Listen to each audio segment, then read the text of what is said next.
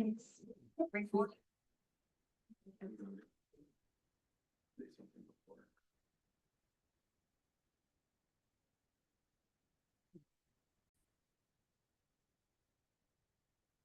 morning, everyone. It's great to see so many people out today. I call this meeting for the Corporation of Township of Puslinch on May 6, 2026 to order. I'll start with roll call. Councillor Bailey. Here. Councillor Hurst. Present. Councillor Goyda. Present. Councillor Spillis. Here. That begins our moment of reflection. All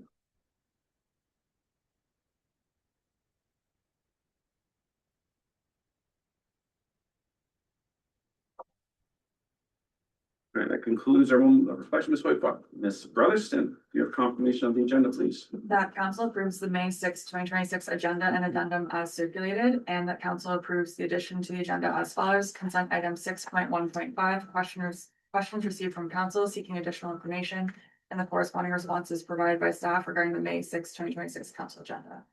Any move for that, please? Councillor Bailey, Councillor Hurst, any questions or comments? All in favor? That's carried. Any disclosure of pecuniary interest? I do, Mayor Sealy. Item 9.3.1 and 9.4.4 both pertain to Sunrise Therapeutic Riding Center, in which I'm a member of the board of directors and therefore have a pecuniary interest in the discussion. So I'll recluse myself from those items. Thank you. Any other disclosure? Councillor Spillis? Yes, I have two of them. One deals with the MZO. It's 7.11, 7.12, 9.32, and 10.8. And they are in regard to 4631 Sidewalk 20 North and 4599 Sidewalk 20 North. I reside in Sidewalk 20. Should the MZO be approved by the province and development proceeds, my property development may be effective, which requires that I declare pecuniary interest as defined in the Municipal Conflict of Interest Act. And the next one is 9.4.3. Designation of 2026 priority properties. Property 5 with the address 4495 Sidewalk 20 North is located directly across from my property. As I would have an indirect interest, I cannot participate in discussions concerning this property. Excellent. Any other pecuniary interests? I have one as well. It's item 14.1. It's WDB, and the general nature of pecuniary interest is item property adjacent to the development. Okay. Brenda. All the people. CAO. Great. It's quite all right. Okay, excellent. So next we'll move into our Volunteer of the Year award, and it's great to see everyone here to support this individual. So I'll invite them up to the table. Greg Allen, please. There's not a whole lot of room. I didn't realize we'd be this personal today, but this is wonderful. So let's speak accolades of yourself to see the support in the room and the individual that nominated you. I don't know if I've seen him yet. Barry, there he is. Barry Don obviously is a good judge of character. Every time we have a Volunteer of the Year, it's generally a full house, so it's nice to see community members come out to support that. I have a little message here I'd like to read in honor of you, Greg, and I'll get on to it. It's my pleasure to recognize this year's Volunteer of the Year recipient, Greg Allen. Greg has been a longtime resident of Puslinch whose dedication, leadership, and generosity have made a meaningful difference throughout our community. His volunteer contributions span education, healthcare support, community service, heritage preservation, and local fundraising initiatives. Greg has served on the alumni board of the University of Guelph, helping guide the university in a variety of important matters. Closer to home, he continues to serve as a board member of the Farnham Cemetery, where he contributes both hands-on support and thoughtful leadership as part of the audit team and as a trusted voice of reason and guidance. His commitment to helping others is evident in the many causes he supports. Greg chaired a local Ukrainian fundraiser that raised $4,400 to help send displaced Ukrainian youth to a local camp. He also volunteers with the Guelph Legion by delivering and collecting poppy boxes and assisting with special events. Through the Canadian Cancer Society's Wheels of Hope program, Greg regularly drives patients to and from medical appointments and treatments across Southern Ontario. Since joining the Optimist Club of Puslinch in 2020, Greg has become an invaluable contributor and leader. As president, beginning in 2022, played a key role in revitalizing the organization following the pandemic. He has worked closely with Aberfoyle Public School to support numerous initiatives, including No One Left Behind, science in the classroom, school fundraising barbecues, playground improvements, and Operation Happier Holidays. Whether volunteering at community events or cooking breakfast for the Whistle Stop School's Easter Bunny event, Greg is always willing to lend a hand.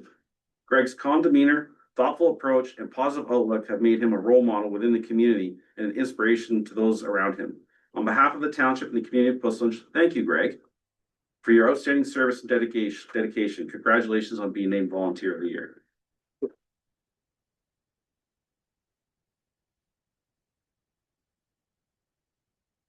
I will ad lib a little bit here. I will say, on top of everything that Greg is able to accomplish in his personal life, he's also able to hold council accountable. He finds time to offer suggestions to us and to ensure that we're serving the community in their best interest. So, Greg, again, thank you very much for everything you do. I'll give you a moment to say some words. I have a presentation here. Typically, we go outside and we take some photographs. The weather isn't the best. I'd still be willing to do that. It might be a little difficult funneling us all out there. If you're willing to go out and get some pictures with your supporters, I think that would be wonderful. So, Or Photoshop. what do they use now? AI or chat? So I'll turn it over to you, Greg. I'll move back here. First of all, the mayor and the council, thank you very much, and to the staff of the township that do all the work behind the scenes for this award. Thank you. And also to the Optimist Club, my colleagues, who are celebrating 50 years of giving time and volunteering back to the township. Thank you, and particularly to Barry, who was kind enough to put my name to the top. There's lots of people that should be here as well. Why do I volunteer is pretty simple. I get more than I give. And I said, at my advanced age, I've got a lot of experience and I may have a couple of skill sets, but I'm pleased to give those to others to help them out. And what I get back is the simple recognition. And it could be as simple as a wink or a smile, a handwritten note, or an unexpected hug. That tells me that I might have made a small difference to the people that I pass on information. All of us volunteer in different ways. So on behalf of all of the volunteers of the past, the present, and the future, I proudly accept this award and thank everybody.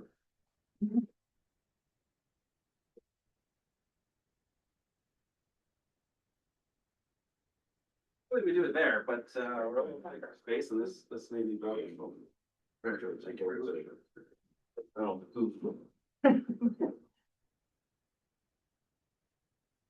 maybe we funnel aside. There was our. Well, one just. Welcome back. Next up is our delegation, and it's Mark and David. Are they here? I hope they're here. Yep, right here. We'll invite you to the, Doris, we packed you in the back corner, but yeah, we'll invite you down to the table here, please.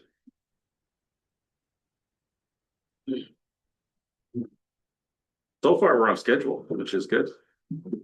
Go ahead, 10 minutes. Have a seat, yep. Comfy chair. Sure, why not? I'm heavier. Maybe just ask if you weren't planning on it, just a quick introduction. And the floor is yours. We can start when you like. Right, Sam Jones? Yep, sure. Welcome. Thank you. Good morning. I'm David Bolton from the city of Cambridge. And we're thankful that we're included regarding the Puslinch Tract Trails area. I'm here representing thousands of trail and outdoor enthusiasts. That includes hikers, bikers, runners, walkers, and many more. My wife, Debbie Bolton, trained at Puslinch Tract in preparation for her Mount Everest summit in 2023, and also her ultra marathons. She summited also Mount Lhotse, which is beside Mount Everest, the fourth highest mountain in the world, within 24 hours, making her the first woman in Canadian history to achieve this. We have met people enjoying these trails from Niagara, Toronto, and even as far as Sudbury, all enjoying the outdoors.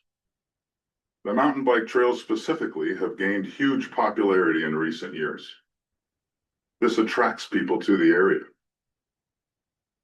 Many people have benefited from this area. A friend has trained the athletes from a speed skating team there. There are organized groups, including trail maintainers and builders, and we stand here or sit here to represent them all. We are offering our resources and knowledge to this township. Much like the Guelph Lake Trails and Halton Agreement Forest Trails have benefited. This would include trail mapping, signage. My friend Mark here will cover some more of these benefits. So the reports we have heard is that the township here would like to keep this as a park area, and that was very inspiring to us. We ask that we are considered as a resource in planning strategies for this area. We ask that council takes advantage of what we can offer. Thank you. Yeah, that's actually a great summary. I don't really have a lot to add to that. What I would like to do though is find out from you what your intentions are for that property and whether or not you consider us as being first, being able to maybe join your committee for recreation so we can provide input. Oh, pardon me. My name is Mark Audience. I live in Guelph. I'm a pretty avid mountain biker, but I also like to use the facilities, the trails in the region for both hiking and biking or skiing. And to get back then, yeah, we'd like to provide our resources to either, yeah, just give a little bit of direction to what could be used at that to either improve or maintain what the Bushwick track has to offer. And then to see if you're open to us forming an association so that we can formalize that group. Because without your blessing, then there's really no point for us to even form this association. And feel free to ask us questions. So I'll give you an update now, we'll ask the CAO to speak to it. We don't own the property yet. It was announced as everybody has read in the room, there's a due diligence process to go through and. Right. Memory serves me right, if I know it's about this thick of due diligence to go through. We do have intentions. The intention of buying it came from partially due to COVID. The access to Bushwick Lake, I refer to it as a private lake, it's primarily private lands around it. There are some, little spots that are public per se, but very challenging to get to. So I hope I'm speaking for this council properly, but we were looking for a recreation component that's municipally owned on the west side of the township. We don't have anything. Along with the changes through the provincial mandate to the CAs of that being amalgamated and the unknowns there. All those different pieces out there, we took the opportunity to approach the GRCA to see if there was interest. And there was, and they're obligated to offer to a municipality first, so I feel like there wasn't much risk of it going to private sale. Yeah. We would be, in my opinion, and I'm sure it's council's opinion, we'd be the best stewards of that property. Yeah. We don't have plans per se for it. Once we own it, it's status quo. I think I'll let the CAO speak to, we're going through a parks master plan, which will look at township holistically and that I'm making an assumption that the purchase will be finalized, that hasn't been determined yet. So let's just work off that assumption we're not going to find some red flag in the due diligence and we walk away. Yeah. So assuming that that due diligence process finalizes and we assume ownership, we'll look at the township holistically and with a focus on rec. But until then, I don't feel we're going to be making any commitments either way, and it'll just be status quo. Okay. Madam CEO, if you wanna. Yes, so through the chair, so thank you. Mayor is quite right. We are working through our recreation master plan, which is receiving an update. So we'll be looking for exactly this type of stakeholder feedback through that process. So encourage you to have your say when those surveys and all of that engagement is out there so that we can receive that feedback and come to council with sort of a really wholesome look at our properties across the township and what the community is looking for. So would that be through a website or like a weekly process or monthly or? Yeah, so through the chair, it'll be, the strategic planning process is likely going to take several months and there'll be opportunities throughout that process for public engagement that will include surveys on our website. Certainly, if you have written comments to submit, you can do those. There'll be opportunities through a public open house to come in and look at what plans are and submit feedback that way, as well as there's always opportunities to delegate to council as you're doing today. Is there a way to get on a notification list or anything like that? When the Parks Master Plan So- opens. Yes, through the chair, we can make note of that. That'd be awesome. Yes. Yeah, that'd be great. So through anything we do, we'll start a review of something and then we'll post to the public. And there wouldn't be engagement where we would reach out to you on a weekly basis. Maybe a prescribed couple months for staff receive comments. I don't want to predispose the process, but likely have a public information meeting where we'll sit.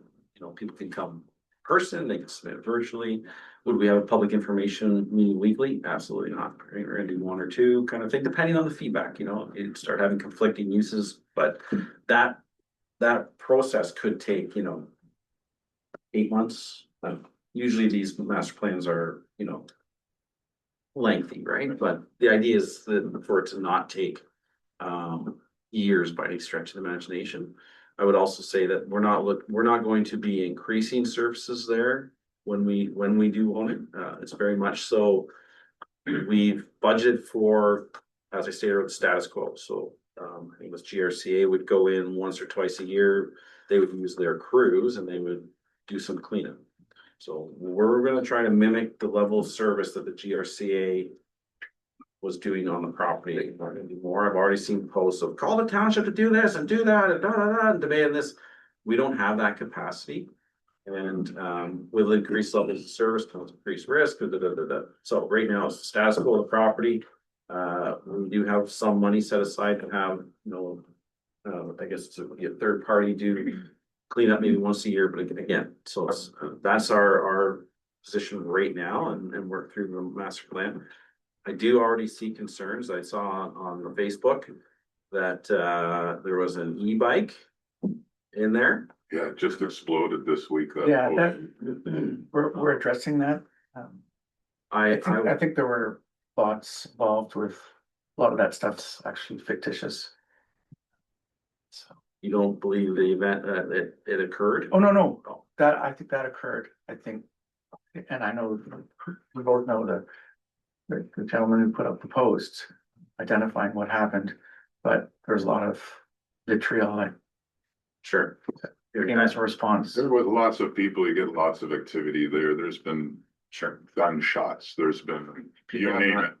There's stories to, you name it, right? I don't believe people are discharging firearms in there. No, but there was a video of a firearm or so, or, so there's these things are gonna happen with all this involvement, I think, but, So overall. my understanding of e-bikes is anything over 500 watts for a motor. It requires a license in Ontario. Currently in town, there is an ERO posting, provinces reviewing e-bikes, but in today's world, anything over 500 watts. And if it does not have pedals, I would maybe ask staff to look into it, but I believe the proper course of action, if that's occurring on the property, is to notify the GRCA, because we don't own it yet, and to call the OPP. Okay, Because that vehicle should be operated by a licensed individual. And with that, I would assume if you need a license, you likely need insurance and all the other things that come along with a licensed vehicle. yeah, It's not a bylaw concern for us at this point, to my understanding. So would it become one? I don't know. Well, the province changes the changes the e-bike rules. And I don't know how You can pay to, problems changing rules on everything, every day. Yeah. If they say they're not considered vehicles up to 2,200 watts, they're essentially electric dirt bikes. Yeah. Then we'll reevaluate that, but in today's legislation, anything over 500 watts and without pedals requires a license, I feel they shouldn't be in there. Cause that'll capture your e-assist bikes, is that what they call Yes, it? yep, Cause they have pedals. pedal assist, yeah. Right, because, anyways, so it wouldn't be harmful to notify the township if you're experiencing that activity, but I believe that the contact point is GRCA, OPP, until we take ownership, and then it'll likely still be OPP until those Yeah. e-bike rules change. If memory serves, there are signs posted at some of the major parking lots that no motorized vehicles are permitted. So I think that actually is a good indication of where you stand. Once we take ownership, we would likely, we'll have to look at the signage but again, it's still. There's rules and signs, but really it boils down to enforcement and, you know, other than parking in front of the gates, there's never been really a citation issue. The other part of it too. So I think a culture of, hey, guys, you shouldn't be here, you know, would help. And Yeah, it'd be warm, say you shouldn't be in here, but if they continue to come back, but. yeah, there isn't too many, it's very isolated. I mean, people aren't coming there with trailers of dirt bikes. You know, this is if someone local, they're only good for an hour. I have one, you know. They're gonna understand they're not wanted. And so we hope that it gets mitigated in a, you know, sensible fashion, right? I just worry that, or somebody will see that one person's riding an e-dirt bike in there, and then every kid in Ontario is gonna come to Yeah, Whistler's track to ride, right? That's what Yeah. happened with the MTO lands in Morriston when COVID hit. It was dirt, it was a lot of, it was the only outdoor activity. Similar with the homeless that are just around the corner there, it's grown, but they're in the parking, you know, in trailers and that filtered into Pussnitz Tract at one time, Yeah. many years ago. Yeah. And then, you know, there's different seasons and different issues. Sure. You know, it's the best we find is a platform like Facebook and social media where we can suggest, and this is where we can be a value. We're sort of taking care of the place, our group. No, we appreciate it. Yeah, Even no, before we purchased, I would see the posts of cyclists with hand saws and they would post tree across the trail. Yeah. And they would cut it and remove it themselves. These types, and keeping it safe, keeping it Yeah. sensible. Yeah. GRCA said to us, hey, we don't want jumps unless, you know, we want safe, so we made sure that, you know, Yeah. things are sensible and it's. What attracts a lot of people there is the actual rusticness and the lack of all this development and just keep them as nice trails. Yeah. Just beautiful forest, so that's kind of what the direction we're thinking. So I've hogged the time. I'll turn it over, see if council has any questions. Thank you. Thank you. Thanks for coming today. I just had a question. I guess I'm trying to decipher from your delegation. Are you currently a group that does the maintenance or you're looking to reestablish a group? And if so, what experience do you already have working with, say, other municipalities or other groups and doing the trail maintenance? so no group exists as it is right now. So we're considering becoming a group, but we can't do that unless we have, you know, approval from the township, you know, given or assuming that you would take ownership. Lots of us have experienced both. I was a board of director for Gorba. I'm a trail captain for HAPTA. I met your husband there, as a matter of fact. And so we talked a little bit. So I would say there are probably a dozen of us that are pretty regular, that come up to Pussnitz to do trail maintenance. It's gaining traction as a group. I mean, in the past, we kind of liked operating on the trail ferries kind of concept. That it just happened magically and be thankful kind of thing. Nobody wanted to stand out and go, yeah, we did this. It was more like a humble approach and nobody needs to know. That started from other people in the past and we thought it's a good model to sort of continue with in that demographic of its GRCA and we don't really know what the rules are. Oh, yeah, it wasn't an approved use. Exactly. I mean, a matter of fact, I went there when it was a gravel pit still and, 40 years ago, and it was kind of like trespassing. But no one minded because we weren't bothering anyone, walking around or something, right? There's obviously liability, but to answer your question, we got involved with groups at Hydro-Cut and at Gorba and saw the great way that became in a safe and a good association kind of thing. And so like I'm hearing from staff, I think this will, be a bit of a process while we figure out what we can do, what our capacity is for the property and service levels. I mean, talking about what we're capable of impacts budget.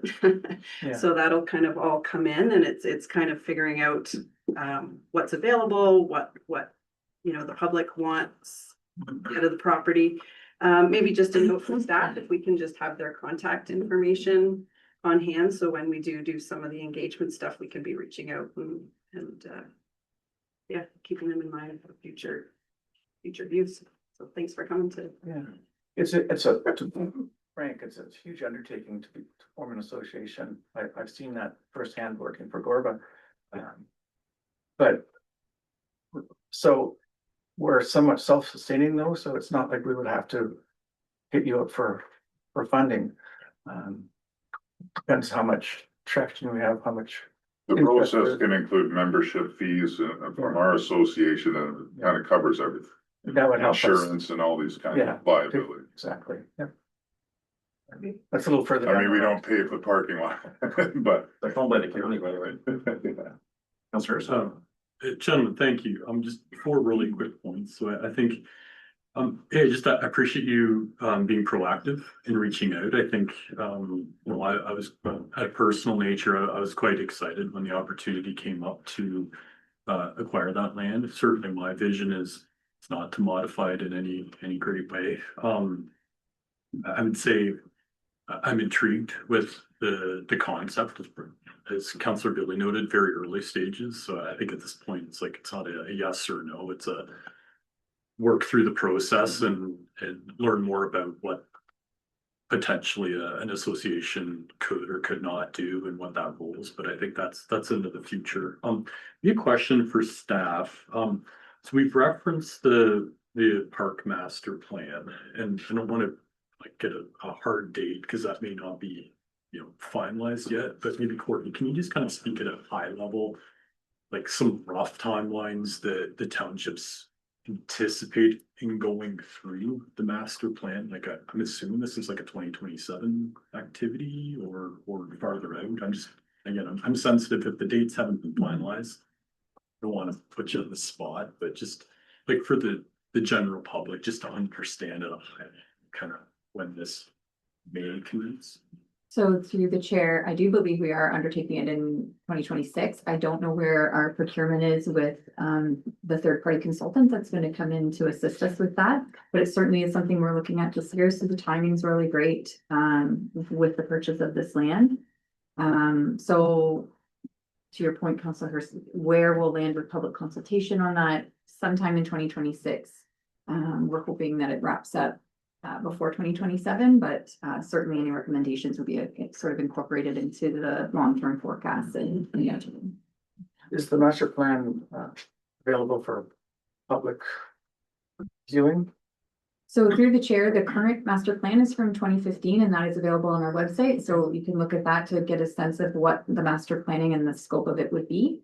And then certainly it's a public document, a public facing process as we go through the update. Okay. I've reviewed the GRCA master plan that includes Bushels Tract, but it's dated from early 70s. So. Okay, I think it is. So I think from my standpoint, I think that's good. I'll leave it to Councillor Goyda, who chairs that committee, to kind of maybe speak to it if she cares to. But I think from my standpoint, I think I would just very much encourage your active engagement through this process. I think it would be, from my perspective, very valued. And when you drive by that facility on a Saturday or a Sunday, man, oh man, it is packed in there. And that's a good thing. It means that you can use public lands for the greater benefit of society. So I think I would just look at it and encourage you to actively engage, be very aspirational. With the mindset, we're not looking to significantly change it from my standpoint. But also it's a great community value.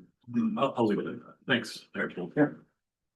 That's good. Yeah, I just wanted to say thanks for coming today. I think it's very encouraging to see sort of trail users, residence users, recognize the value of that property and be willing to step forward sort of as stewards of that property. So thank you for coming today. I just had a question from staff in terms of the public engagement for the Parks Master Plan. How do you envision that going? Will there be opportunity for at the committee? I'm thinking specifically of the Wellness and Recreation Committee, if there be opportunities for input through them and for delegates to maybe present to that group as well. Do you think that is something that can be incorporated into the engagement? So through Mr. Chair, I think that's a great idea. I like the idea of a workshop with our committee, similar to what we did with our strategic master plan for the whole township. And getting that input in that way from the committee seems to be a good way. So I would, given that information, I would also encourage you to, at the appropriate time, reach out or delegate with the Recreation Committee, because they'll also have some input in how we use those land.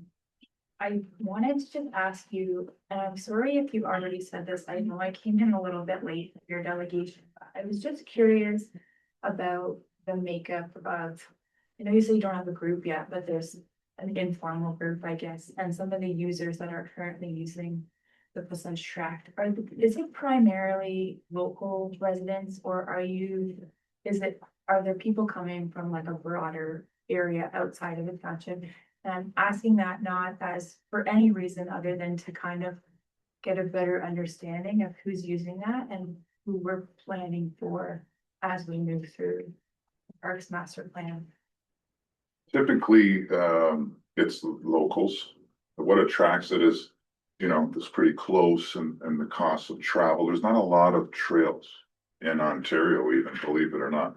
And especially ones where you can bring your dog and walk with the family, and there's lakes to skip stones in, and there's sewer nearby and so forth. To answer your question, I've met people there from as far as Sudbury, Niagara, which I mentioned. And I've got people that they're in Toronto, and this is a special, because of the area, the Grand River and the fauna and the flora, you see deer in there and all these kinds of things. So it's very attractive. And then I don't know if I mentioned, but there's a little market there, like a little store that's very specialty and very healthy. And people come from I've met some very interesting people. And they come from pretty far. But typically our group and people, to answer your question, are fairly local. Okay. And then we understand kind of the local rules and regs and things like the GRCA is a special thing that we're very thankful for this area, because really the water. The group that I ride with regularly Tuesday nights probably are within about a 50-kilometer radius. Okay, so maybe something that can be tied to economic development opportunities as well. Yeah. Okay, that's great to know. Thank you. Yes, listen, first of all, thank you for coming forward and stepping up to the plate to help us out. I have a question with respect to the fact that you're not organized yet. Is it likely that there'll be some other bike organizations that also would come forward to volunteer their services as well, in the same vein as you do? I don't think so. Having been involved with Guava for many years, I know that GRCA approached them a number of times. They don't have the capacity to actually include Puslinch Tract lands. They're just stretched too thin with the lands they're already responsible for. I think Hydrocut, it's also that's the most popular mountain biking location, and they have a lot of trail runners there too, but they are focused solely on that area. And I think that I've already had input from some local bike clubs saying that they would support us in our venture with this. But no, I don't know beyond our group that anyone's gonna really step up and. I think we may be able to draw. from We could some- probably. Definitely the ideas and some of the resources, but yeah.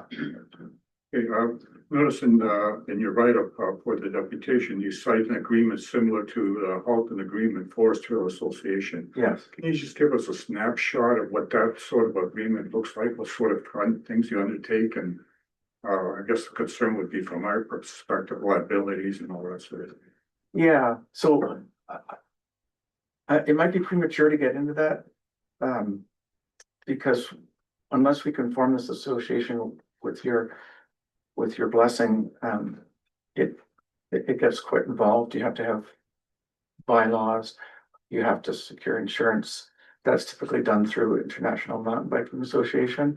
And then we have to start soliciting members to start paying. So that gets a little more complicated. I'm not specifically asking you, but I'm just trying to get a feel for what sort of steps that you would have to go through. Like you did mention, you have to get insurance and you have to get that. Yeah, So there's the resources within the group at HAFTA specifically where you've got, pretty organized people, presidents of companies and whatnot. So we get into proper mapping, proper demographics, amount of usage, and then there's a membership, and then it becomes an entity that, can properly take care of that part of the puzzle. So, you need to form a board of directors. there's all these resources get involved. I think I can help here. When the Hydro Cut was in negotiations with Waterloo Region or Waterloo Hydro, I don't know if you two are familiar. I was involved with that. Okay, so you had to work through trail design, what was appropriate, jumps. Oh, yeah. I believe that's kind of the direction the council. Okay. Oh, I see. Yeah. So if you could, at a high level, we're already running behind, but Right. just speak to how, what's the group all over the Hydro Cut? Yeah, just hydro. How they work through with the region of Waterloo on getting their agreement in place and a couple of the points that, we put into that agreement. Yeah, well, I can speak better for Gorba than I can for HAFTA, but you have to come up with also a strategic plan for your trail design. And it usually involves like a 10-step process where you sort of map out the trails, you scratch them out, then you start building. And you add features sort of at the end of it. Those features are defined and you guys have. So- they- Yeah, there's input, yeah. Yeah, They lay out what they're permitted to do for jobs and different added features. There- And yeah. it's all laid in the agreement terms. And so. Then there's tiers of insurance depending on usage and memberships sizes and things like that. Okay, that's important to know, that you guys take care of the insurance and all that sort of. thing. Yeah. It was a whole process. Yeah. Okay, that's great, Mr. Mayor, that's fine. Thank you. Thank you for coming today. Rec committee meetings, I just was asking on the side, there's one June 15th, that may be premature, but 16th, June 16th. When's, is there, we're in a bit of a period here where election is coming and there might be new members on the rec committee, so things are, I would hate to say slowing down, but if we're doing Parks Master Plan in 26, we're into May, that's June. Is there another meeting after June? And is it, Through the chair, their last meeting of this term would be September 15th. so break those two dates down, June 16th and September 15th. Okay, to be appropriate to get in front of it. Thank you. Yeah. I would suspect that Master Plan's gonna launch soon if we're into May. Or June, anyways. So we'll get your contact information. okay, yeah. Good to be involved. Okay, well, Thank you very much. Well, thanks Much for appreciated. Thank you. seeing we us. have a resolution. See that for information. Thank you for a second, please. Thank you, Harris, Councilor Bailey, all in favor? It's carried. Next, I'll invite Donna Christie down.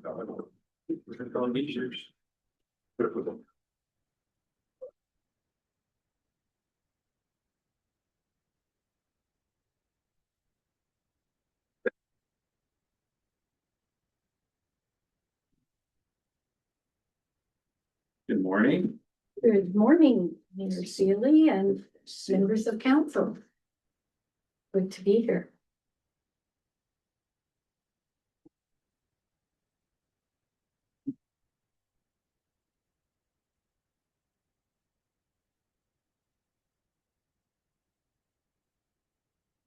My name is Donna Christie, and I'm here on behalf of Help Protect Puslinch, as I think you guessed. A growing group of local residents who are deeply invested in the future of this community. We are here today for a simple but important reason. To stand in support of the township and the county in retaining their rightful roles in local planning and decision-making. The proposed use of a minister's zoning order removes the local authority. It bypasses the processes that are in place to ensure development is carefully reviewed, publicly discussed, and aligned with the long-term vision for our community. These processes exist for a reason: to protect the interest of residents, the environment, and the integrity of our local planning.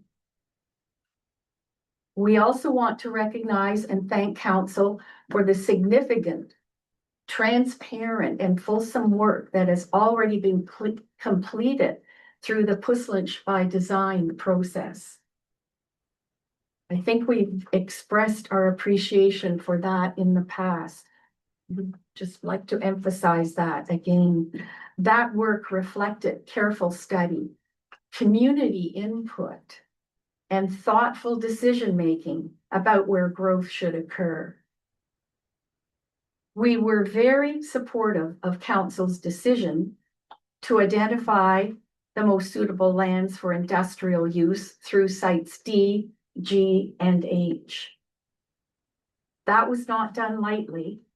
It was the result of a comprehensive and defensible planning exercise. Importantly, this direction was reinforced at the county level through the official plan amendment 131, where no further changes were recommended. Even after a last-minute request from the Estill team to revisit those decisions. That reaffirmation underscores the strength and integrity of the process that has already taken place. We want to be clear. We support council. We support the work you have done. We support your position, opposing the use of an MZO in this case. Local decisions should remain local, especially when they are grounded in such thorough and recent planning work. As a community, we are organizing in a meaningful and constructive way. Help Protect Puslinch has retained legal counsel, David Donnelly, who has extensive experience in land use planning and has been involved in successfully opposing MZO-driven developments in other communities. We have also partnered with Small Change Fund to support fundraising and to provide strategic guidance. Their team has worked alongside grassroots movements across Ontario and brings valuable experience in building strong, effective community campaigns. Together, these steps reflect our commitment to ensuring that our voices are heard and that this process is fair, transparent, and accountable. We are not here in opposition to growth. We are here in support of responsible planning. Planning that respects the process, the people, and the place. Today, you will see residents in this room who have taken time out of their day to be here. They are here because they care. They are here because they believe that local voices matter. We ask that you continue to stand firm in your position and advocate to the province that this MZO request be denied. We want to thank you for your leadership, and we want to thank you for the opportunity to speak today. This is very important to us, so appreciate being here and giving us the time. Thank you, everybody.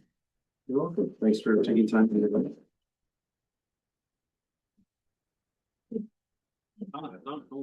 Oh. Sorry. Sure, no, it's all good. No, thank you again for coming today. We've never had, to my knowledge, an MZO application in the province. It's new territory for all of us. Really? In Or, the township? Sorry, spoke there. Yeah. In the township. Township. Never No, experienced it. no. It's tested the waters for it. We're doing our best to keep you informed and, and we'll continue to do so, right? May I interrupt and say, we really appreciated that as residents. When the request was put to staff to notify those of us who are on that list about this MZO request. We really appreciated that we were notified in a timely fashion and that we were considered.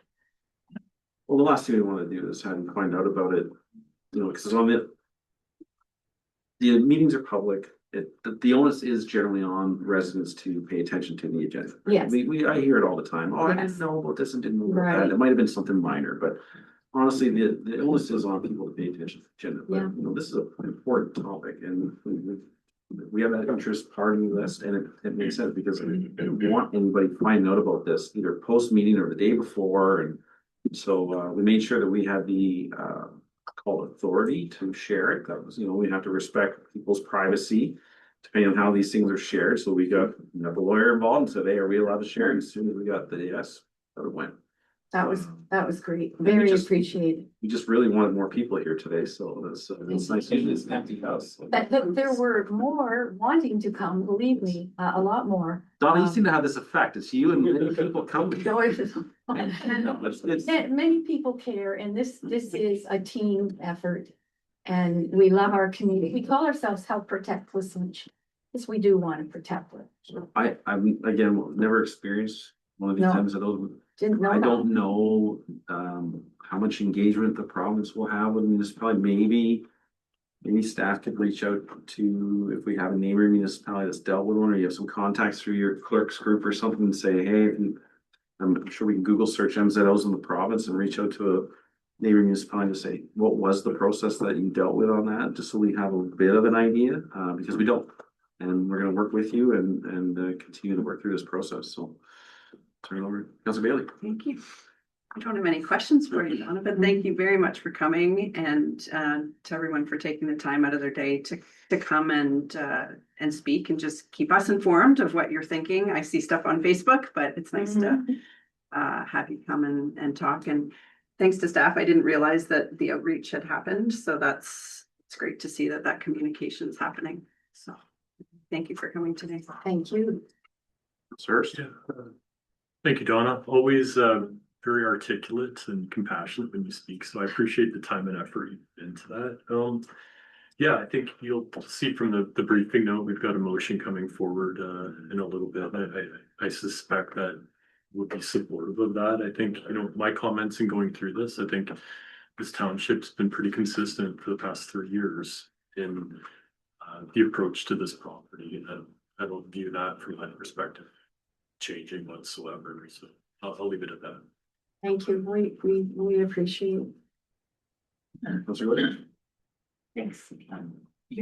Donna, your words are very impactful, and I think you do an excellent job of representing, I'm sure, the sentiment of your entire group. This is from a large team and a large piece of our community here, a large number. I know you said thank you to council for all of their work on that, on the project for the employment lands. I would like to say thank you to you and to your group for all of the engagement. I think that collaborative effort resulted in what ended up being a very good plan. I And I agree. do It think was that- wonderful how you invited us in encouraged our participation and respected it. So, Thank you for coming today. I Thank encourage you and your group to continue being involved as much as possible. Again, like Mayor Sealy said, this is the first time we've gone through an MZO, so really not sure what to expect in terms of no, any background I and can- that might happen, but I can continue see to that. stay in. I was actually going to make a call and reach out probably to Mayor Sealy and ask him to tell me a bit about the process. How do these things work? And here, you're on a bit of a learning curve too, since you've never had one. I don't know if there's even been one in Wellington County. No, You know, sometimes I see things at the planning department, Right. right, that don't happen, but my recollection doesn't. But, okay. Okay, so I agree with your statements initially where, you know, this is a mechanism that the province that was in place historically was not utilized as freely. And now it's being utilized. It is a mechanism available to the applicant. So I agree with your statements and unfortunately, we're on this ride together and we'll do our best and see where we end up. it does feel like we're together. It feels like we're a team. I'm glad you feel that way. 'Cause Because we all want what's best for Puss Lunch. I know in the beginning of the process, there was a lot of people nervous and understandably, but we had to go through the process and I'm glad we ended where we ended. At some points there, yes. Mhm. And for the room, OPA 131 passed the county last Thursday. Anyways, Great. it should be submitted up to the province Great. unchanged. So that's in the province's hands and I don't know how long it will take for them to send it back, hopefully unchanged. And we're hoping for that. Beautiful. It looks encouraging. It looks, I have a feeling that it will pass. I am very worried about land D. Oh, I know Very why. worried. Yeah, So- yeah. We'll see, Yeah. hopefully No, we've got G and H. because of this council. That's right. The consultant Absolutely. recommended D. and if- That wouldn't anyways, have I don't- happened if not, yeah. I don't wanna- Okay. Cross it, it's fine, but, okay, Okay, thanks, all everyone. right, can you move a second to see that delegation? Mr. Curtis, you're up, Councilor Bailey, all in favor? All right, next. Invite David down, right in front. Good to see you again. Good morning, Mayor Stigley, council members. I'm David Payne. I'm here representing the Donkey Sanctuary. I'm also should say that the Donkey Sanctuary Center, my wife and myself are both part of Protect Pushlands. We support everything Donna said. Appreciate all the council's done.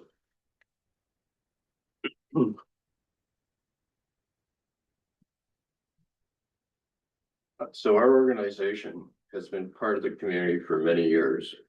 We provide long-term care for donkeys and mules, while also offering a peaceful educational space where visitors can connect with animals, nature, and each other.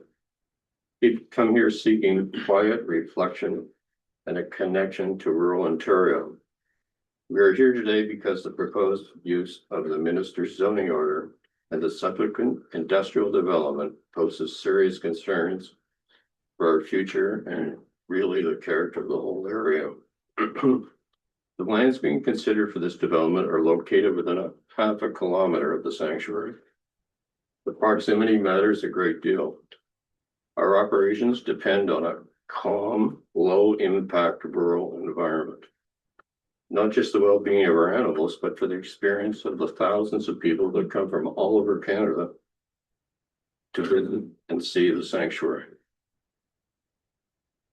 This is not an abstract concern. Donkeys are highly sensitive animals. Changes in noise, traffic, air quality, light pollution, and the general activity can have an effect on their health and their behavior. An industrial scale development so close to the sanctuary of this size introduces risks that are difficult for us to mitigate. We are concerned about the broader impact this proposal is already having on the surrounding area. The lands in this sanctuary have long represented potential opportunities for us to grow, to expand our facilities, enhance programming, ensure that we can continue to meet increasing demand for animal care and public education. We need more land to grow and to be sustainable. And this proposal will have a very negative impact on almost 40 acres of good farmland at a time when fuel costs and fertilizer costs are putting tremendous pressure on all farms. We're already losing too many small farms in our area, and this was definitely going to make it worse if it happens. In addition, speculation has driven by proposals like this, have begun to push land value levels that are no longer feasible for a charity like ours. And this limits our ability to invest in the future for the sanctuary and by extension, the community. The Donkey Sanctuary Camp is a place where the community comes to experience quiet, nature, and compassion. It's not an industrial destination, nor should it be surrounded by more its area. We support thoughtful, appropriate development, but it must be in the right place and it must respect the existing uses and values of the community. We were active participants in Bushlands by Design. We totally supported its recommendations and believe this application goes against that process and its conclusions. We also want to express our support for the township and the county planning process. These processes are in place to carefully consider exactly these types of questions, to balance growth with preservation, and to ensure decisions reflect the broader public interest. The use of a minister's zoning order bypasses this careful consideration. We respectfully ask, and we know you support us, to continue standing firm in this opposition to the MZO request and to advocate the decisions that protect the long-term health and character and sustainability of our community. Thanks for your time and consideration.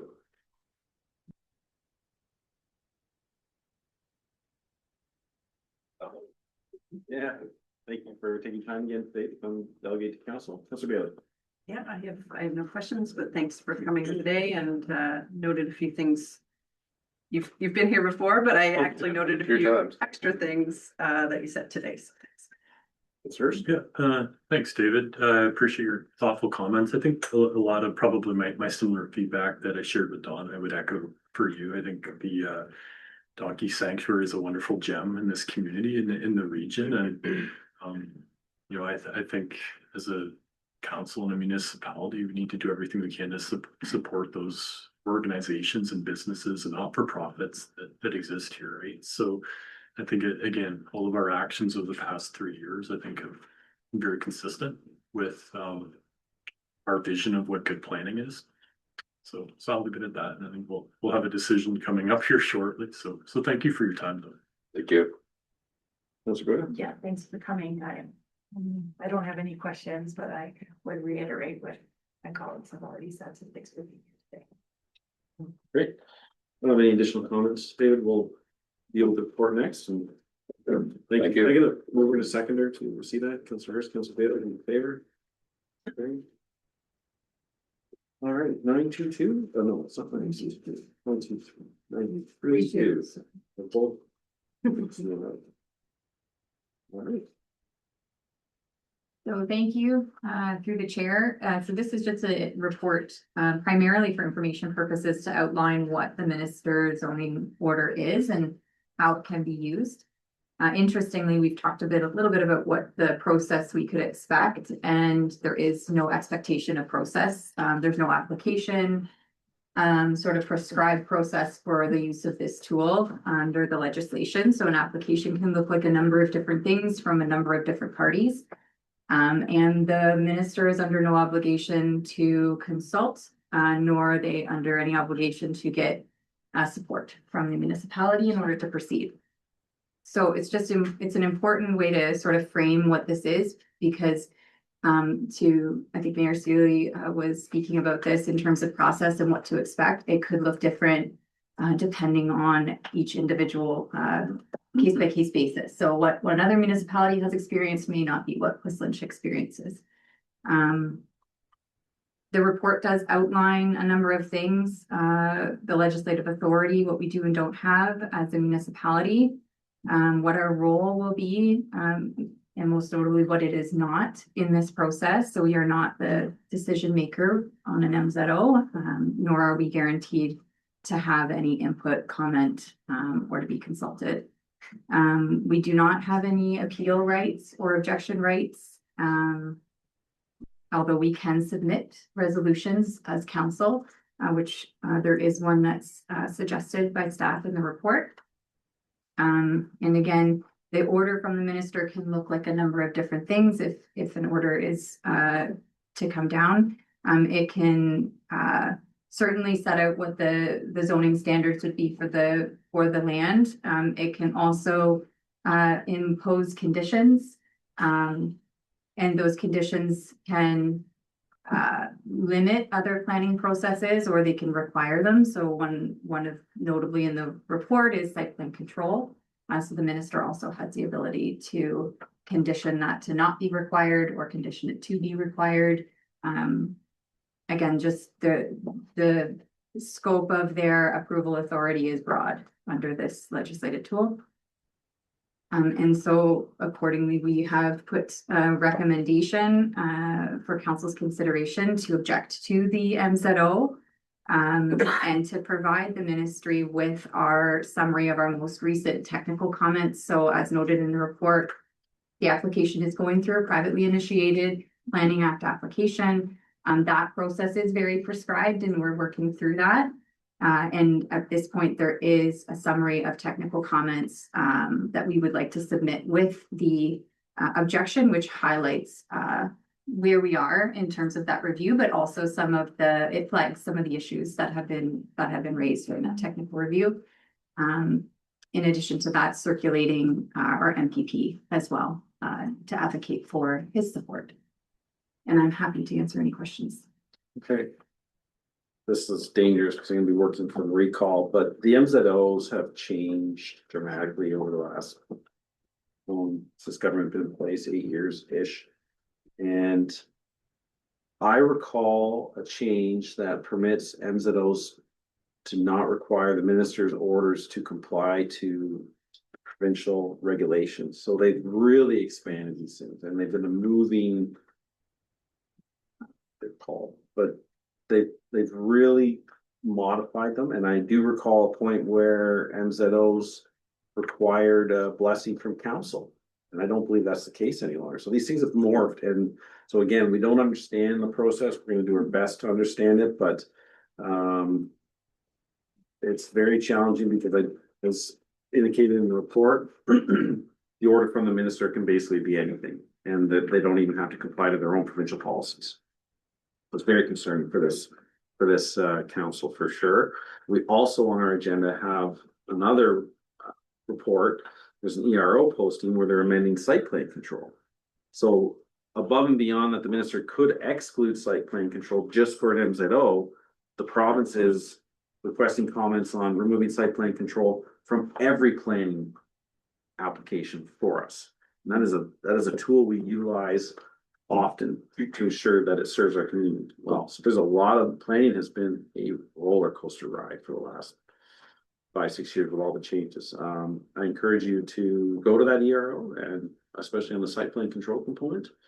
All of them are actually important, but comment, they need to hear from our residents. So thank you for that update. I don't know if I misspoke, but the MZO has been changed. Isn't there not ERO posting for MZOs on here? I thought it was mentioned. No, anyways, it's fine. I just wanted to put it out there that I do recall a change that the order doesn't even have to comply to province's own rules, which is very concerning. So, Councilor Bailey. Thank you. I really appreciate staff's report. Like we've all heard today, this is new territory for a lot of us. So it was an easy report to read and, concerning to read. I'll just cut to the chase. I support your recommendation that we do not support the issuance of a minister's zoning order and the recommendation to supply our summary comments. I think that's important, at least for the province to know what's happened up to this point and to see what what those comments are. There's so many unknowns with a ministry zoning order.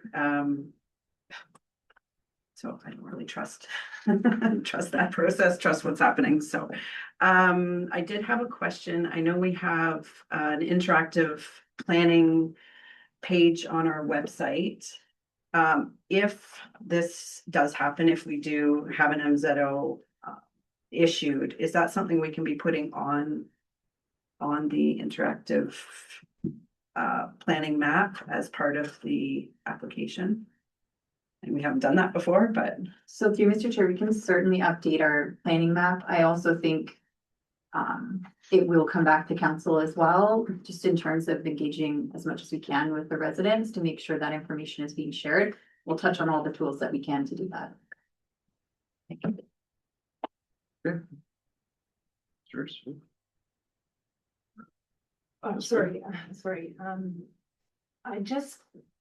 I support the resolution fully. I'm just wondering, so through our normal planning process, public consultation is mandated for us to do. Obviously, with an MZO, they don't require that. But given the amount of public consultation that we've received on this, is it appropriate to incorporate some of that feedback, written comments, public meeting comments, along with all of the technical reports, so that the minister at least can see the amount of opposition and engagement that we've received from the community? So through the chair, I think that we can certainly do that. I also would encourage residents to reach out directly. And whether that be to the MPP, whether this ends up on the Environmental Registry of Ontario, it's not required to, I don't believe, but it may. Any opportunity to have it come directly from residents, I think is the best way, but certainly the township can summarize sort of the process and what we've been through in our submission. I would just like to notify the room that Matthew Ray is the MPP for Perth Wellington. So northern part of Wellington County, he's the assistant ADM to the Minister of Municipal Affairs and Housing. So that would be very appropriate contact point with your concerns. And he also represents half of Wellington, the northern part, so not just MPP Rasinski, so. Okay, right, Councilor Credit, I'll carry you. No, that was my only added feedback. I will request Councilor Josh, Justin, to read the resolution, please. Yeah. I know it's lengthy, but with the amount of people in the room, I think it's important.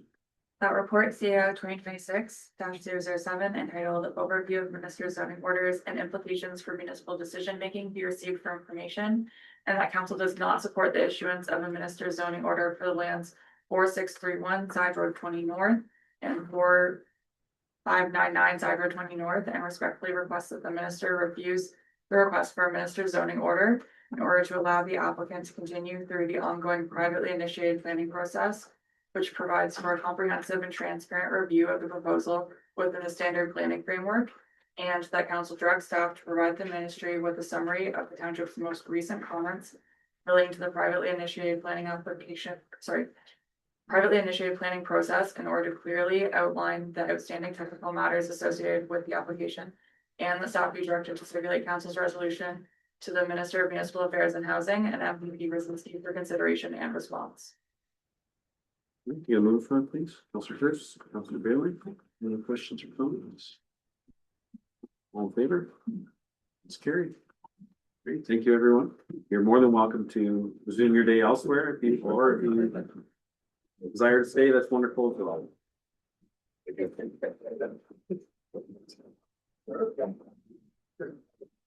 Take a quick break now.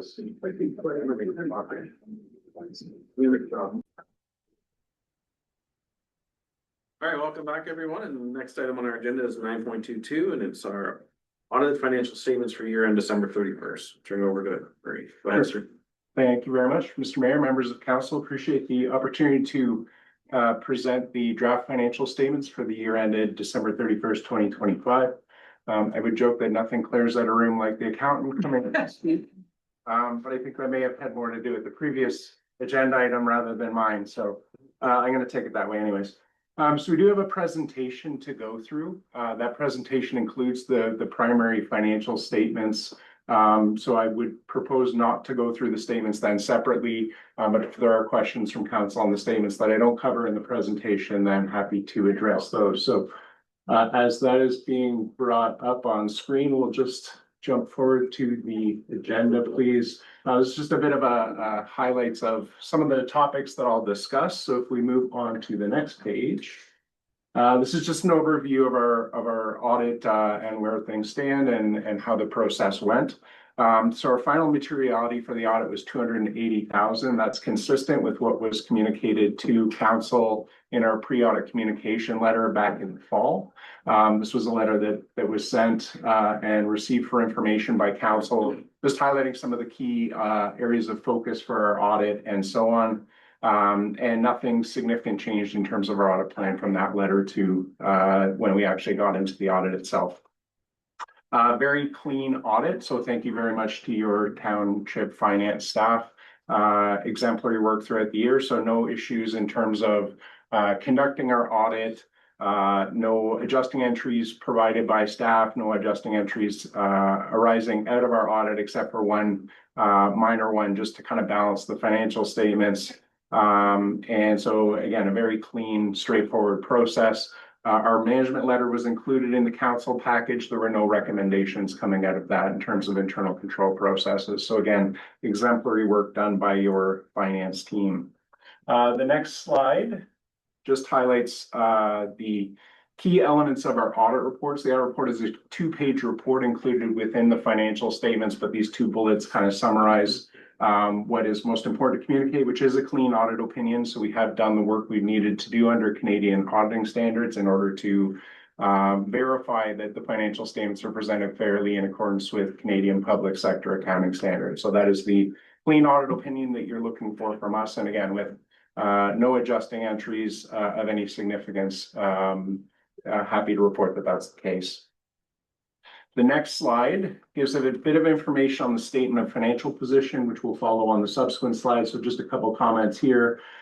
Statement of financial position is equivalent to the balance sheet for the township at the year end of December 31st, with comparative numbers from December 31st, 2024. Includes the financial assets, liabilities, non-financial assets, including tangible capital assets, and the accumulated surplus.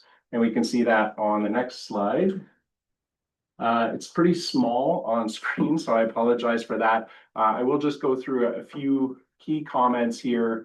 So cash and investments together, if you look at the top 2 lines in financial assets, up by about $1 million to 11.1 million from about 10.1 the year before. We'll see how that has come about in terms of the statement of cash flows, but basically an improvement in the financial position of the municipality overall. Part of the reason the cash has improved is because taxes receivable and accounts receivable are down. So you collected more outstanding balances at the end of this year than last year. And we will see the taxes receivable comparison when we get to the graphs. But that is an indication of strong work on collections by your township team. In the liability section, generally a fair amount of consistency from year to year. Accounts payable is down somewhat, just less capital projects outstanding at the end of the year. The bottom liability amount is deferred revenue. So that's your development charges and other obligatory reserve funds that we'll see on a subsequent slide. But those are down slightly, just you spent more out of development charges and your recreational land reserve funds than money coming into those funds in the year. So it's a decrease in those funds. And the net financial asset line of just over $9 million highlights the overall improvement in the financial position of the township from 8.2 the year before. So your kind of financial assets increased by more than increased by a fair amount. Your liabilities decreased slightly, so an improvement overall in your financial position. Just below that, we have tangible capital assets up by about $500,000. So the township spent about $2.2 million on new investments, offset by $1.7 million of amortization, and so that's an increase there. And the net of all of those things is an increase in your accumulated surplus of about $1.26 million that we'll see on the statement of operations. The next slide shows the cash position of the municipality as compared to its annual cash outflows. And so the green line is the township of Portslade, the blue line is the average of our other clients. So to try and compare where your financial position is relative to others, we kind of compare to the other municipal clients that we work with. And you can see that your cash position is about 110% of your total annual cash outflows in the year. So that's a strong financial position to be in. Obviously, you have a lot of that set aside in reserves and reserve funds, so it's not, all available to be used in the coming year, but you do have a reasonable amount of cash and cash equivalents held at the end of the year. The next slide is your taxes receivable. We have seen across all of our municipal clients that taxes receivable has crept up. This comparison is, again, the green line is the township of Portslade, the blue line is the average of our other clients. This is comparing your taxes receivable balance outstanding at the end of the year versus all of the taxes collected by the municipality, including those collected for the county and school boards. And it is just over 10%. You can see the average of our other clients is about 9.4, but what's notable is the improvement from 2024 to 2025. And you're right in the same ballpark. We expect some fluctuations, some differences between municipalities. But in 2024, you had a fair amount of taxes levied at the end of the year that pushed up your tax receivable. But I think it's positive to note that your tax receivable has come down a fair amount. So we would, you're right in the ballpark of where we've seen with other of our clients. The next slide is your tangible capital assets. So as I mentioned, about 2.2 million spent in the year versus amortization of about 1.7. This is comparing your additions as a percentage of total tax revenue. So to try and normalize for the size of different municipalities, we compare some of the graphs that we have here against tax revenue to try and kind of adjust or consider, the ability of a municipality to collect taxes and how that impacts their capital asset additions. In 2023, you had very significant investment in capital asset additions. And so as a result, then less in the past couple of years. This is just comparing kind of total expenditures, not necessarily a judgment call as to what should have been spent by your municipality or any others. But you're kind of along the same trend. And when we look at one municipality versus the average of a bunch, you see more variability because when you average out, some municipalities invest more in 1 year versus others, but that tends to average out across our client base. The next slide is capital asset additions versus budget and versus amortization. So the green bar is the budgeted amount. That typically will be higher than the actual expenditures that are in blue because projects get deferred or don't progress on the same timeline as anticipated. And so projects that might be budgeted in 1 year might also hit your capital budget in the following year if it doesn't progress at all or there's more expected to be spent. So we would expect the green bar to be higher than the blue one most years. But what we look at as part of our kind of assessment of the investment in your infrastructure is the blue versus the yellow bars. So blue is your investments, yellow is amortization. And although amortization is based on historical costs, some of which were investments made, many years ago, I think it's positive to note that the blue bar is higher than the yellow one in each of the last 5 years. So you're investing at least to the extent of your amortization or your wear and tear on your assets each of the 5 years. So the next slide gives some information on a statement of operations. This is kind of equivalent to your income statement for the year, showing the revenues and expenses, comparing to budget and then prior year expenditures shown by department. And so if we go to the next slide, this shows that statement. Just a few comments. So taxation revenue is actually less than prior year and less than budget. That is because of the fact that you had less in supplemental taxes in 2025 than in 2024. There was a fair amount in supplemental taxes, specifically in 2024. That's part of the reason your taxes receivable were higher at the end of 2024. But you actually budgeted for somewhat more in supplemental taxes, and that didn't come to be in 2025. So a little bit below budget when it comes to tax revenue. The other revenues generally fairly consistent with prior year, other income, below budget. But that's included in note number 10. There's kind of a number of reasons for that, but overall, revenue is pretty comparable to last year and slightly below budget overall, about 300,000 below budget.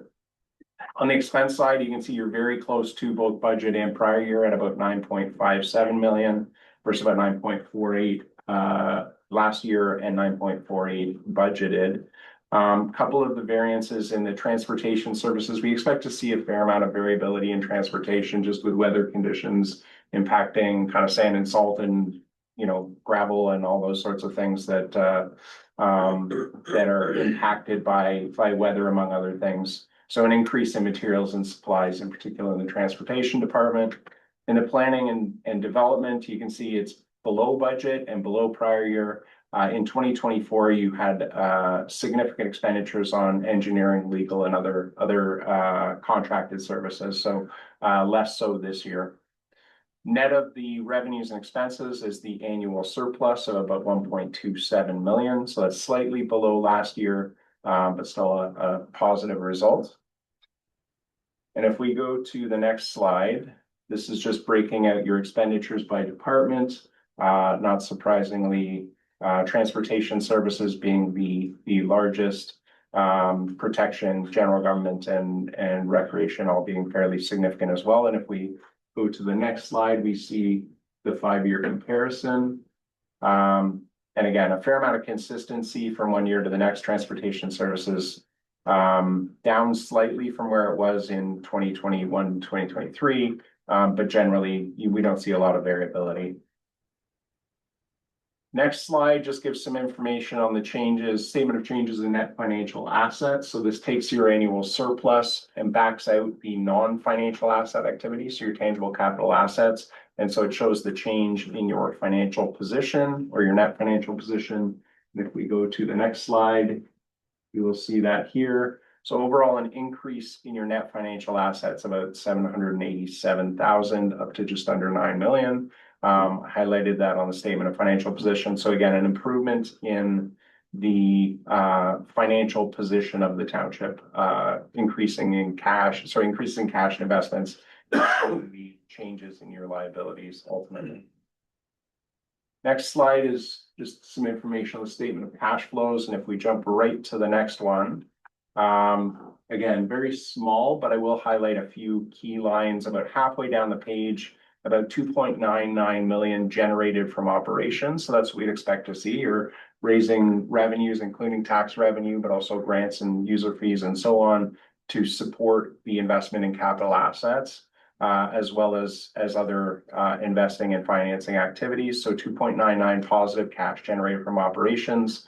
From that, then you spent 2.2 on tangible capital asset investments.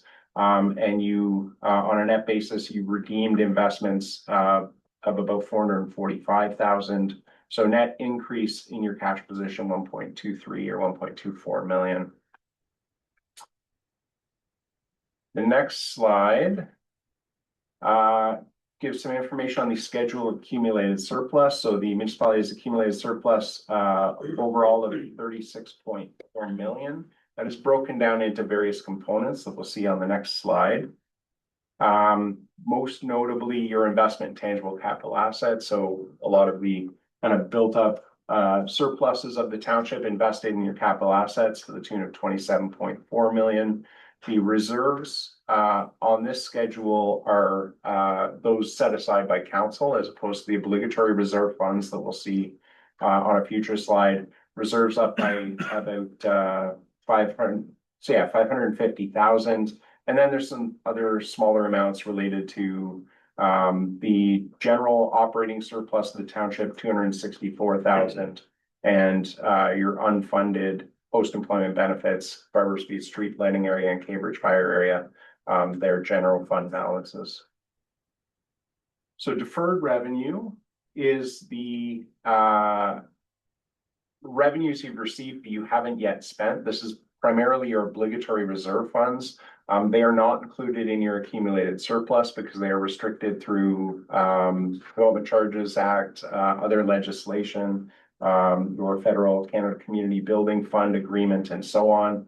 And so if we go to the next slide, as mentioned, deferred revenue down slightly, a little over 200,000, primarily because of a decrease in your development charges and recreational land reserve funds. So you did draw down your development charges by about 343,000. That exceeded the amounts raised in new development charges in the year and investment income in that fund.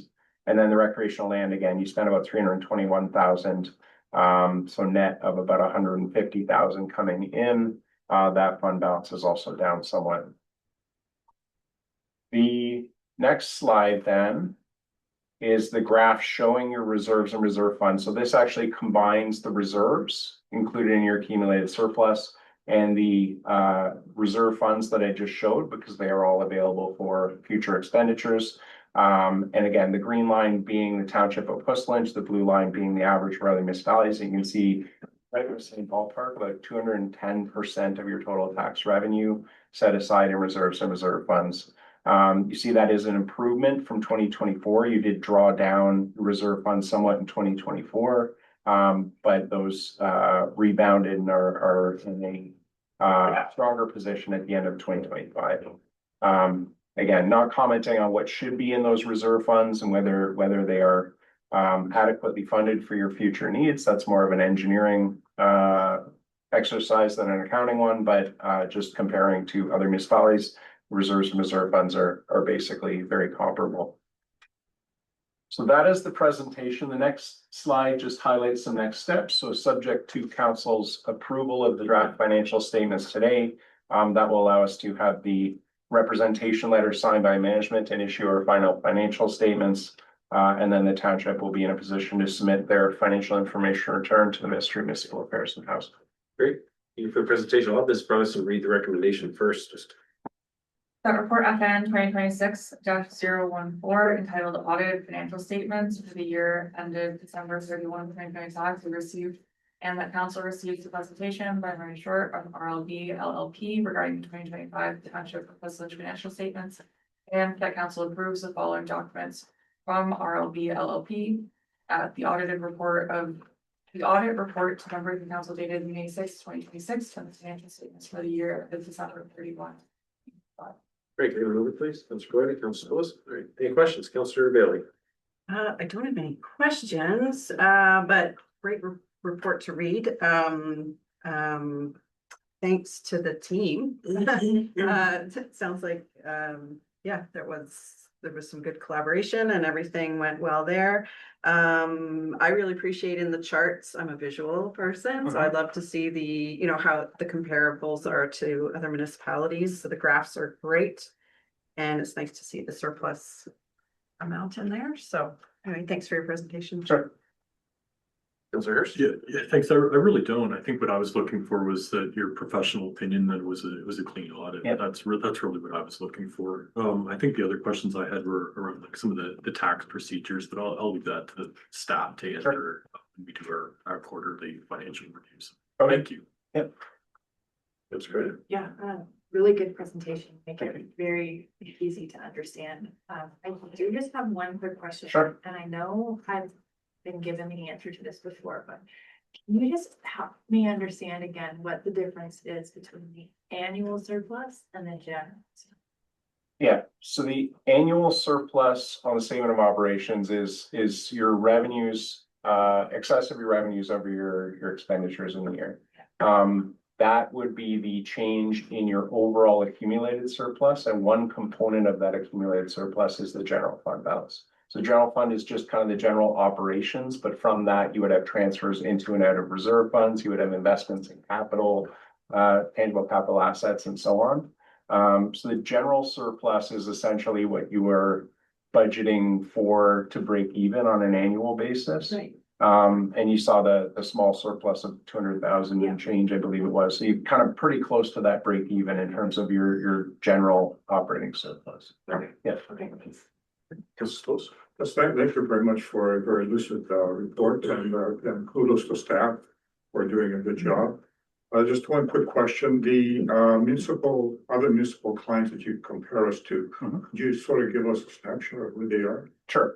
Yeah, so we work exclusively with municipalities in Wellington and Dufferin County. So our largest, I can say who they are because it's all public information. I'll be presenting to their councils as well. Our largest is the town of Orangeville. But we have mostly rural municipalities surrounding Orangeville and Guelph essentially. So most of the rural municipalities in Dufferin and Wellington. Thank you. Sure. No questions. That was a great presentation. Appreciate all the hard work of yourselves and their staff. So I'll call the question. All in favor? Let's carry on. Thank you very much. Thank you. Appreciate the time. If the room fills back up, then you really know. Exactly. Right? All right, I'll invite Kyle Davidson on the table. Item number 9.4.8.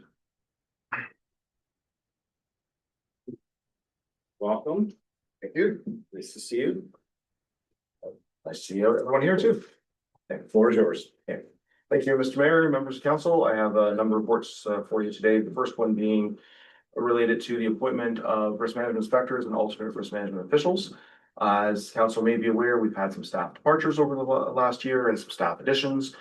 So there is a need then to update our appointment bylaws related to the RMI and the RMO positions. So the risk management inspectors and the risk management official positions are legislative positions. So these are required by the Clean Water Act to implement Part 4 of the Clean Water Act within the township boundaries. So we have 4 full-time permanent staff in the unit. They've had some turnover, as I mentioned. So Jordan Great, whose name you may recognize from her time in the county running the Experimental Acres program, was our successful candidate for a vacant risk management inspector position in the fall. Ms. Great's been with us since November 2025 and has the necessary experience based on her time with the county and her time with us, and has just recently completed the required financial certification course as an RMI. Kira Martinson was a successful candidate just in this past March for a vacant source protection coordinator position. And I will talk a little bit about briefly about the differences there. So the source protection coordinator position is also serves as a risk management inspector, but it's an entry-level position. So Ms. Martinson's a recent graduate of the University of Guelph, has been with Wellington Source Water since August of last year, filling on maternity leave, and then filled the permanent position in March. She has also completed the required certification course, and there are some bylaws in for council's consideration regarding their appointments, as well as the repeal of one of our former staff has departed for a job closer to her house.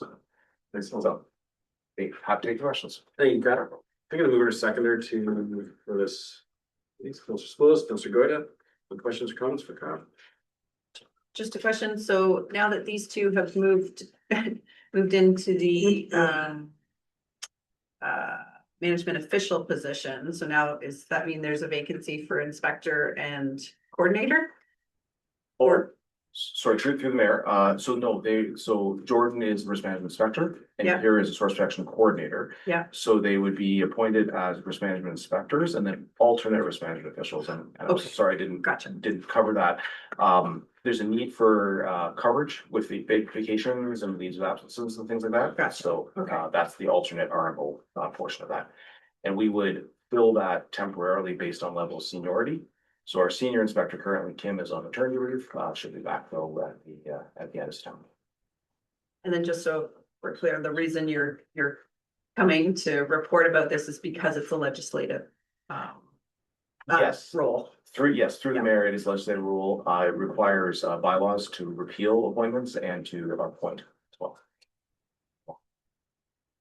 Questions? No question. All in favor? That's carried. All right, I believe 9.4.9. Very much, Mr. Mayor, members of council, the report in front of you is the 2025 Source Water Protection Annual Report pursuant to the Clean Water Act. I'm happy to report that all of the required legislative required reports were submitted on behalf of the Township of Portslade by staff by February 1st.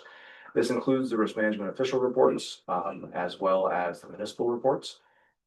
There's the report, the annual report in front of you, the council report, talks about and summarizes a number of the key aspects of what happened in 2025. Our work fits broadly into a number of different categories, and I'll just step very briefly through them and hit some highlights. So development review, so we are integrated in the planning and building development review process. We review development applications that are within wellhead protection areas or vulnerable areas. There was 139 reviewed last year in Puslinch. This includes different work that we can do. There's legal notices that we have to issue depending on the type of application. There's also staff comments that we look at. And overall, we're ensuring that the Clean Water Act and the Source Protection Plan requirements, legal requirements are being met by those development applications. We'll note that 139 is an increase. We have seen an increase in those development applications. And this is continuing an increase, a trend that we've seen over the past few years in the township. Next portion of or bucket of work that we do, tied a little bit to the last report in terms of the appointment of inspectors, is the threat verification inspections and negotiations of risk management plans. Both development reviews and this portion are part of that legislative requirement. This portion requires, as the title may suggest, inspections of various activities ongoing within the wildlife protection areas. This can be farming activities, these can be industries. And they can be winter maintenance activities. Those are the kind of general three categories we see in Puslinch. There was a smaller number of inspections done last year, just with staff turnover and with some other competing priorities. We're looking to increase that though as we move into 2026. The next area is education outreach. I won't read everything that's here, but total 45 events were completed across the county. Quite a number of them here in Puslinch. We were at the Aberfoyle Fair, or involving Puslinch residents. The Wellington Children's Groundwater Festival, which is coming up again at the end of May, takes 5,000 students across Waterloo and Wellington and Guelph, grade 2 to 5. And this year is hosted at Martin. Last year it was in Kitchener, and we definitely have Puslinch schools or Puslinch students that attend either as high school students or as the elementary school students. Number of policy updates have been ongoing, one of which is actually my next report related to the Halton Hamilton Source Protection Plan. So there have been a number of Source Protection Plan updates happening, both for the Grand River Source Protection Plan and the Halton Hamilton Source Protection Plan. These are often provincial requirements under the Clean Water Act, and the work involved with the Grand River Source Protection Plan is that as provincial requirement, and also it can be updates related to changes in wellhead protection areas or wellheads, well locations from neighboring municipalities. And that was one of our last reports to council for most of the Tier 3 water quantity policies. There are some technical work that is still ongoing that staff and township hydrogeologists are involved in reviewing. This includes bi-monthly meetings with the City of Guelph staff. This is often City of Guelph led projects. Southwest Guelph A was ongoing in 2025, continues to be ongoing this year. And then last but not least, on the sewage side of things, excuse me, the septic inspection program occurs on a 5-year cycle. There was no septic inspections last year. And there are some other upcoming sewage assessments that we'll be working with township staff on, but there was none required in 2025. Taking questions. Ms. Patterson, can you read the recommendation, please? That report COR 2026-024 regarding 2025 source protection annual reports pursuant to the Clean Water Act received for information. Remove it, please. Sir Hurst, Mr. Spose, any questions for Kyle? Sorry. Ms. Fielder? Kyle, can you just talk me through or remind me, because I know we've talked about this before, but I'm just reading in the inspections section that you've got in the report. And I'm thinking might be for the county, but the percentage of threat activities that still require action is 20%. Is that within the county or is that within the township? That through the mayor, that's the number in the township. In the township, okay. And it says the remaining threat activities are mostly agricultural properties within the City of Guelph wellhead protection areas or regional Waterloo protection areas. Can you just remind me what the cost kind of recovery is on that for? Sure. Yeah, certainly through the mayor. There is an agreement in place with the City of Guelph, a legal agreement, and there is an understanding or agreement in place with the regional Waterloo as well. So there is costs that or there is funds that are transferred from those two municipalities to the county, to the Township of Wellfare Hermosa and the Township of Portage, to cover the portion, the staff costs that are associated with this work. Right, okay, okay, great, thanks for that. Okay, Councilor Hurst? Yeah. I really don't have any questions. I think it's very thorough. My appreciation, Kyle, I always appreciate all the reports that you do. They're very thorough, they're very thoughtful. So yeah, I think that's really all I have. It's just a degree of appreciation. You know, the overlay of, you know, the conservation authority potential changes into 26 and what that may mean for the role of source protection or not, depending. I think it's a really important piece within the municipality they play. So thank you. Thank you. That's good. Thanks for the great report. Thanks for being here in person. It's nice to have you here. Yes. Nice to see you on. It's nice to be here. But I don't have any questions. Thanks. Thank you. So, thank you for coming and giving a presentation. Thanks for the table. That's great. I feel this is appropriate, but we're seeing a trend in the province. Former or current aggregate pits applying for fill importation to fill below the water table. Yes. Is that within your jurisdiction to comment on those? Are you already? If not, will you? I'm putting you on the seat here. Yeah, no, thank you, Mayor, for the question. It is not within the Clean Water Act jurisdiction. So that is, there are 22 prescribed threats by regulation. And the importation of fill and aggregate pits is not one of them. So the province has chosen not to make those pursuant to the Clean Water Act. Whether we could provide comments on them, it would be outside of our regulatory role. It would maybe more on like a general groundwater protection perspective. In the interim, where do you get where does the legislation come under what ministry? Is it MECP or is it? Yes, thank you, Mayor. Mr. Wright, it's Ministry of Environment and Conservation Enforcement. Yeah, I would suggest for council's consideration during Emo and Roma delegations that we request that they add fill importation to former below the water table extractions as what's the terminology, risk or Prescribed drinking water threat. prescribed drinking water. Take that up. That's all I have, so. Okay, so I believe we have a mover second down already, all in favor? It's carried. This one.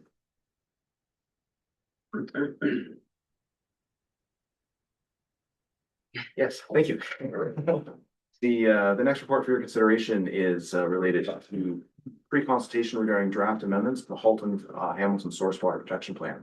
So I went over this fairly quickly in the annual report because I knew I'd be talking about it in a bit of depth in this report. However, what some of the work that we do and some of the work that is required for us to do are periodic amendments to source water protection plans. This can come from a number of different triggers. And in the case of Halton Hamilton, this comes from two different triggers. So the first trigger on why this is being amended is are changes that the province has made to the director's technical rules, which you could think of as akin to the provincial planning policy statement under the Planning Act. So these are the director's technical rules. We're currently operating under the 2017 version, and the province updated in 2021 the director's technical rules, and then told the municipalities and the conservation authorities they need to update the source protection plans to reflect those changes in that larger guidance document. So that is what's one of the triggers for discussion today. The other trigger was what I referred to in the annual report as well, in terms of where you can have changes in wellhead protection areas. This is linked to the report that I brought to council previously in November regarding the Wellfare Hermosa wellhead protection area for quantity. So that in the report in November, that was dealing with the majority of the wellhead protection area quantity, and that was the portion that is within the Grand River. As council will be aware, the township is in 3 watersheds: the Grand, the Halton, and the Hamilton. And the source protection plan plans are based on those boundaries. So Halton and Hamilton are grouped together, and then the Grand is separate. So the report in November was to deal with the majority of the City of Guelph's wellhead protection area for quantity. that is within the grant. However, this report, as well as those changes I mentioned before, deals with the portion that is in the Halton Hamilton portion, which is really around Morriston, and it is a much smaller geographic area. There is a figure in the report showing that area. So for council's information, what these changes are. So we talk about them as amendments to source protection plans, but really they're amendments to three different documents. Two of which are assessment reports. Assessment reports are essentially summary documents of all the science that has been done. And there is one per watershed, Hamilton and Halton. So there has been some changes made to align with, again, with the 2021 Director's Technical Rules. So this is the addition of a climate change assessment section. And then also a section providing the details of the Guelph Aramosa water budget studies, so the wellhead protection area quantity. There's also some minor editorial typographical updates that pertain to the township, changes of names and things of that nature. Source protection plan amendments are more comprehensive. So this aligns source protection plan policies with the most recent provincial director's technical rules. There are many policy updates in the document that is linked in the report. However, very few of them actually apply to the township outside of the water quantity policies. And this is a function of that the water quality wellhead protection areas from the city of Hamilton are very small in the township. We're talking about Freelton, and we're talking about a very small area that comes in like the very south end or in and around Highway 6. So as a result, although there are many policy documents outlined to align with the 2021 technical rules, I've outlined in this report the ones that actually apply to the township, and they are identified here. Generally around chemical handling, so the technical term is dense non-aqueous phase liquids. However, also some education outreach related to source protection signs and a number of editorial amendments to some already approved policies. The second part of it, so that's the first trigger. The second part of it is the water quantity policies, and that is a much more comprehensive amendment. Now, if council is reading these policies in the Halton Hamilton Source Protection Plan, they may seem similar because they are based on largely, and in some cases word for word, from policies from the Grand River. And that is done on purpose. That was done upon request from ourselves and county staff, because consistency in policy implementation within a township is important so that the same set of rules apply. Otherwise, we would be in a situation where a part of Morriston would be under one set of rules and a part of Morriston would be under another set of rules. So there are a number of policies, and they're listed there for council's consideration that are associated with these water quantity areas. In terms of our recommendation, we have no concerns with these proposed amendments. There will be one caveat to that when I get down to the recommendation. But we generally have no concerns with these proposed amendments. We showed the proposed area in the figure. It is a reasonably small area, although it is a significant portion of Morriston, but it's a small area in terms of the township overall. In November, when I was presenting on the Grand River Source Protection Plan policies, we also heard from and discussed comments from the township hydrogeologists. There was council direction for us to have discussions, which we did. We met with both township hydrogeologists twice since the November meeting. And then since those meetings internally, we've then met with CA staff, Conservation Authority staff, and also the City of Bay staff. Overall, the changes to the policies in both the Grand and the Halton are still ongoing. So those discussions are still ongoing, and we would commit to coming back and reporting back to council on those changes once we do have a bit more to say on that. But my message to council is that those discussions have been happening and continue to happen. In terms of the changes to the Grand River policies that were raised by the township hydrogeologists, and then there'd be subsequent changes to the Halton Hamilton because they're based on the Grand River policies. So to reflect that, staff are in support of proposed recommendations. Staff recommend the township council supports proposed amendments if they so choose, and that they add the following comment that discussions are ongoing related to township hydrogeologists' previous comments for the Grand River Source Protection Plan water quantity policies. Depending on the outcome of these discussions, staff may recommend policy edits to the Halton Hamilton Source Protection Plan water quantity policies prior to public consultation. I did not mention before, the public consultation is tentatively booked for later this year, actually during the municipal election cycle, so in July or August. However, that is very tentative as the province has not yet provided comments on either Halton Hamilton or the Grand River Source Protection Plan policies, and we're waiting on those, or rather the Conservation Authority is waiting on those. So the recommendations in their packet, I'm not gonna, it's just to read that out. Move for that, please. Councilor Hurst, Councilor Spillis, no questions, comments? Councilor Bailey? No, no questions, thanks, Connie. Councilor Hurst? None, thank you, very thorough. One of them is T53C. That talks about activity that reduces the recharge of an aquifer. And question is, does that include new wells and new subdivisions? Yes, and thank you for the question through the mayor. And my apologies for not being able to respond to these questions prior to council.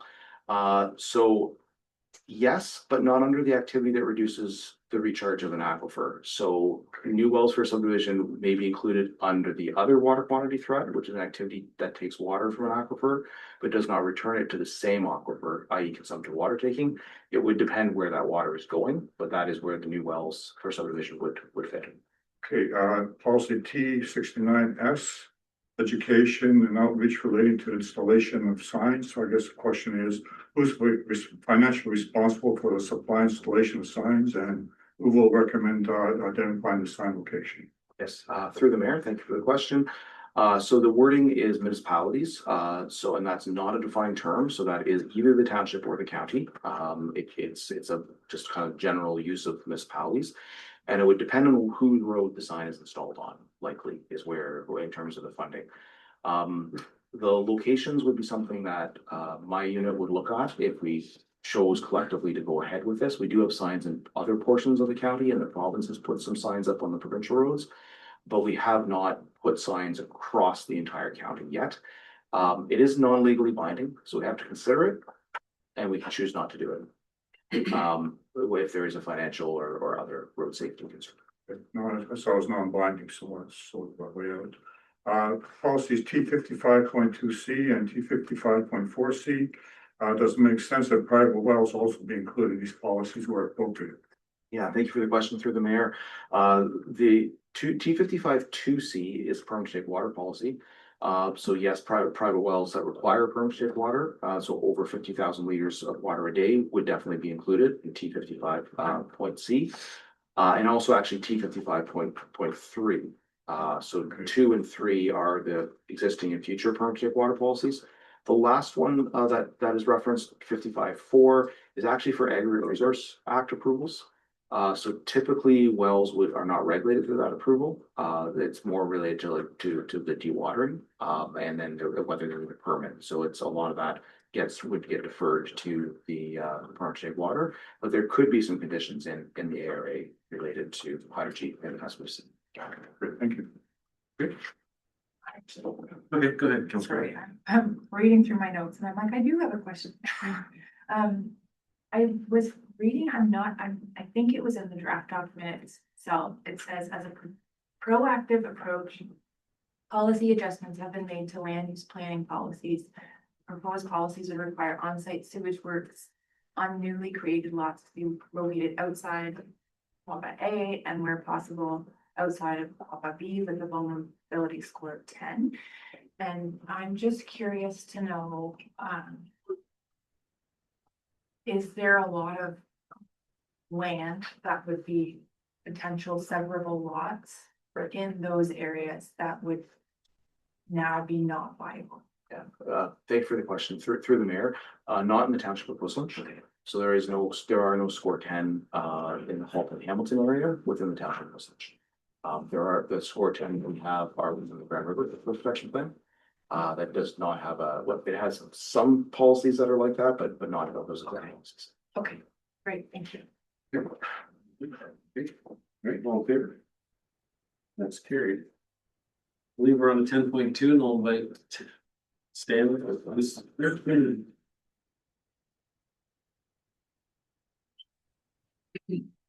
Oh, partner.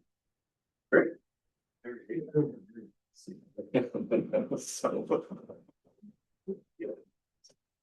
Welcome. Good morning. This is morning. Yes. Morning is not morning. No, it's not. It's not morning. It's, it was when I came. You're on the schedule for morning. But it's, we're a little behind. Right. Anyways, floor is yours. I'm here to talk about the environmental compliance approval for the McNally site.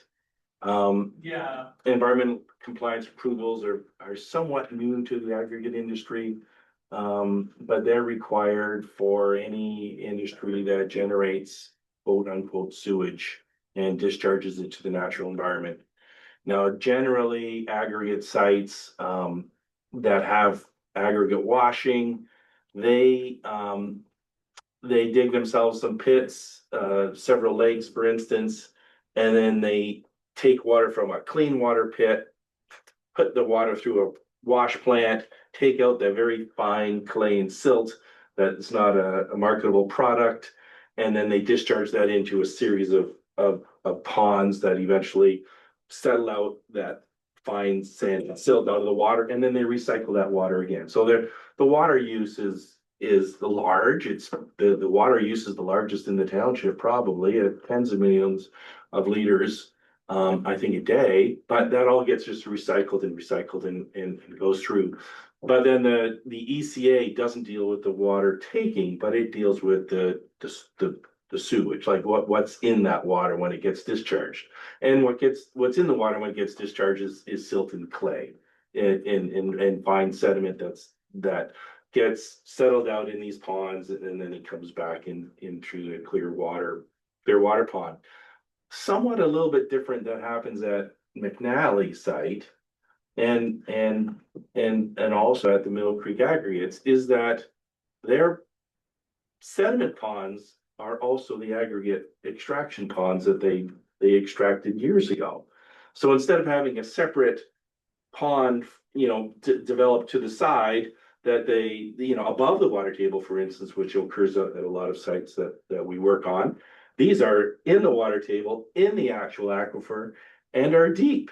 Like, so for the McNally site, they're using right now, which is full, and if I can stand up here and show you, for the audience, I'll just come over here. This is a piece of property for the Aberfoyle South pit, and which is over here. And so this is an extension of that.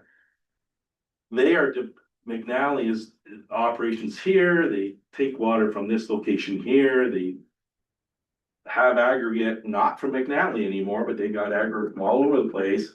They process it and then they discharge it into this area here, which is full. Like at this point, that square area, that is the only approved silt discharge area that I know of at the McNally site, and it is full. But it was a 20-foot or 6 to 8 meter deep pond at some point. They have filled it in over the last 10 years or so. And that was the aquifer. Like, that is where groundwater flows through and moves through and goes on to other places.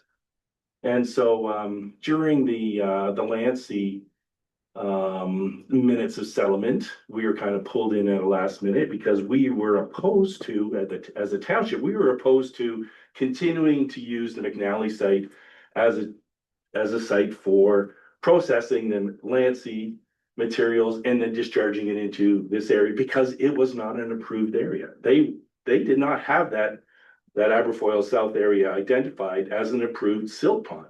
So we fought it. And eventually at the last minute, we kind of came up with a solution to the problem because they were insistent on doing it. The solution that we came up was building a moat around that silt pond. And I think you can actually you can see it on this figure, but it is a channel that was dug by CBM that starts here and comes all the way around to here. So the idea was that any groundwater trying to get to Mill Creek and get into places beyond, groundwater is moving from this area, trying to get through the lakes and get back to Mill Creek, would not be then disrupted by the deposition of 6 meters to 10 meters of silt in that area. So the groundwater could continue to move on. The ECA in front of us just is a request to continue doing that silt deposition. But there's no, there's no place to put it right now. It's the same problem we have with the Severic pit and with the lake pit application. We keep on coming back to them and saying, you don't have an approved place to put your silt. And yet in this ECA, with the Severic pit, that application before the township, and with the lake pit application before the township, not let alone the Nivauer, it's just still going, and the Puslich pit that is still going as well. And they just made an amendment to take out that barrier between those two locations, applications, two licenses. All of this material is still coming into that site without an approved silt deposition area. So that is our issue with the ECA. He said, we don't particularly have a problem with the process that's been going on for decades, but the issue is that they're discharging it into what used to be the aquifer and allowing groundwater flow through to Mill Creek. Now, through the whole 1985, I think it was Ontario Land Tribunal or whatever it used to be called back then. These pits were approved and they were approved for taking out the aggregate, which basically improved the hydraulic connectivity, improved the connectivity, and allowed water to move quicker through all of these lakes. The water was going to move quicker, and we have some issues with that. And with the Mill Creek aggregate site, for instance, it happened there. It's moving quicker and it's going towards Mr. Johnson's property, way off to the east, and being taken a little bit from just south of Reed's Heritage Homes properties. And that has changed, but that was all accepted during the hearing. But now we've got kind of the opposite happening, where they're going to start filling these things with impermeable materials. And so I have an issue with that, is that then if you're going to do that, then let's have the appropriate studies done that show us that you're not going to have an impact on groundwater flow, and where's it going to go? What's going to happen when you fill in these ponds with a fine grained sediment that is basically an impermeable barrier to groundwater flow. And my solution that I came up with a moat that they accepted at the last minute, and there was a crazy time trying to get these minutes of settlements done, and I don't even know why it was linked to the Lancy in minutes of settlement, but it was. And so we came up with that, but that was a stopgap measure for that one specific area of their pit. And so now, in conjunction with the lake pit approval, they have provided a report that shows the whole lake area being possibly a discharge, filled in. But that hasn't been presented to us in any comprehensive manner. They haven't seen that. It's in one of the attachments for the lake pit application, because it was a question that I had. What are you going to do with the silt? They said, oh, we're going to do this with the silt. And I said, well, then you better make an application for an amendment to the McNally pit that shows that you're going to do this. You've thought about it, and the township has had a chance to comment on it. But I'm not going to comment on it through the lake application, because that's an entirely separate thing. And so I want to see CBM come back with an appropriate application for an amendment to the site plan, to the license, that shows where they're going to put this silt. And is it appropriate? Is it going to have an impact on the environment? So back to this though, your professional opinion is the approved silt pond on Aberfoyle South, which is adjacent to McNally. Yeah, is full. It's done. This site, the aerial photo, this is an older aerial photograph, but from my view of it, it's full. It's full up. I don't know why they don't go higher. Like, why don't they build berms around it now and just keep on increasing the height of it rather than going into the lake? But that's besides the point. But this is showing that they're already spilling out, on the south side, that they're already spilling out into the larger lake body onto the McNally property. So they've got to come and present a new application, a major site plan amendment to continue on with the silt deposition at this site on a whole bunch of fronts. And this ECA is just one more opportunity for us to ask for that and have the appropriate studies done. Have you reviewed that lake to the east? In their correspondence to us, they're stating that it's rain runoff from the processing plant. See, the light blue kind of by the triangle. So if you look to the east, there's that lake. The McNally, we call it the McNally East Applic property. Their response is that it was runoff. I'd seen satellite imagery where there was a trench at one point coming from the processing plant. Have you reviewed that to see if that's being? No, I'm sorry, Mayor, I have not been aware of that. Have you in your expert opinion, have you ever seen water discoloration of that magnitude from runoff from a plant? They've also got lots of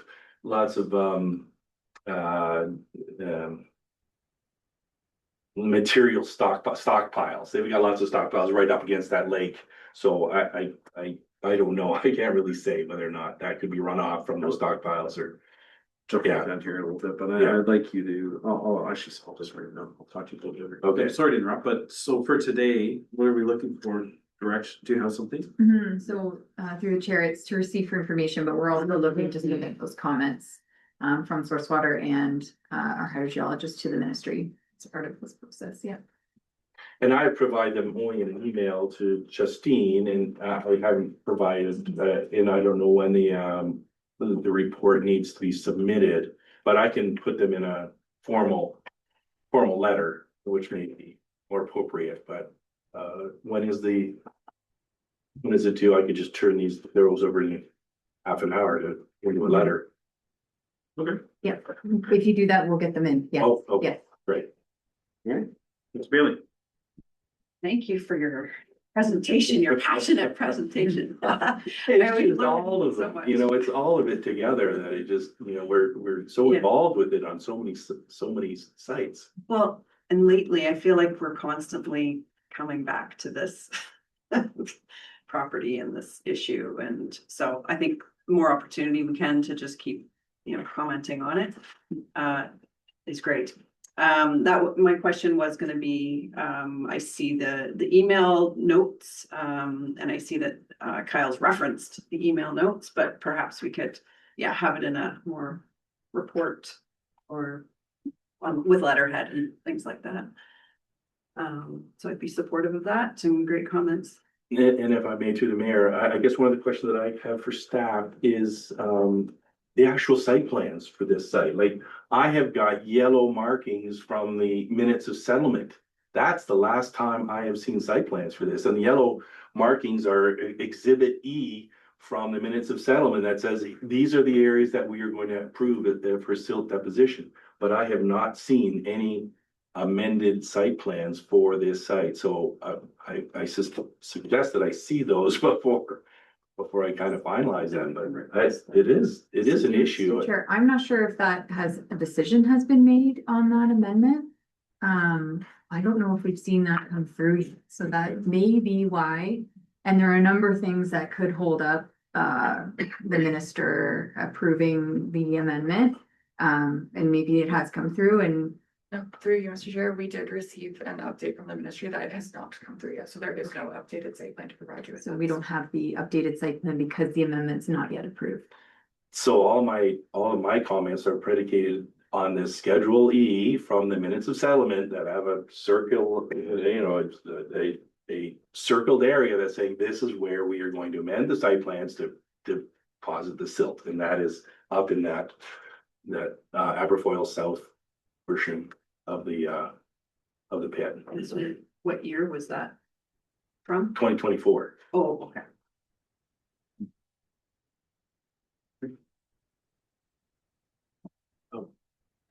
Appreciate your passion and knowledge.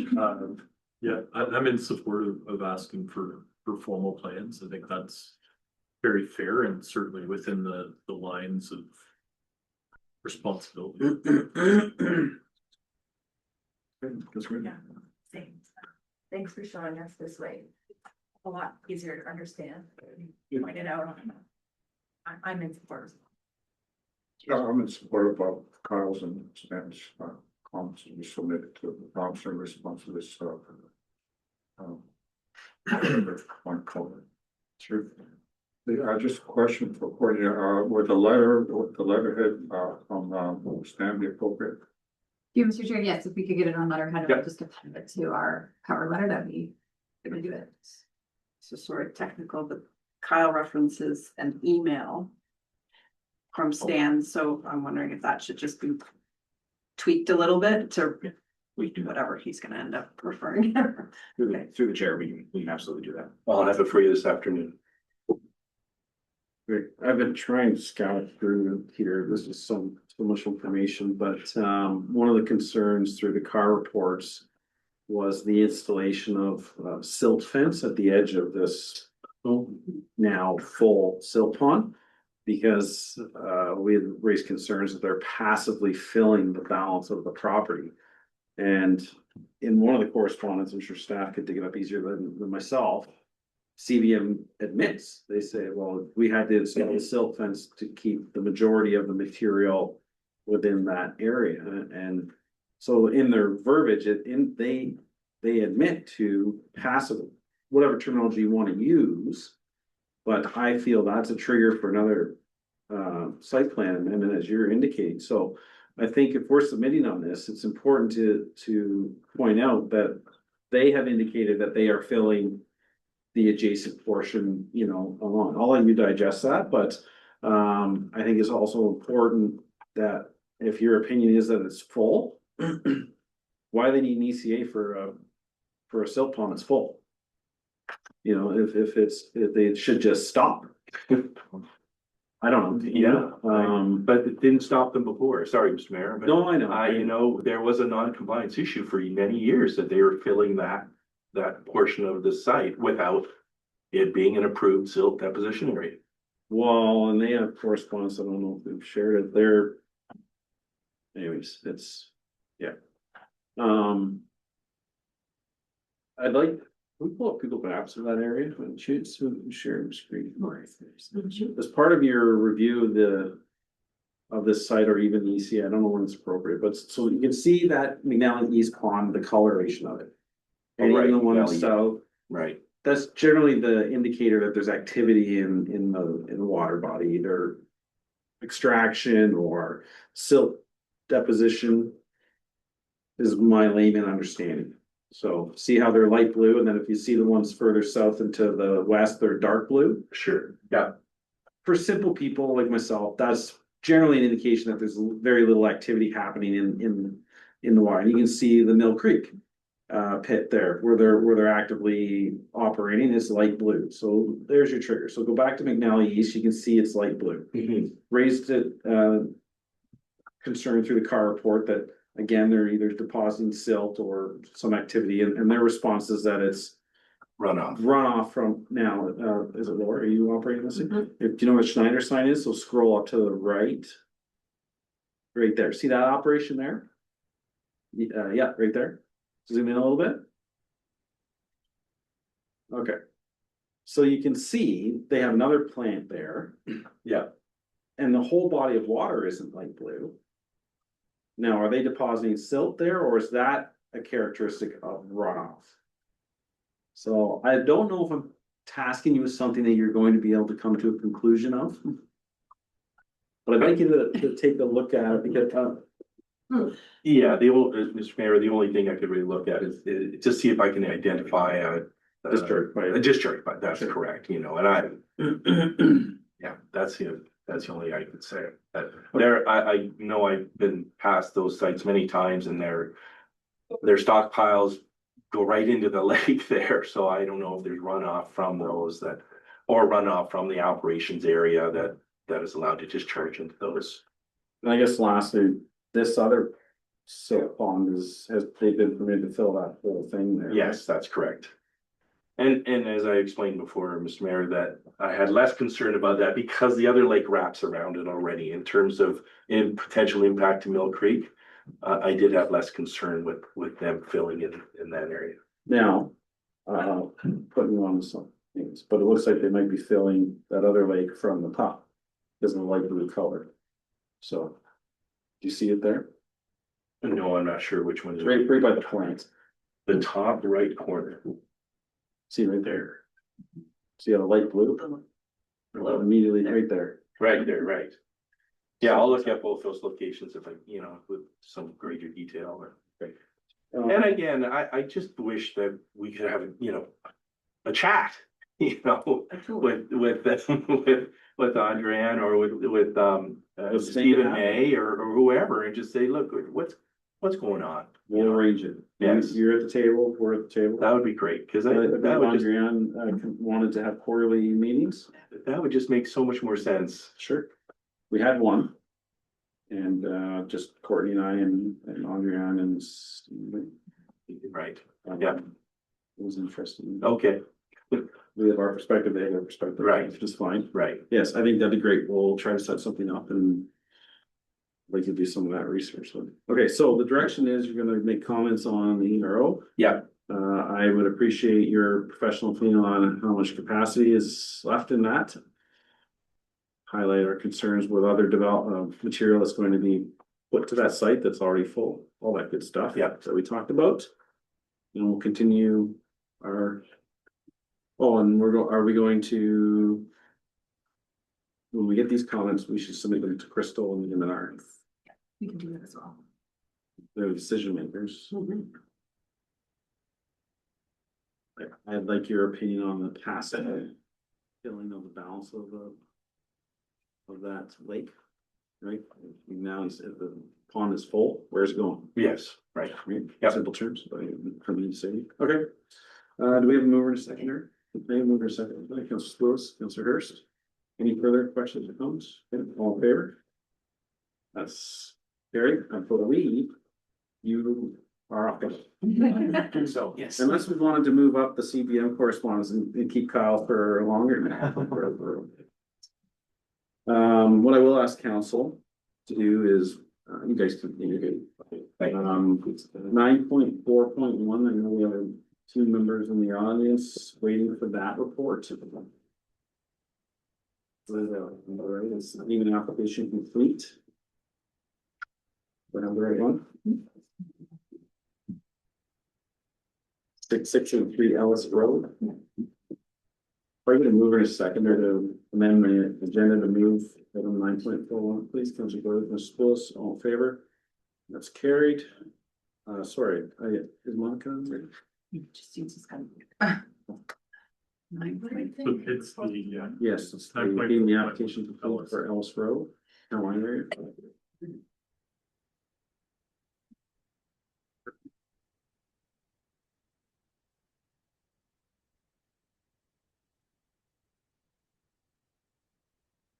I don't see John Kent here. So I see that we have our fire chief on the line, so he's probably just monitoring how that works on. Yeah. Hi, Monica. Hello, How are you? Red, how are you? Doing well, thank you. Moving up your report, 50 off guard. Surprise. All right, so 9.4.1, and the floor is yours. Okay, thank you through you, Mr. Chair. The purpose of this report is to seek council's direction to deem the zoning bylaw amendment application for the property municipally known as 6683 Ellis Road complete. This is a procedural step which will allow township staff and consultants to begin their technical review of the application. Happy to answer any questions. All right, are we gonna make Justine read that, or are we comfortable just as presented? Presented. So it's a lengthy resolution, so as presented, can I get a mover, please, Councilor Lewis, Councilor Hurst? Any questions for Monica or staff? Pretty straightforward. All right, so all in favor? That's carried. Thank you. And we better start scratching notes and stuff. All right, so are the firefighters come? Just gonna send a note right now. Why don't we go on to consent agenda, you never know, could be some stuff or none stuff. Let's do consent agenda quickly. There you go. Ms. Brotherson, you want to read the consent agenda resolution, please, recommendation? That consent, the consent agenda items of the May 6, 2026 council meeting be received for information. And mover, please, Councilor Hurst, Councilor Spillis, and it's be removed. So, Got one? Well, yeah, just to put in support, 6.8. The Western Ontario Wardens Caucus, Finley's Law on Emergency Room Reform, so. Let's pull that out. 6.8, we're gonna pull out. So we'll receive the balance of those. All in favor? That's carried. All right, 6.8. Do you want to speak I to that? don't really have much to speak to, so I'm just gonna pull it up. I just flagged it as to support. The Coles note version on it? No, I got a little busy reading this agenda. And I didn't let staff know ahead of time, but it's just in regards to reducing ER wait times. And they're calling this in particular Finley's Law. I can pull it up if I can find it. But it's in terms of setting maximum ER wait times for children under 18.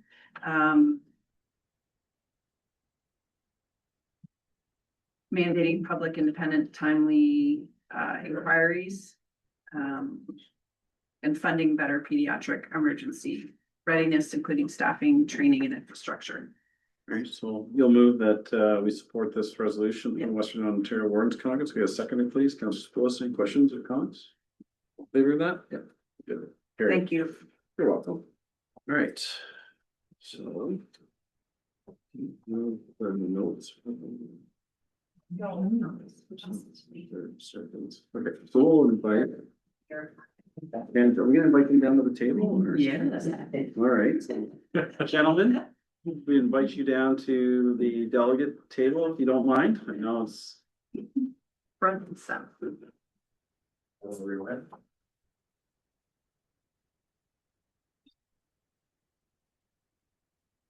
Hey, both of you. Likewise. Council and my desire to have you over to recognize the long service you've both provided to this community. And Ken, I see that your start date was January 1st, 1975. Sorry, come on in, fellas. Come on in. Have a seat. And John came the lengthy, almost 11 years later of January 1st, 1986. It's a testament to your characters that you served your community for this amount of time. I know both of you had different passions in the fire service. John, you've been a instructor across Ontario. I'm not sure there's any part of Ontario that you did not teach in. Everybody, you know, I lived in the life for a while, would ask about you. Is John guy still teaching pump ops? And a lot of people owe both of you acknowledgement for advancing their careers full-time and even not full-time, even just creating better use term firefighters in Puslinch. Ken, I remember you being passionate. You and I both came from a background of operating equipment, and this will date us. When I first came on the fire department, we had tanker trucks that were standard. And Ken was a safety minded. They're all safety minded, but Ken was safety minded on that, and he would ensure that he would train each firefighter on how to drive these old vehicles. They didn't go out often for calls, but you recognized that it was an important skill set. Sure.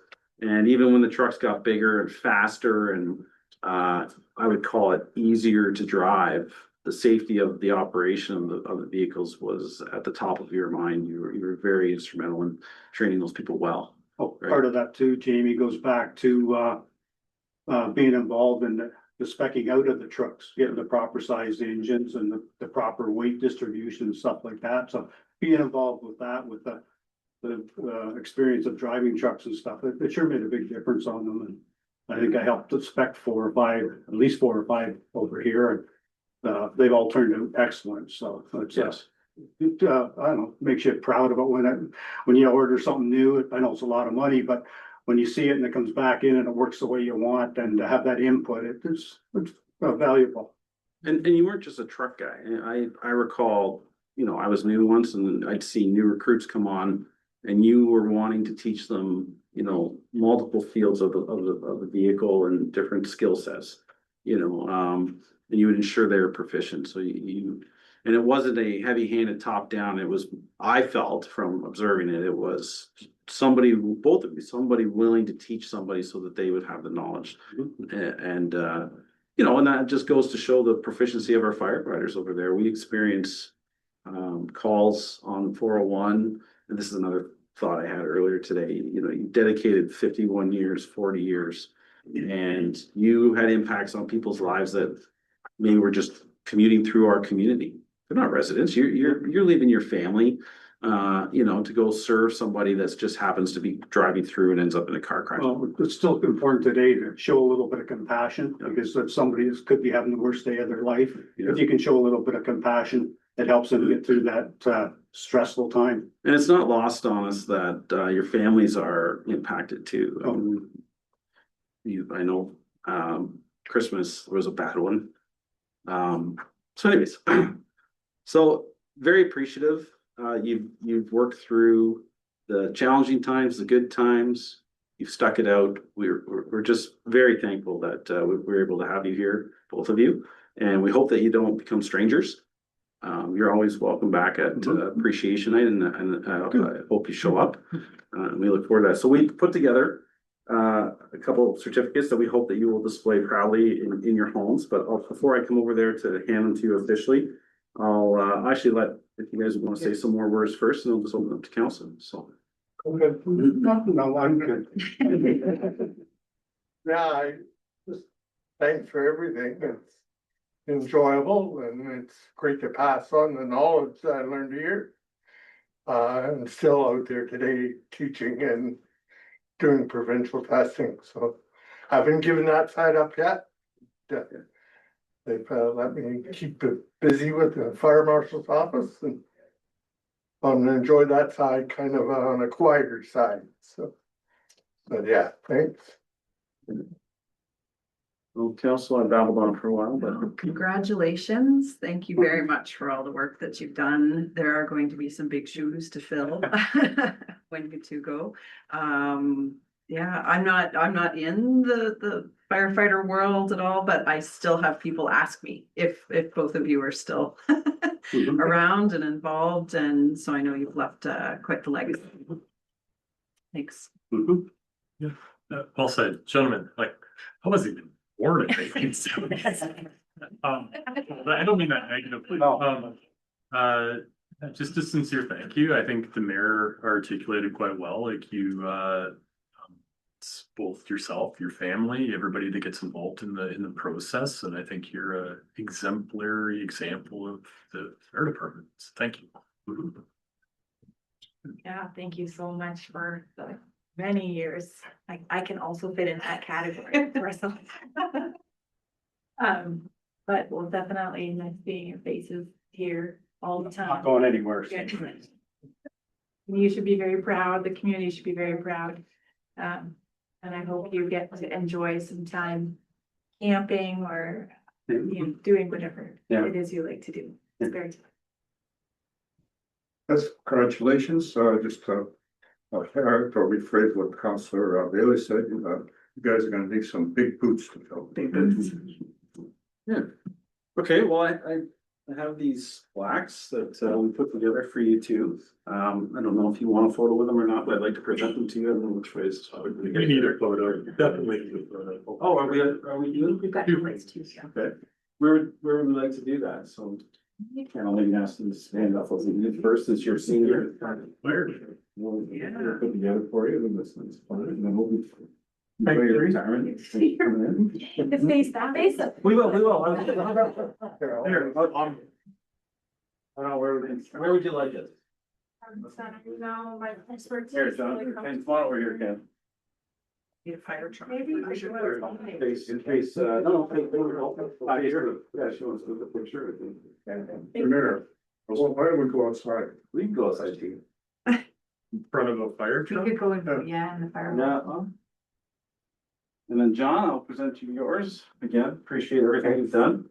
Good job. So, I think that's. Yes. You reach.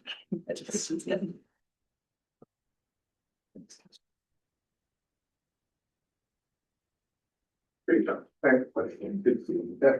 Okay, I don't, oh yeah, the helmets. Yeah, you guys, I think you guys should present the helmets. Yeah. Maybe we'll. Got here.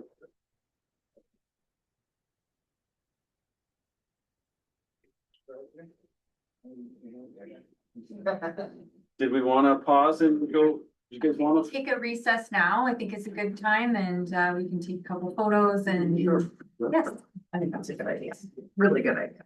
Are you guys okay with that? Yeah, no.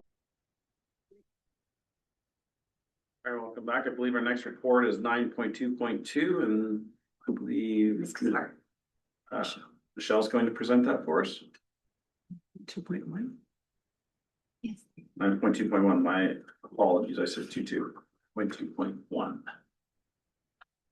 Is Cesar, is this, or is this, or is mispronounced, so that's all there is.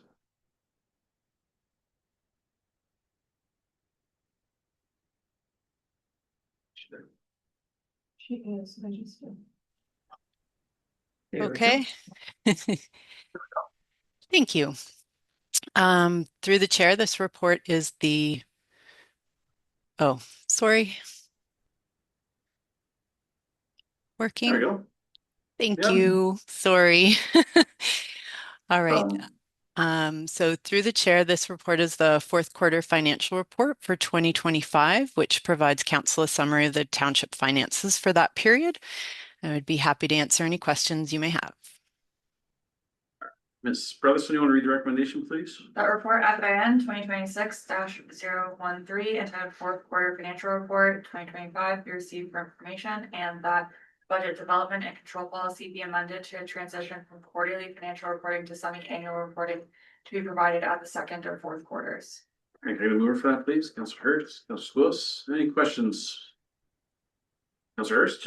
Just a couple, just so I understood, and I think there was lots of good Q&A and part of the appendices, but the move to semi-annual reporting, that is compliant with any of the provincial regulatory obligations from a financial oversight standpoint. I just wanted to make sure that that was like a thumbs up on that one. Yes, that is correct. It's compliant. Thank you. And just my last one is just a comment for the future. I saw there was a budget line item for $2,400 for heritage posters. My suggestion in the next fiscal year is that probably get written off at some point. I think we've had those heritage posters for like a long time, and I think that ship has probably sailed. So again, that's just a comment for the next fiscal year. That's it for me. Yeah, so that has been adjusted in the 2026 budget.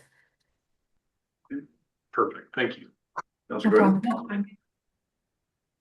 A couple of things, respect to those posters, I thought we made a resolution at a council meeting that we approach, Aberfoyle Market to see if they would be willing to, sell those at a reduced rate to pay some of the costs.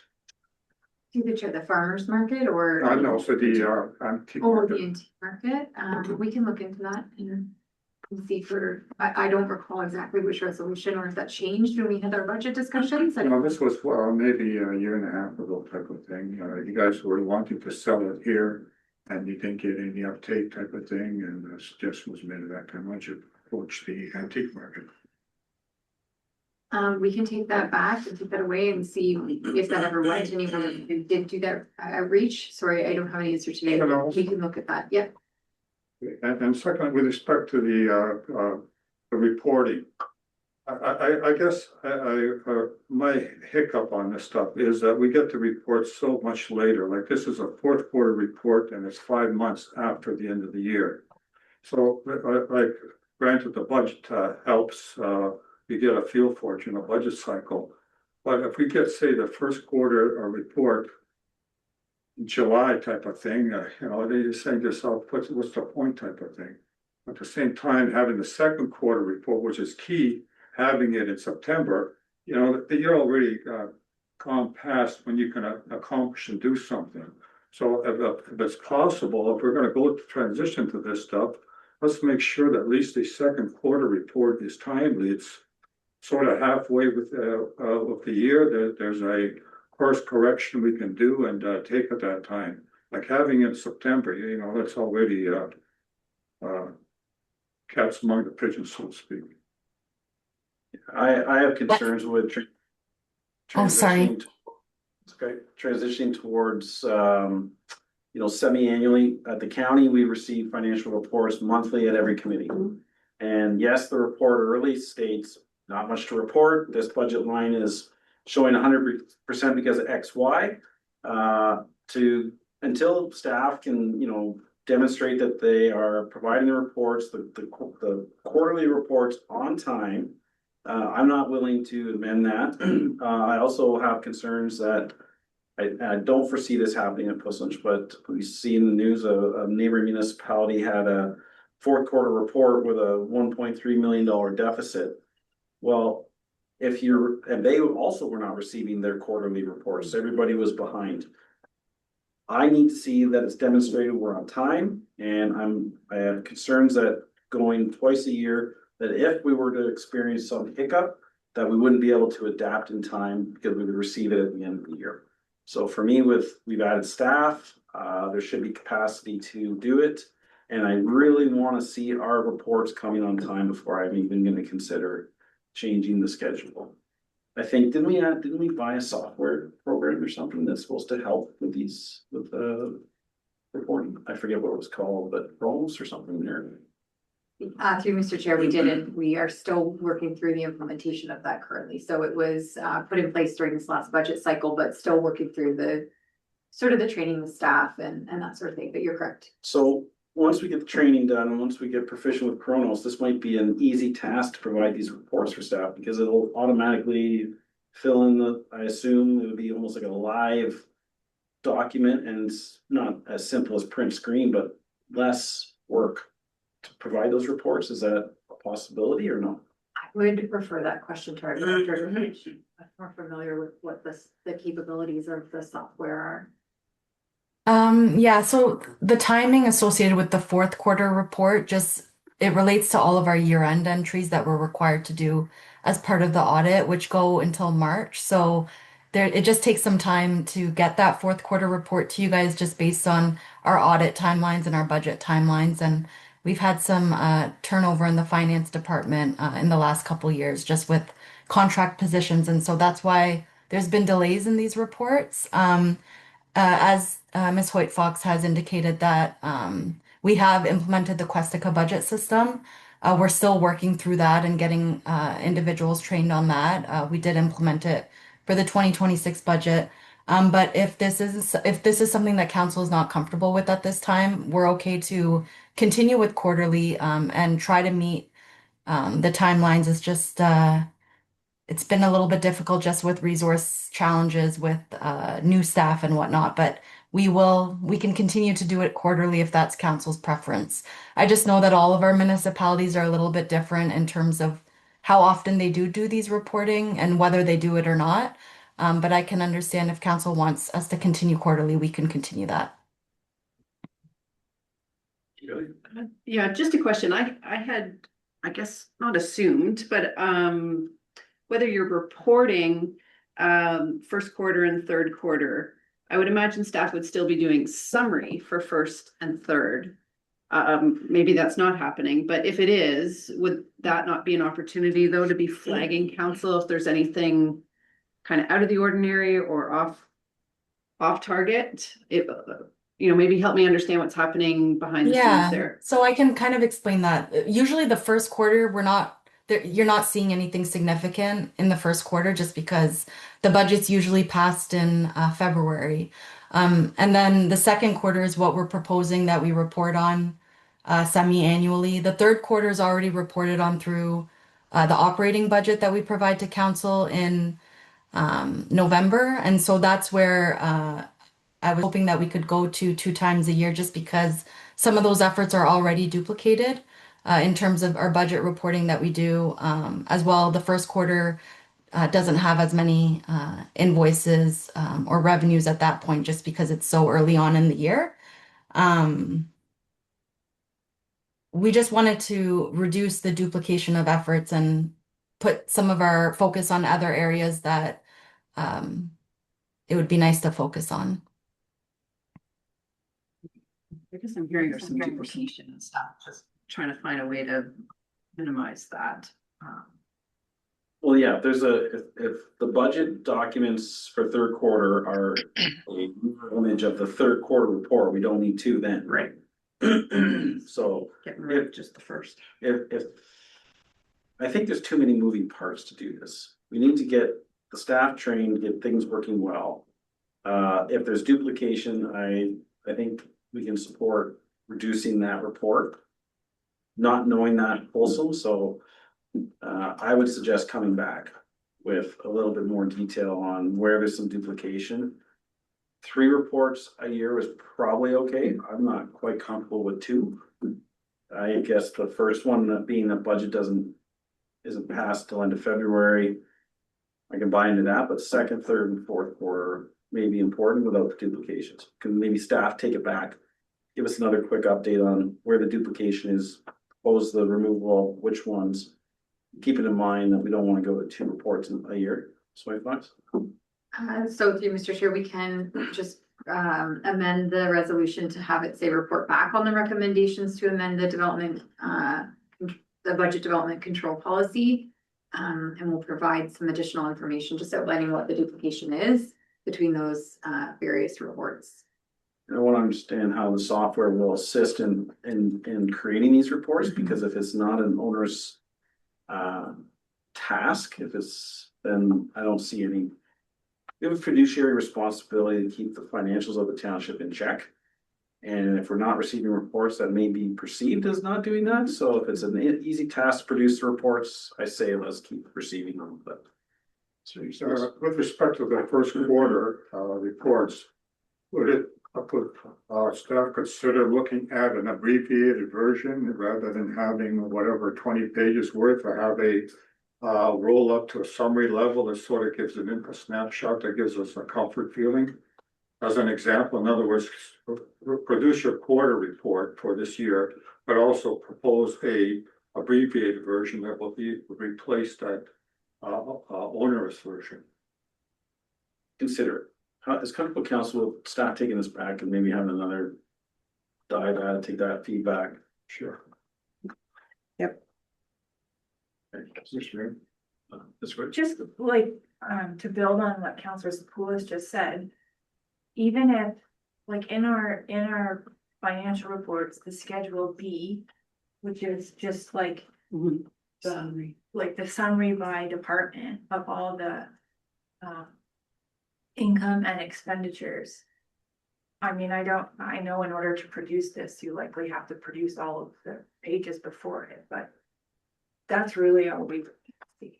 That's what I To look know, like, I mean, I use that to see what is the difference between expenditures and revenues. That's what I look at first. So, I mean, I think that would probably be adequate. Obviously though, I don't know the background work that's required to produce that. Okay, so through the chair, if we could take that away and just, I've added that we can look at the feasibility of replacing those quarterly reports with some sort of a summary document, and we'll report back on that. Well, don't get hinged on the summary document because Maybe for the first quarter. the first quarter could be a summary document, but. And then, anyways. Okay, council comfortable with that amendment to the recommendation? Did I have a mover and seconder for that already? I have it, yeah. Any further questions on that?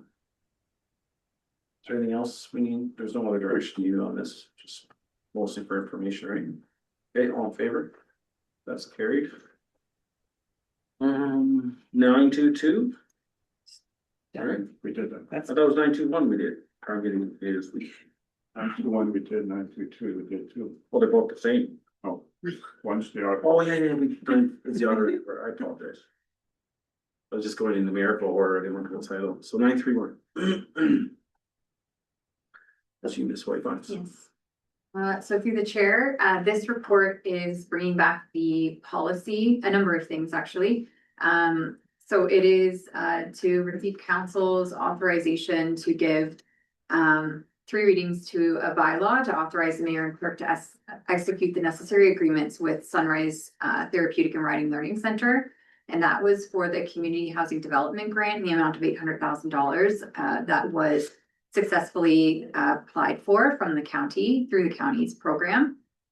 The second piece of this report is to authorize staff to be able to execute agreements with eligible property owners under the township's ARU grant program in accordance with the approved policy. And the third aspect of this report is to approve the policy, which council saw, I believe, the last quarter of 2025 for the first time. There was limited feedback on the policy at that time. We've made some revisions to it, just in accordance with what the county wants to see for reporting, as well as the affordability piece. So that is also on the as part of this report for approval from council today, and I'm happy to answer any questions. Can I get a mover and a seconder for the recommendation in the package? Councillor Goyda, Councillor Spillis.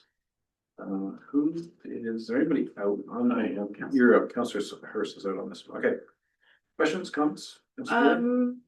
Yeah, comment and a question. I'm really happy to see the agreement go through to support Sunrise. I think this supportive housing expansion project is really exciting for a very underserviced population. And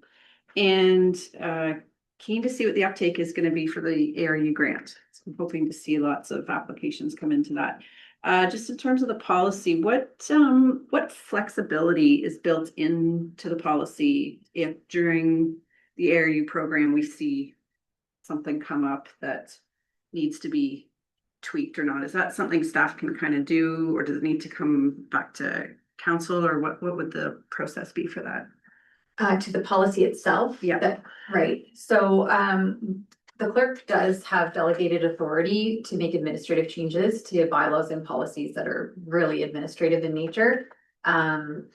We don't have any further delegated authority to make changes that are substantial or material. So we would need to bring that back to council. And I think we'd want to, because I think if we were running into something that was either a barrier or, just wasn't working, a gap, we'd want to bring that back. Yeah. That's kind of what I'm thinking, is that, if something's showing kind of up front, let's kind of nip it. Because we're kind of under a timeline. What's sort of the time for the grant program? We have to have the money allocated by the end of December 2027, but this program is going to run applications until September. And we did that intentionally so that we could assess in September and see if we needed to go to the county for an extension. Okay, great. No, thanks. This is exciting. Councillor, oh, you're up. Councillor. Yeah, I'm really excited to see this work come to completion here, and then to have these grants available. I just had a question about the affordable rent requirement, and I just wasn't, I didn't fully understand in reading it what a realistic time, like how long would someone have to maintain that rent, that affordable rent for it? So through the chair, I can give sort of just a high level. We're looking at anywhere from 4 to 7 years is what we're seeing just with the grant amounts. So it is calculated just based on the differential between the market rent and the affordable rent. Whatever that amount is for the year, divided into the grant amount. So if the differential ended up being $1,000 that they were sort of reducing their annual income by, that would be a 10-year grant, a 10-year affordability period. Oh, okay. There's a calculation. There's a calculation for it, because I think it's I just wanted to make sure that it was being applied the same way for everybody, and not just like an arbitrary time. Yes. Okay. Applied to everybody within post lunch. If somebody adopts an ARU program somewhere else, they can do their own formula, is my understanding. Just, in terms of our. Yeah. Okay, good. Thank you. I don't have any questions. Just compliments of staff for coming up with this program, very creative program, and using the money wisely. Yeah, and we've already built this program, so good job on, and then getting it supported. I did have feedback from a member of county council that when they first read the presentation, that they were not supportive of the program. Gordon came and delegated it and explained it thoroughly, and the individual expressed how great of a job Corning did and converted him to, because we all did, we read a report and kind of get some predisposition on it, and so, yeah, presented very well to the committee twice or what? Did you go twice? I can't remember. We went twice. You know, we had to go back with some clarifications around the affordability component, and anyways, they support it, which was great, and we've in the hallways, we've heard other municipalities adopt that program. They liked it that much, so very good job, Madam CAO. Thank you. Should be very proud of that. We have mover seconder already, yes? Yes. Okay, so all in favor? That's carried. Welcome back, Councillor Hurst. You.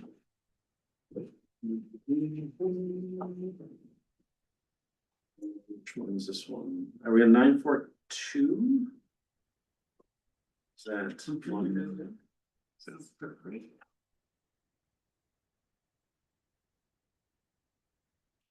Oh, where she goes? Welcome back.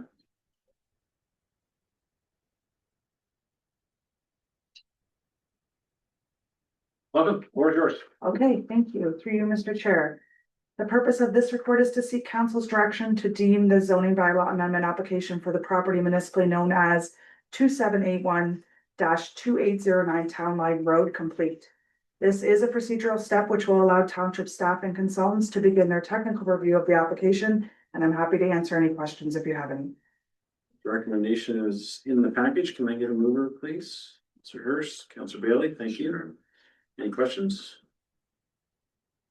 I guess I just had a clarification question, and I don't think it's more, when I was reading through it, there seemed to be a lot of concerns from an OPA perspective, and I'm just wondering what the timing's like. So we're deeming something complete for the zoning. Do we know what the timing is for a county amendment? What does that look like at this point?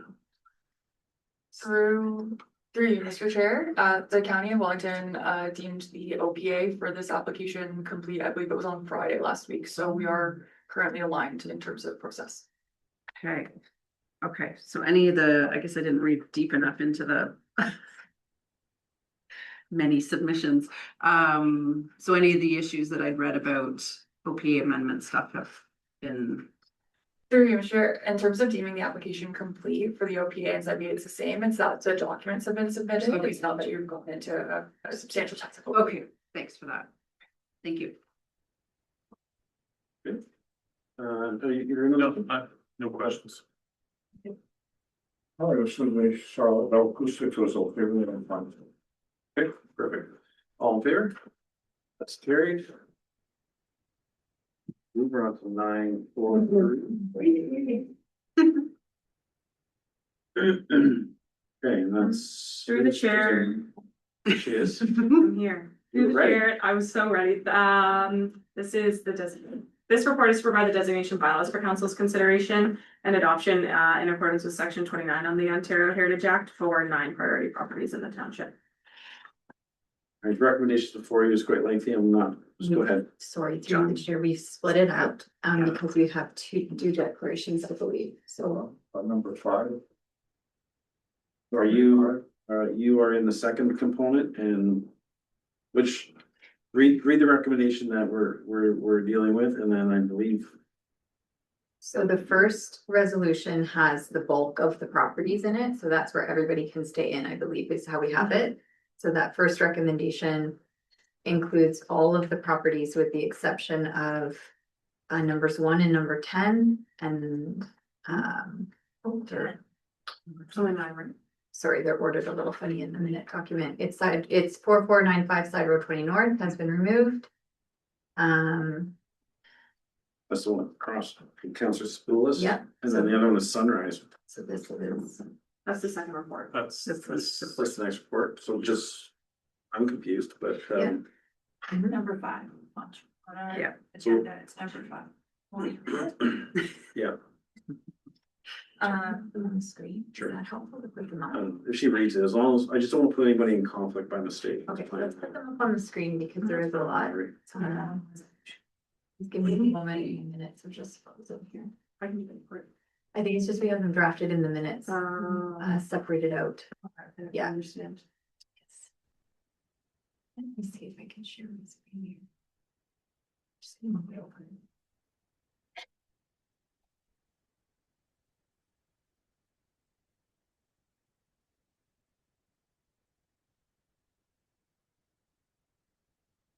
So this is the first draft motion, so you can see And that's, this is the majority of the properties. Okay, so the bulk, and that's one John is out on, because 20 side roads included now. he should be able to vote on, everyone should be able to vote on the first one. Okay, let's deal with that then. And then, sorry, just so I can make note, the second one, this is how we have it. So we have Side Road 20 North. So this one is where Councillor Sepulveda has a Or conflict. yeah. All right, so let's deal with the first one. If you can put those addresses up there again. Okay, and then sorry, is this one updated too? Just the clerk, the second one? Just looks like it's the same. Yeah. Oh, so Mr. Chair, sorry, there's two, it looks like I duplicated because I believe Councillor Hurst had a declaration on this one, so you can just delete one of those. Okay, and then, sorry, Councillor Hurst does have a. Hold on, Sunrise. Work it on the next one. We did some in the next Perfect. agenda. Okay, good. And that, we just have two, or three. So then that's it? Yeah. Right, so for the first one, and recommendation is to designate those. Any questions or comments on that first batch? I just have one question. I noticed on the individual bylaws for the properties. On these particular ones, it's an overhead photo of the property as opposed to like. Front elevation photo, and I'm just wondering if. Like, if any of these, heritage features have been like ground truthed. To make sure that they're still in. Like, has anyone visited the properties? Or questions? Through the chair, when we send out the notice of intention to designate, so not the designation bylaws that you're seeing today, it normally has a photo of the structure specifically. We've attached these schedules that kind of show the aerial to show the homeowner, this is the structure that has the heritage attributes. Yes, we're registering this designation bylaw and title, but this is the specific structure that we most care about from a heritage standpoint when we're evaluating the attributes. With that being said, we can't include photos when it actually gets registered on title, so it is kind of administrative to show those property owners, but we can't actually include it. Okay. But did we have any photos of the fronts? Yes, through the chair, we do have photos of the properties. Okay, so someone has been there to verify that the structures that are being designated are still in the form that still have the attributes that we're protecting. Through the chair, correct. And these ones are property owners that we've engaged with more so than others. Okay. I at one point though, we did see photos. Through the chair, you would have seen photos prior to this designation report. There would have been the notice of intention to designate. That report does have include photos, but those photos are taken out when we actually bring the designation bylaws forward. Great. Anything? I'm good, thank you. Okay, all in favor? I thought we did. Okay, remember, Councillor Hurst, Councillor Bailey, thank you. Yeah. Okay, all in favor? It's carried. What's the second? The second one is just 20th Side Road. Yes. Which is you're out. That's correct. Okay, can I move in a second here for that? Councillor Hurst, Councillor Goida, any questions on that one? All in favor? It's carried. And the last one is Sunrise. No, that's it. New report, yeah. So it's under a separate report. Oh, it's under separate. Yes, yeah, you're right. Yes. Is the next report? Yes. Yes, it's 2944. We have a recommendation before us to not to designate it. I'll let Laura speak. Through the chair, correct. So the purpose of this report is to advise council of the formal objections we received for 12 Badnot and 6920 concession 1. and to seek council's direction on whether to proceed or withdraw from the notice of intention to designate. I do want to acknowledge that the Heritage Committee reviewed both of these objections and recommended that council proceed with the designation. And that recommendation is reflected in this report, but staff are recommending that council withdraw the notices at this time based on the consideration of all the objections that are received, concerns relating to property impacts, future use, and potential financial implications. And that staff and the committee, we have already worked through those highest priority properties identified for designation. So, Ms. Brotherton, if you could read the part of the recommendation, just starting that there, or be it resolved, please. Through Mr. Just to clarify, we did break this into two resolutions, so we're doing all bad knock first. Oh, we are? Okay. Ms. Russell's there. All right. Therefore be it resolved that council withdraws its decision to designate 12 Badnock Street pursuant to section 29 part for the heritage of the act. Okay, so I'm gonna move for that, please. Councillor Bailey, Councillor Spruce. Any questions on 12 Badnock?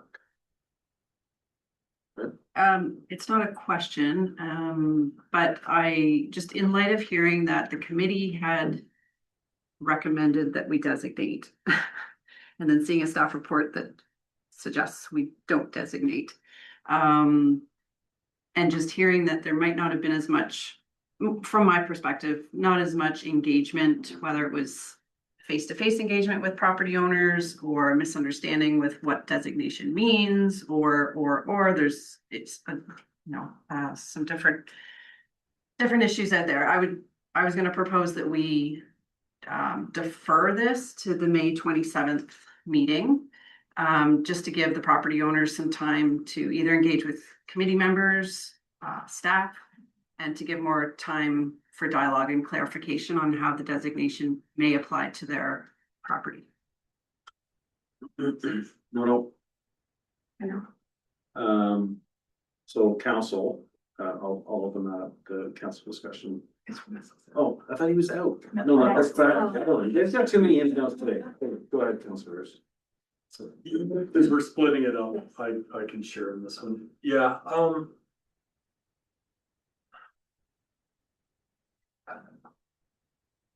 I think my experience in the whole heritage process would be, efforts are made to contact the owners of the property, and some are, Laura can speak to this, some are more engaging in a conversation than others. I would say my perception of the 12 Badnock Street was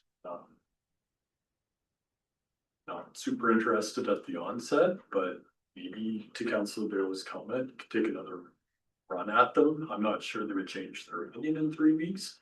Maybe they will. I think my experience with going through this for the last 3 years is we've hit the majority of them. We're at the bottom of the barrel of heritage properties now that have less urgency, less documentation.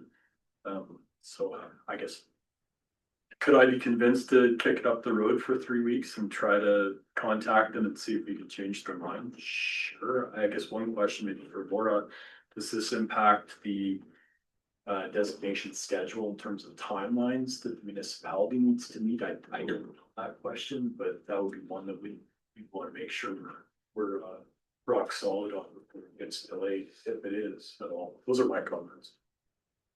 Through the chair, the 120-day timeline gets us to June the 12th. So we do have a window to bring anything back at the 27th. The withdrawal, the 120-day window is June the 12th. That's good. So this is probably not gonna help the conversation, but I thought about this one for quite a long time. And I read and reread the objection. And when I read that objection, the bulk of the concern in the designation seems to be related to the window panes and the efficiency of the glass in the windows and the door and the door hardware specifically. And I can recognize that this structurally, the cottage form of it the Heritage Committee has done a lot of work on the structure itself. I can't really speak to who lived there and the heritage value of that person, but the structure itself, I do think has heritage value. I don't think it's in danger of being demolished. But I think it is I think it is important to recognize that heritage value, while at the same time though, this is someone's house and the complaints that they have aren't minor. It affects the livability, the efficiency and the security of their home. And so I was going to suggest that and I know we've never done this before, but that we modify the protected attributes to remove the window panes and the front door, or the doors with the original. I don't know, Laura, if that is something that we can be flexible on, or if that complicates things even more. Maybe that's something, if we do defer, that staff can report back on. That's where my mind's at. I'm of the opinion that we should, not designate this property. We've gone through a process. To start dicing this, you're gonna start dicing other ones. I don't think we want to get into that. As well, as Councilor Hurst has said, this is the bottom of the barrel. Okay, so these properties have some historical value, but they're not as significant as the ones that we've gone through.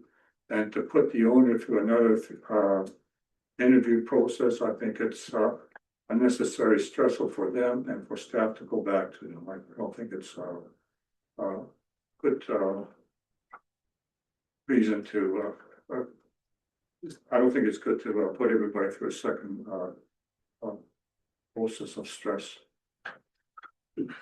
I agree with Councilor Spools. We went down this road with the school on Watson Road. We spent $5,000 of taxpayer money.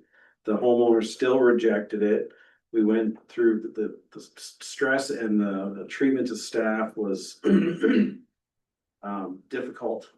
And, you know, as you prolong this process with homeowners that have objected, to then put everybody through all that and then to just not designate it, stop now.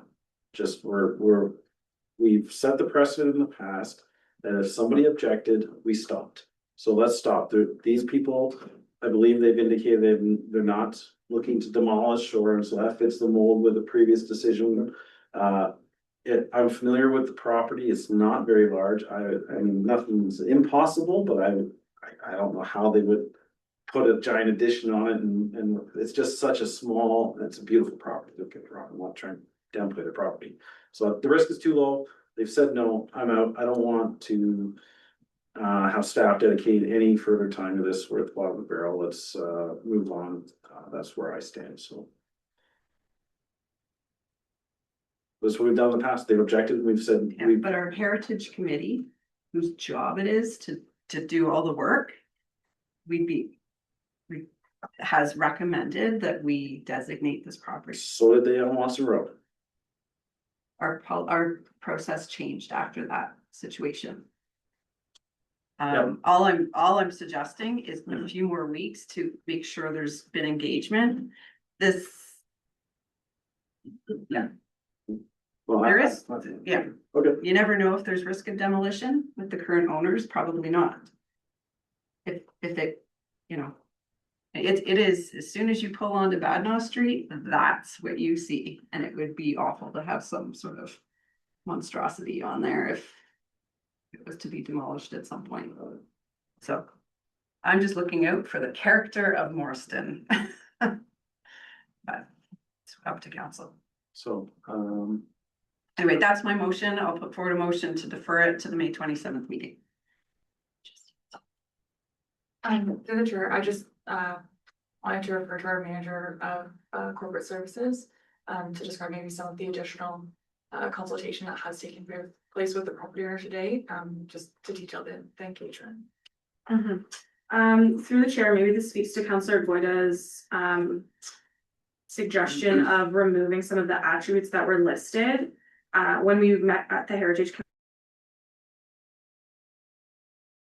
That was the, need to go back to those property owners and say, what if we were to take out the windows and a couple of those attributes, would that be able to meet you in the middle of where we're at with the statement? And the property owner actually told me that that would be one of the things they would be looking to update and renovate in the future. And that if they were to show me there is if we can show the property owner there is a grant program in place 1, 2, 3 years from now, if the committee were to go back to them suggesting designation, that they could be open to it, knowing there is this funding available for those windows and those attributes. So I actually started the conversation thinking, let's remove to try to get the property owner happy. And they actually came back with the opposite of, I would want to keep all my attributes, knowing you might have this grant program in place if there's funding available for that. So that was the consensus from that property owner specifically. I don't know if that helps or doesn't help any of your. They're not interested. Correct, and that with that being said, they still were not interested in being designated. And So what I'm hearing from you is that we're suggesting to not list that attribute, and the homeowner is saying that is one of the attributes they desire to maintain on their own. So that's what I heard out of that. Through Mr. Chair, I think what they've said is if they would like to still be eligible for grant funding to replace those windows. So if we remove them from the attribute list, they wouldn't be eligible for that reno funding, but at this, and they'd have to be designated. And I think what our manager has said is, at the end of the day, knowing all of that information, they still objected. Okay, is there anything further you want us to hear? So we have a mover to defer it. Wait, can I get a second there for that? Okay, so that. I'll jump on deferring it. I don't know if it changes my mindset to ultimately. We're not voting on deferring it, I'm looking for a seconder. Oh, sure. Okay, so the motion on the floor is to defer this for 3 weeks for staff to engage further. Councillor Bailey. I don't think I've said I need to say, so I support that motion. Okay, Councillor Thurston. I've said my piece. I think it helps me to have heard what you had to say, Laura, that you have tried to engage and you have tried to be flexible, so that satisfies my. I don't support that because of our historic decision making when we had objections. Staff are working on other files, and to continue to allot that resource to somebody that likely won't change their mind is not a great use of staff time and with the additional consultation. So that's what.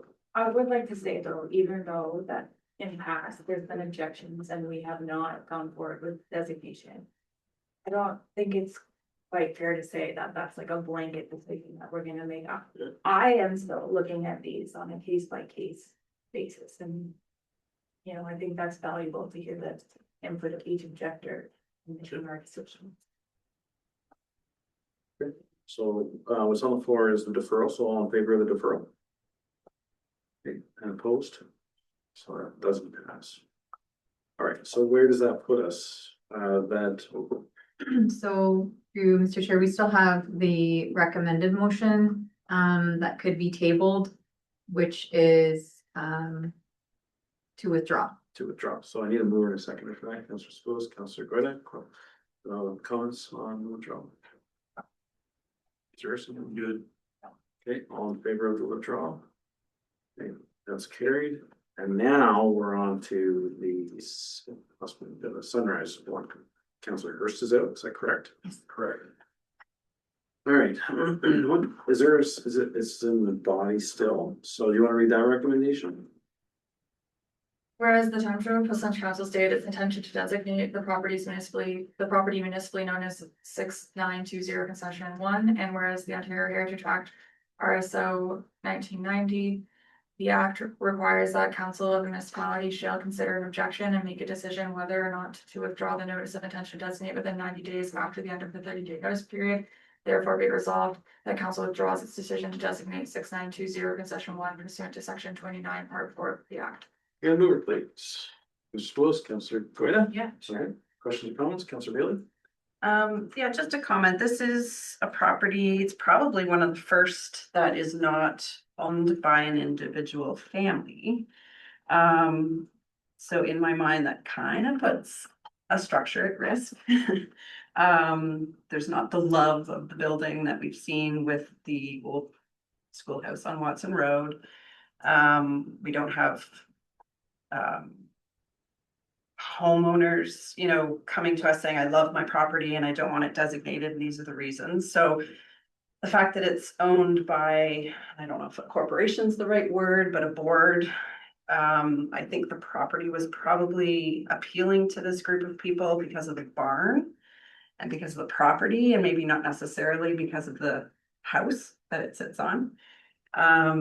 And looking at what the objection letter was about, doesn't seem to fit with what we're attempting to designate. So the work that they're doing is involving the housing part and the barn additions and stuff like that, which really doesn't have anything to do with the beautiful stone house that's on the property.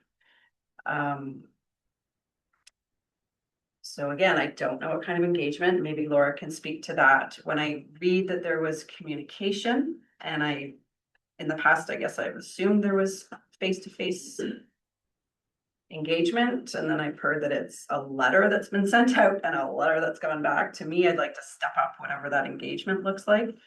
So maybe Laura, that's the question, is can you just speak to what sort of engagements happened with this group, not property, not homeowner, but the group that's there? Through the chair, for this property, there's been less engagement than the previous property for sure. Just those letters asking for a site visit, letters letting them know that we have an open house, that they're on the list to designate, that we've set the intention to designate, but no formal in-person conversations. And you're out. I'm just going to suggest we defer this to the May 27th meeting to ensure that there's good communication and that the board of Sunrise is aware of what the designation could impact with their project that they're proposing for future expansion. Okay, who's gonna let the other members speak to the original part first, and then I'll come back to Yeah. your deferral. That's good. That's great. I'm just wondering if staff can just speak to, I know you explained this before, but if we decide not to designate this, it comes off the list, and it cannot be considered again for designation until 5 years. So through you, Mr. Chair, if council decides not to move forward with the designation today, council in terms of the designation can move forward at any point in the future. The change with the list comes with registration to the list and that temporary protection from demolition. That's where the property could not be listed for 5 years. But it's just related to those interim protections. If council were to give staff direction at a future meeting for designation, we could reserve that just as. I'm really not concerned about this building being demolished. I really have no concerns about that. I believe Sunrise are good stewards. They did mention in their letter that they would potentially be open to it after their development application takes place. And so I am comfortable not designating it at this time, but I think, I don't know if it's possible to sort of like keep it on the back burner for the Heritage Committee to look at again in a future year of designations that they may be more on side. I see their concern about, they want to get on with the construction, we're giving them a grant. And certainly don't want to have the project incur additional extra costs after all the grant funding they got. I also agree with Councillor Goyda that I don't see them as a entity that will go ahead and demolish. And I agree that it's something that we can pursue. And perhaps what we could do is that council ask staff bring this up after the construction's finished in a few years. I have a question for you. I believe I know the answer. The agreement for the grant. Any modification of that agreement would have to go back to the county. Can we add conditions to that agreement? Mr. Chair, conditions can be added, but may or may not be legally enforceable, depending on what you're thinking. Yeah.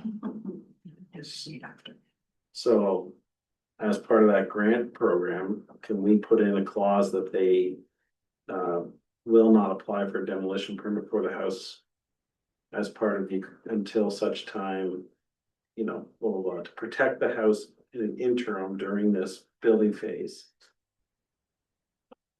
And through you, Mr. Chair, the idea would be that we would sort of what would be the stick associated with that? We would The withdraw grant funding. Yeah. We could take that away. Again, the enforceability or legality of that, I don't really answer to. Anyways, I'm pretty comfortable with nothing's going to happen to that house. This project that they're working towards has been long coming, and I have concerns about delaying it due to the designation, so I'm comfortable. I guess it's some risk. I'm comfortable with the risk. I agree that once the new construction of phase that we're providing the grant for is complete, the staff can bring it back. If there's a way to give that house some interim protection through that grant program, a clause, staff can look into it. If not, I'm still comfortable going forward. But maybe that would give council a little bit more comfort if we can tie it to the grant money somehow. Did we get a move? Oh, so you have so back to you, Councillor Bailey. You want to propose a deferral? Yeah, I mean, you're suggesting there would be a delay in building because of a designation, but I actually don't know that. We don't know that. So all I'm suggesting is we buy ourselves 3 weeks to verify some of that information. It could be would be satisfied with some information that we find. That I just think there's a lot of unknowns, and they're assuming there's going to be delays. They're assuming there could be some hiccups. Our building department knows exactly who they are. They know this property. They know the building permit's happening. It's not like we're a huge city and no one knows anyone. Like that. Anyway, I find comfort in knowing that our building department and Sunrise are already working together, and they could figure out, you know, how to prevent delays from their project. So anyway, I'll put it forward to defer to the May 27th meeting, just to buy ourselves some time to make sure there's discussions happening and questions, you know, getting answers to. All right, let's move. Can I second? Councillor Gordon. All right, that's great. I'm willing to support that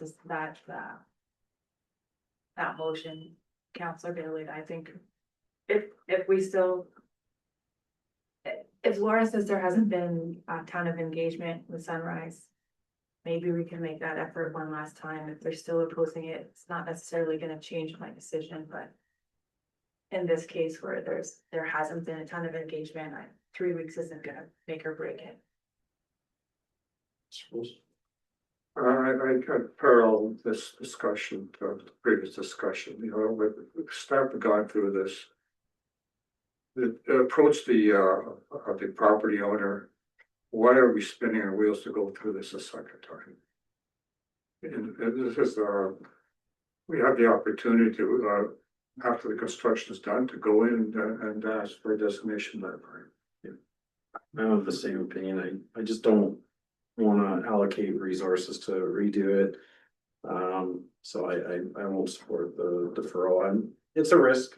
It's a risk I'm comfortable taking because of the organization. I actually have a bit of a different approach, Councillor Bailey. I think with the board, it would be more difficult to get the board to decide that they want to demolish this versus a single property owner. You then need majority of the board to agree to knock down this wonderful house. So just a different perspective on the same type of governance in that organization. So I'm comfortable with it. So I'm gonna call the vote. So all in favor of the deferral?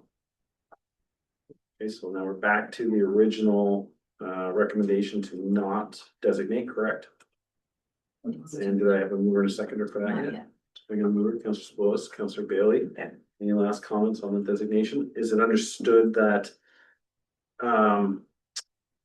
staff will keep a pulse on this property and the project and bring this property potentially back to either Heritage, the appropriate procedure for designation. If their project stalls and is not having momentum, I would expect to see that property come back. I don't want a project in limbo for 10, 15 years kind of thing, so. So through the chair, I've actually added that to the motion, just that council direct staff to bring the potential designation back to the Heritage Advisory Committee once the development project has been completed or in the event of significant delays. Yes. I'm just wondering too, what the feedback will be for the Heritage Committee. The chair can provide that feedback. There's nothing in writing to provide reasoning, like, do we need to?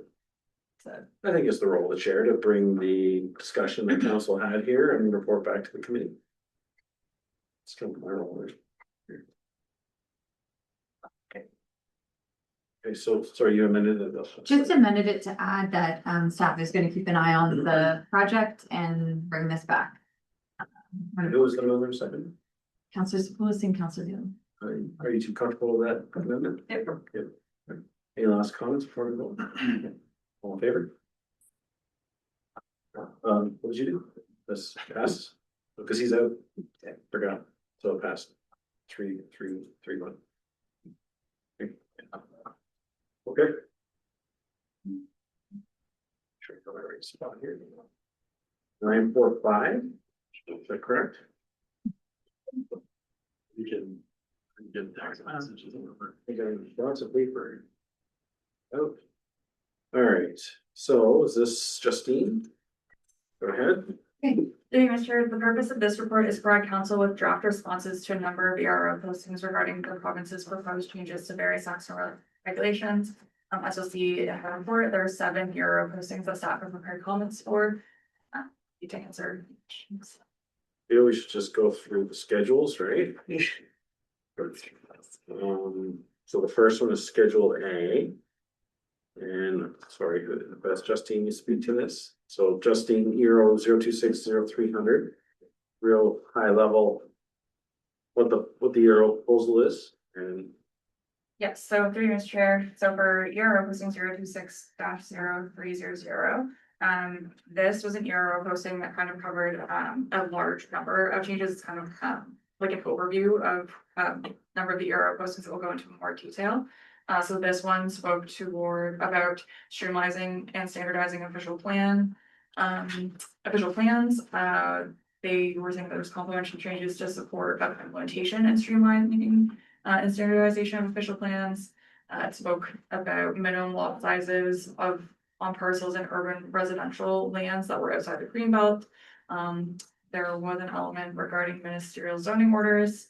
It also spoke to upper tier responsibilities for the county of Simcoe, as well as encumbered parkland and privately owned public spaces. So again, this one was kind of an overview of a lot of the other ERs that will go into more detail into those elements. Perfect. Questions or comments from the clerk on that one? I knew there was one that spoke about MZOs. I read it. 3 below. The very first one. Just a question, this is following up on what we had in the April meeting, and some of us gave comments already. Okay. I'm forgetting what comments I sent through already, but I'm pulling that up now. So I would imagine you've captured what was submitted. Through, yeah, any comments that we received in advance, we tried to incorporate into the draft comments. Thank you. That were prepared by staff. Councilor Hurst, I have none. I thought it was straightforward, the explanation. I think that, life as a rural municipality is different than urban centers, so I think he captured that well. Okay. What's going on there? Yeah, that was good. So then the next one. This first. Yeah, so during share, so 026-0302. So the province was seeking feedback regarding proposed legislative changes for communal water and wastewater systems to support new housing development. So staff did prepare comments at our council relating to this one, just in more so in support of the proposed changes. I think it was key that staff put in here that the municipality not be responsible for failed systems. That was one of our, we've had that discussion around the horseshoe a few times, so I appreciate the inclusion of that, but we also recognize that these municipal or communal systems may be an opportunity for some intensification growth for us, so it was a nice approach, so. Okay, Councillor Bailey? No, no comment. Thanks. Councillor Hurst? Good. Councillor Gordon? I'm good too. Oh, yeah, agree with you on all arguments. Okay, next one, Ms. Brotherson. Yeah, so 026-0309, the province was seeking feedback on the proposed minister's regulation that would have effect of removing authority to require a condition of land division approvals being enhancement of development standards at the lot level. That would not be related specifically to health, safety, accessibility, or production of adjoining lands. So staff did prepare comments stating the township's concerns with the inability of requiring enhanced development standards. At the lot level, individual lot, is that what they mean by that? So partly in relation to like subdivision applications, because that would also be considered that like lot level requirement. So that's where the township would have it. Yep, okay, Mr. Bailey? No, I just reading through my notes here, but that sounds fine. Okay, Councillor Hurst? Nothing, it somewhat similar and different from the first one, and just in terms of, you know, life in an urban area versus a rural.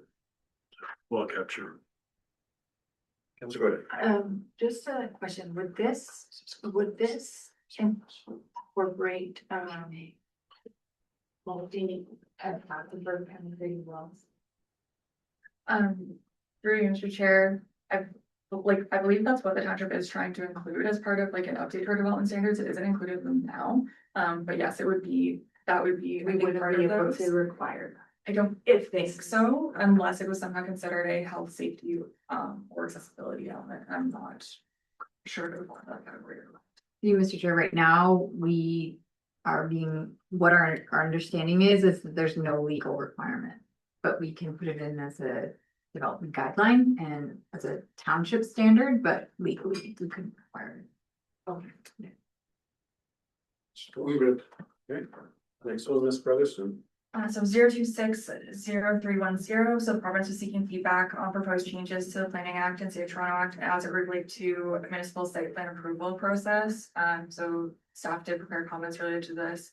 One of the proposals from the province to highlight would be a potential removal of that section of the Planning Act, which the township is very concerned with, as well as commenting on other proposed changes, and also referencing that many of the changes that the province was suggesting in the event that they don't remove that section are actually services the township already provides. So just recognizing that municipalities are doing a lot of this good work, and sharing that with the province in response to this. Okay. Yeah, I had notes here that the concern that the review wouldn't consider rural design. Is that mentioned in your dialogue there? I have real design compatibility, cumulative community impacts. Yes, those Okay. elements were included in that. Thanks. No, nothing. Okay. Next. So 026-0312, the province was seeking feedback for changes under the Planning Act standards parkland dedication requirements in Ontario with respect to conveyance of developer identified parklands, including encumbered lands and privately owned spaces.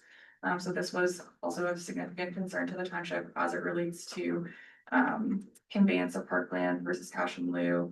And currently there being requirements that those lands not be encumbered, and it appears that the province may be loosening rules around that. Okay. That's great. Yeah, just one comment I had, sorry, I hadn't prepped for this, but parkland should not be created on areas dedicated to stormwater, as compatibility issues could occur. Do you have any comments around adding something like that in, just because it's been an issue? Through you, Mr. Chair, I can't recall if staff had have anything specific to that, but we can certainly look and make that amendment if we haven't addressed. Yeah, it says, or at minimum allow the municipalities set usable parkland standards. So if it is a stormwater area, you know, help mitigate some of those concerns. I'm good. That's right. Yeah, good. Just to Council Bailey's comment, we have a statement here, land use, land subject to environment constraints, irregular configurations, drainage features. So that could cover under that. Okay. Is there any indication that this is going to be retroactively applied? Through the chair, I would think that would be very difficult to accomplish, so I think it would be a go forward. So any applications that we have currently will fall under the existing rules, right? I have that same question. I think, you know, typically you're seeing it on a go forward basis because I think retroactively poses a number of different legal challenges. Just given the law of the day that would have governed over those different proposals. So I think what we've seen with Planning Act changes is that, you know, if the application is submitted, it's the rules of the day. Yeah. All right, is there, keep going? Yes, so there's so 02600313. The province was seeking feedback on a proposal for regulations under the Planning Act that would identify the only information and material that planning authorities could require as part of the application. To provide more certainty and predictability for applicants and support faster planning approvals. So the township prepared comments with their concerns relating to this, especially with the seeking clarity on when you could require certain applications, or sorry, certain additional documents. The ERO included some that were mandatory for all, and then others that appeared to be discretionary, but it was unclear at what point it would be determined when those plans were applicable. So that was part of the concerns highlighted by staff. Councilor Bailey? Yeah, anything about rural specific studies or just studies in general? We were kind of addressing the studies in general, which would include your agricultural impact assessment and those kinds of studies. But if there are specific comments that council would like to see, then we're happy to. Yeah, I had written down, suggest adding a requirement to include rural specific studies. Which, like we're saying, is different than urban. Councilors? Yeah, I think that's a good point. I have nothing to add. The statement I didn't hear already is rural municipalities require flexibility because each application may present distinct servicing, environmental, or compatibility considerations are always cannot be anticipated in universal checklist. Similar. Yeah. Yeah. Reading it, it's, you know, not needing to read between the lines, but staff are saying this could lead to delays, and which to me means like, this could create more LPAT appeals, because in my mind, if you have a list of 4 that you have to deem incomplete, but then the township may say, well, sure, we'll deem your application complete, but we want to look at, you know, an agricultural impact study, we want to look at a runoff, stormwater, and then we're going to be arguing over these additional studies, and we're gonna end up with LPAT. I don't know if you can firm up the language to say there may be a misconception from applicants that these are the only studies that are required, or we need I know you asked some clarity, but I don't know if they're understanding when they read this that, and I believe that's what staff was trying to say, is these delays could result in more LPAT. That's my concern, is there's gonna be this completely different perspective on what they need to supply, and we're gonna be off to the. I'll leave that with, but. Okay. Okay, and there's your last one, so 02600314. So the province was seeking feedback with respect to changes to the Planning Act and City of Toronto Act to identify additional certified professionals for the purposes of complete applications. And so this is amending new regulations that were approved under the Planning Act that were filed in January 2026, which specified professional engineers as a prescribed profession. And for the purpose of a complete application, they're now seeking feedback on additional certified professionals. What's really? Yeah, I'm good. It's interesting. I was on a meeting and they're reviewing the indigenous archaeological component, and it's under the Heritage Act, and they want to transition to a permit process. And I equate it similar to aggregate, where you apply and then you get a permit, and that's the process. So it's interesting that, I mean, I'm not disagreeing with this, but I know already in the works, there's some changes. So I think it's fine to leave it in there, but don't be surprised if that component isn't adopted, but anyways, just a little tidbit of information. Okay, I think that was the last one, right? Lastly, I would suggest that we forward this to the clerks of our member municipalities. Most of the other member municipalities have urban centers. I don't know that other municipalities are taking as deep a dive into this. So, and I don't know, maybe have you had meetings with your colleagues in other municipalities and it's on the radar? Do you know that already, or? Through you, Mr. Chair, no, the clerks have not discussed the kind of the change around the euro. Likewise for the CAO group, we haven't discussed that, no. So from my unprofessional opinion, the site plan one is huge.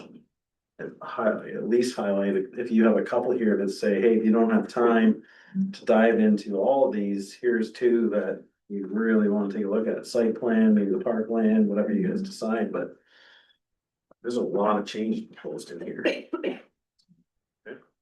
I don't know if they'll be able to react in time because a lot of these are all due date is 14. Copy paste. Yeah. But you can still There is- submit after You can submit it. I don't know, through respectfully with the province, I don't know how much is being read, whether it's submitted before or after or at all, so.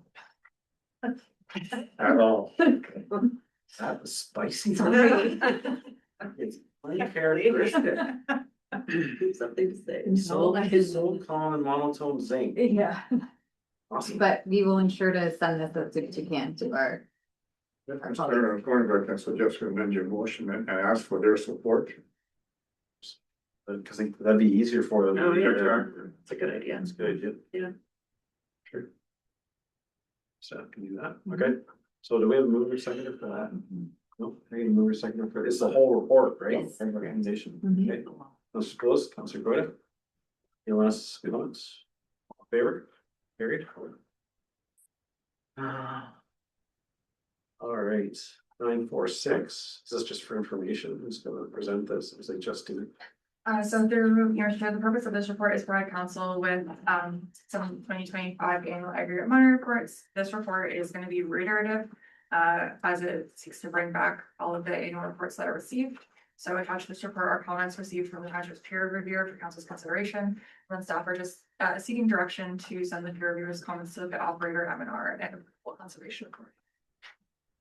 All right, is that the recommendation? Let's scroll on. Can you move for that, please? Councilor Hurst, Lewis, okay, questions? Mr. Bailey, anything? No. Councilor Hurst? No. Mr. Goida? No. Yeah, one of the comments I had made was include the recommendation that they ask in the letter to Cox that they agree to the conclusion made by the consultant who says prior to below water extraction of the site, finalized thresholds should be proposed and reviewed by NNR MECP in the township. At that time, comment and or acceptance of thresholds should be sought from each agency. So I want that included as a recommendation, I suppose. So they shared the recommendation is that report CR 2026-021 entitled 2025 annual aggregate mine reports be received for information. And that council directs staff to provide the township's peer review comments for each report to the Ministry of Natural Resources, applicable conservation authority and pet operator for response. And that council directs staff to request a letter from Cox Construction Limited to confirm that they will provide the township M&R and MECP with proposed finalized thresholds, and that comments and or acceptance will be sought from each agency. Okay, perfect. Moved by Councilor Close, seconded by Councilor Hurst. Comments or questions? All in favor? That's carried. 147. Are you, Justine? Through you, Mr. Chair, the purpose of this report is to provide council with updates regarding a number of matters raised at previous meetings. And this report includes responses received back to council's comments from its review of the 2025 compliance assessment reports, as well as information received from our engineering consultant in relation to the MTO's request for comments regarding harmonization of municipal road construction standards, as well as a response received from OPP regarding a question raised by a council member regarding the February OPP Detachment Board report from February 2026. I guess we should focus on the CBM responses and what we heard from our Hydro G expert earlier. There's obviously some concerns there. Do we want to speak to these emails, Ms. Whitefox? Should I just let you, or do you want me to? Or I can do it, you can do it. whatever you prefer. you probably do a better job. So. Okay, so through the chair, as a part of our process, what council has established is when we have the car reports, as we know, we're sending out the concerns that we've noted to the pit operators first, giving an opportunity for them to make comment or address anything that we've raised. And then if needed, we're escalating that to the ministry afterwards if we're not able to, if we're not satisfied. And so we did receive a response back from CBM to the listing of car report concerns that we had. It was they did address each item, although I'm not sure it's to the satisfaction of the township of what we want to see. I think the most concerning part of the correspondence that we received was that CBM's position is that if there are non-compliances that they consider to be more operational, so it's just the way the site's operating. If it has operated in that way, historically, it's not considered a compliance issue. And so their position was that, the silt ponds, for instance, being filled when it wasn't demonstrated that they should be able to do that on their site plan is not a compliance issue. That is just an operational sort of nuanced activity that's not being recognized on the site plan.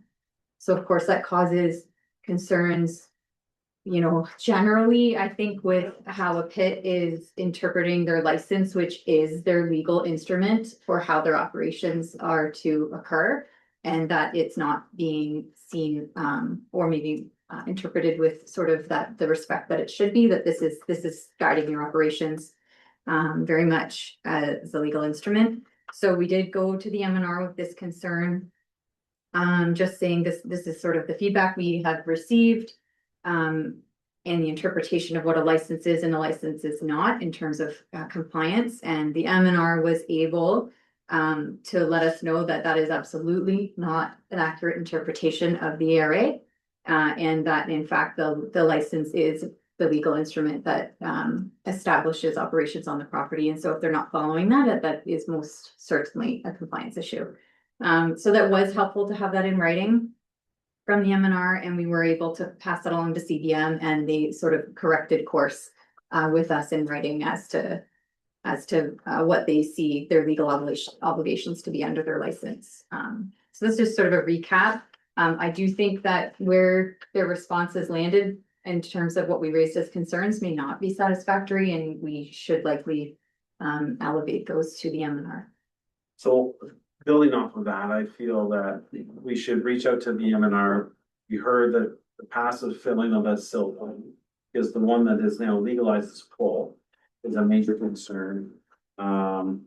In these comments back from CBM, they indicate that they did import material at a couple pits or a pit, and that it was to the standards prescribed. I'll maybe let you take it over from here. You're more familiar with the requirements for the importation of table 1 and the testing and needing a QP, and the operator did not supply that information to us. So through Mr. Chair, and I'm going to do my best, the excess soil regs are complicated as council knows, but under the regulation 40619, there are obligations when you're moving soil or beneficial reuse of soil in the movement of that excess soil across the province. Certainly requirement for a QP to be on site, so it's a qualified person. There is the registry that is to be used where you're supposed to register where the source site is, where it's being moved to. For certain volumes of fill that trigger that, there are minimum soil testing requirements based on volumes of fill that's being moved. And it is my understanding that all of that applies, even where it's being where the fill is being imported to a licensed site that has those shelters under the ARA. I still believe that the excess oil regs to apply. Some of that information would be publicly available, for instance, if it was on the registry. The other components of it wouldn't be, but we could certainly request that, and if need be, we could seek it through a freedom of information request. So just to add more, there's another site, CBM imported material from the former Schneiders. And I'd like to pull up the map of concession 2, please, if we could. Where the fish farms are. And our response, we were engaged. My understanding is we as a township were engaged on the movement of the soil from that redevelopment. However, we don't have regulatory control of where they place it once it went inside the area licensed site. That's the responsibility of the operator of the M&R. Correct. There was a fill permit that was applied for at the Schneider's pit to actually cut the fill and move it. But you're right. Okay, hold on, no, go, do you know your west, go west. Yeah, keep going, now go south of it.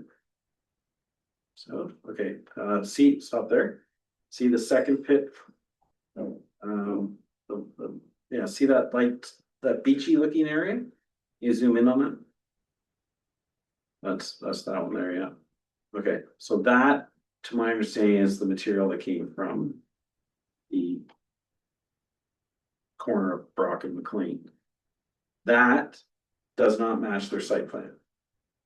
So our regulatory authority stops at the road. It's the responsibility of the operator and the M&R to ensure that the placement of that soil adhered to the site plan. And they've backfilled the aquifer there. So I would like staff to raise the concern along with what we're dealing with here with CBM about this site as well.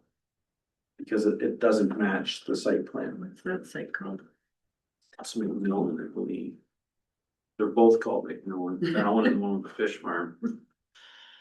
Is that fair to ask staff to do that, to do it comprehensively, because we're talking about the same issue with CBM? I believe that's CBM.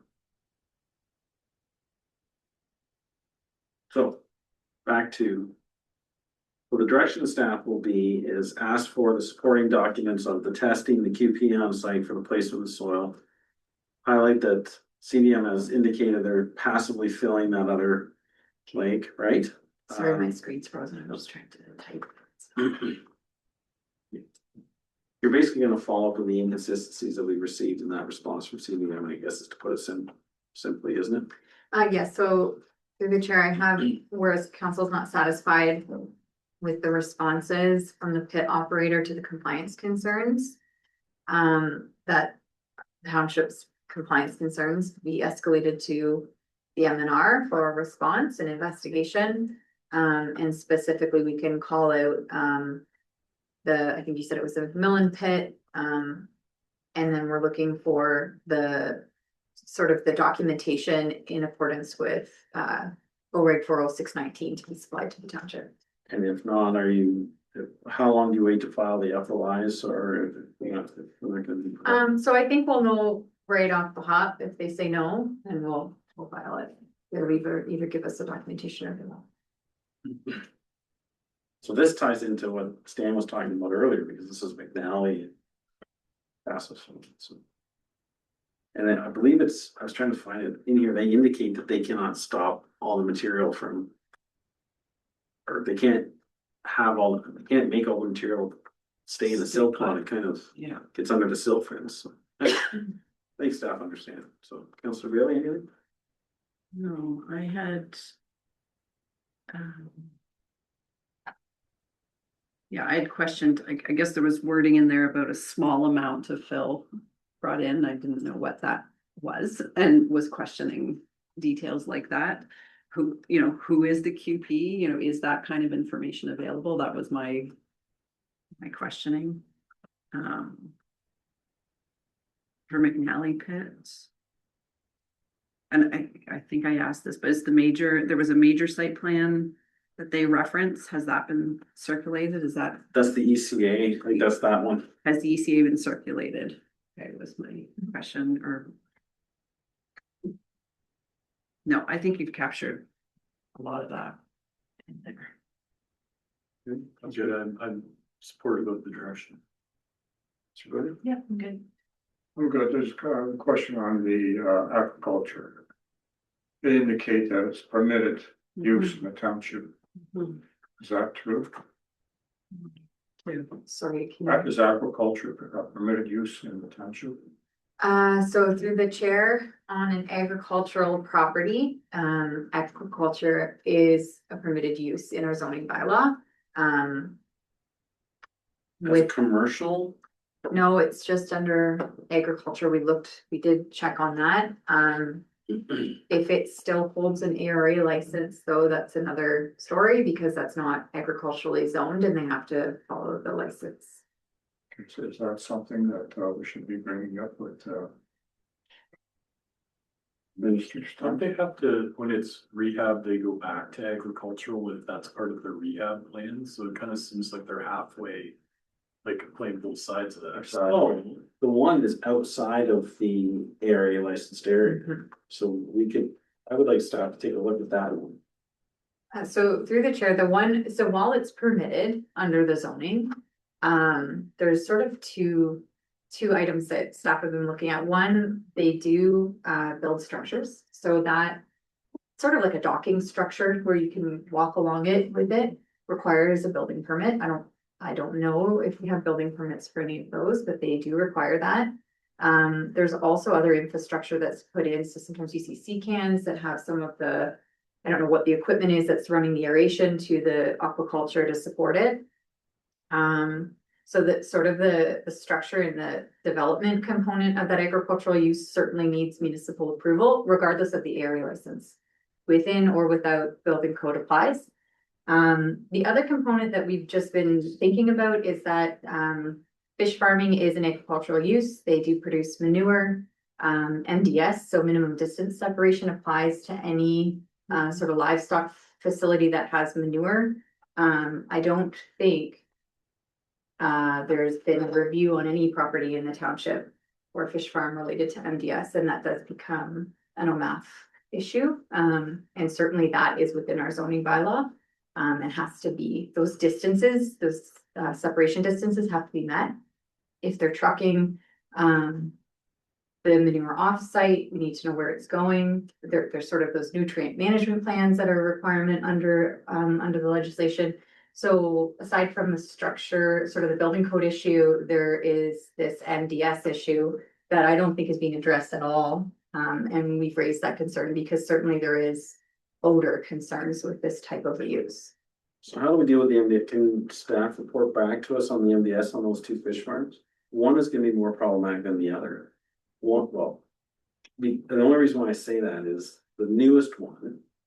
CDM owns the house, so there's an MDS issue there, but they could just stop renting it, maybe knock it down, which is not awesome, but.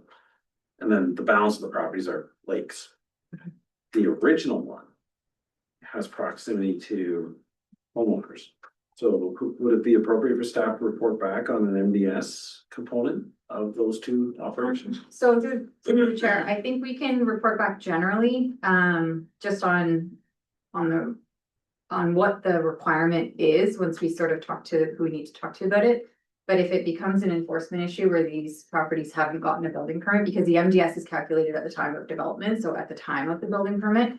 So in the absence of a building permit, of course, MDS hasn't been calculated, so that would then become an enforcement issue, which we would not bring back to council, and we would deal with that offline, but certainly we can take a look more generally at what those requirements should be for an agricultural use like this that's producing manure. Well, I like that because then forget whether it turns into enforcement. Then council can ask or approve advocacy to math or whomever to say, this thing doesn't meet MDS. We need you to, whomever has jurisdiction over that kind of thing.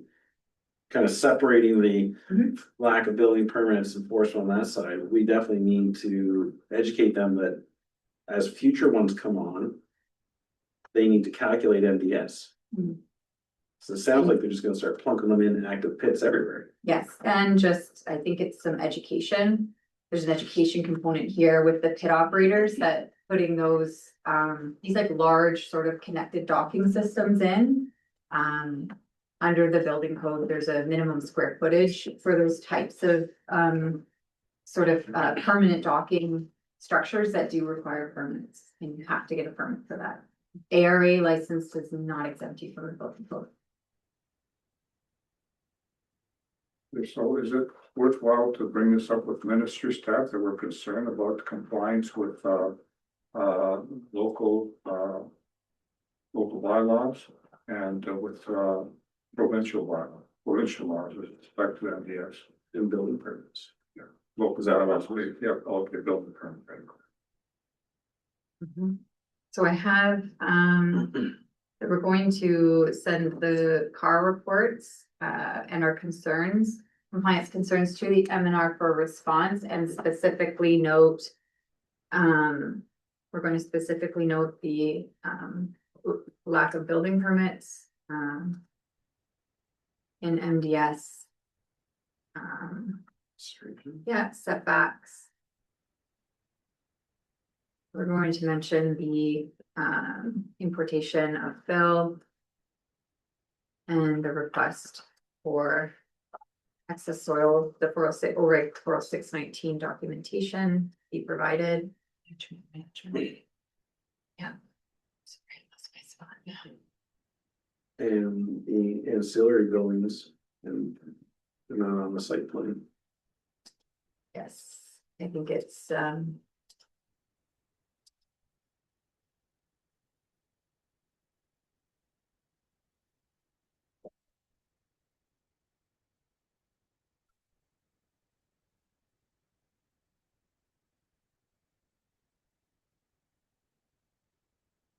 and is that, sorry, is it the MDS lack of building permits, accessory structures on the site plans, and then the importation of fill and request the associated documentation for the OREG 40619. Was there anything I missed? Nutrient plan. It's sort of wrapped into the MDS, yeah. Is there anything else? I'm just sort of seeing two things here. One is the compliance. Lack of compliance, the issue that we're bringing up here. But ultimately, why do we care that there's a fish farm in a pit? Care about it impacting our water, right? Is that the only reason? Otherwise, maybe it could be a cool reuse if we knew it wasn't below water table, right? So I think we also have to. Smells, right, and the impacts. That's why they have MDS for farming for cattle and. Yeah, so if they could manage that, you know, if there was a way to manage it, I feel like this is, I don't know how many of these there are in Ontario, this could be one, and they could be, you know. Let's see how this goes, and we're the guinea pig, you know, location, but ultimately it needs to be protecting the water. That's why we care. Like, from my perspective, if they're gonna put a fish farm in, then they should be doing all the studies to justify a fish farm. The pollution, the smells and all that sort of stuff, compliance with, local, building codes type of thing. Yeah. Like, that should be done properly as opposed to, well, if we're gonna do it. No, I agree, totally. So I think that's an issue that fish farms out in BC face. They had the same sort of thing. You plump it in the middle of the ocean, guess what? It started escaping, it became a problem. The manure started piling up down below, became a hazard to other fish are outside the nets. So it's not something that should be, as you said, plunked in and say, let's hope it goes well.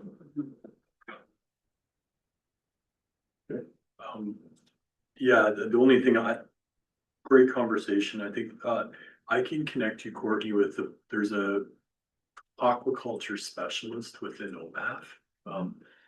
And I would say it's probably a beneficial two-part conversation. One is if they're out promoting this as a reuse option in aggregate operations, it's probably good to share the experience in this township in the early days, thinking that this may be an issue in other municipalities. And I don't know where this goes with that, but I'll leave that to Mayor Sealy to navigate. But I think that's one. But also, they can be that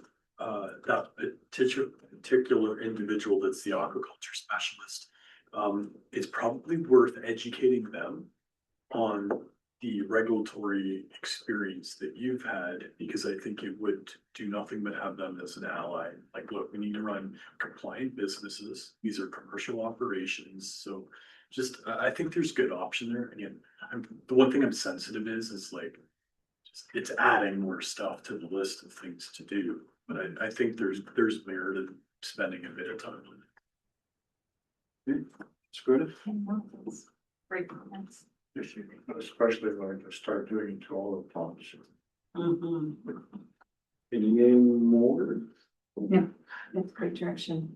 Okay, so do we have a mover and a seconder? We don't. Gonna move that, Councillor Hurst, Councillor Spillis, all in favor? It's carried. 948, right? Storage while we did that one. That one. Tender results. Asphalt program, is that correct? 961? Yes. Is that Mike? Great. Welcome, Michael, when you show up. Great.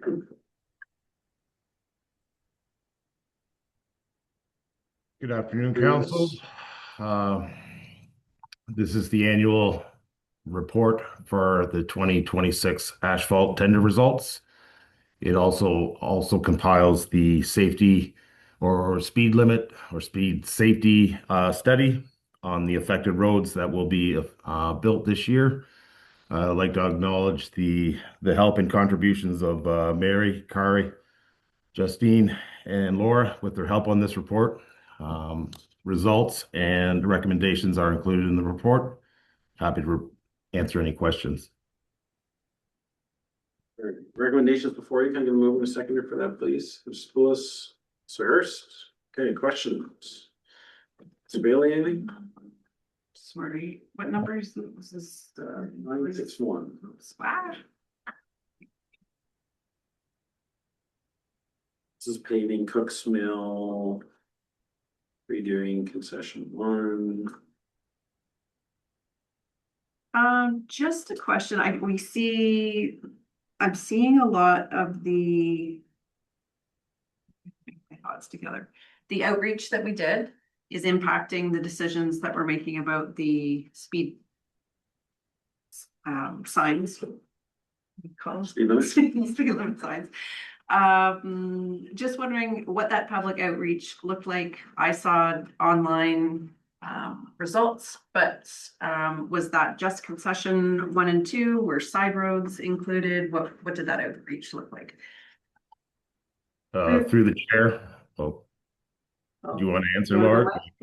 No, you got it, Mike. Through the chair. The affected roads that will be under construction this year were the main focus. The intersections of the adjoining side roads were not. So the consideration would be to either change the speed limit through the traffic master plan at the time of reconstruction. And it was broken down into segments from Town Line Road in Cambridge all the way to Highway 6. And the results varied from section to section. One, I think in the pie graph indicated one section was completely against it. Another section was a 50-50 split. And then there was one section that was largely in favor of the speed reduction. In that consideration, I'm thinking specifically, I guess it's concession one.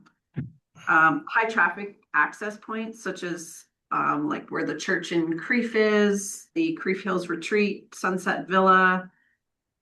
Does that kind of heavier traffic access on and off, was that taken into consideration for that segment? Yeah, so that segment, through the chair, that segment that was identified, that was the segment that had the highest in favor of reducing the speed limit. Again, it does make sense due to the proximity of the homes and the distance from the road. Other sections of concession one seem to be more comprised of larger lots, farmland, where the houses are farther back from the road, and they felt that speed wasn't an issue in their section of concession one. The recommendation is just to keep it consistent, not Yes, it is at this time. sit through there. So the section that had the highest request for speed reduction, it currently is a 60-kilometer-an-hour zone. If it was to be changed, it would be dropped down to 50. Conversation between GEI, our engineer, felt that such a slight reduction really would not be noticeable. Indicated in the report that this would be an ideal spot for the township's implementation of the speed radar signs in our next phase. Thank you. Councilor Harris? Yeah, thanks.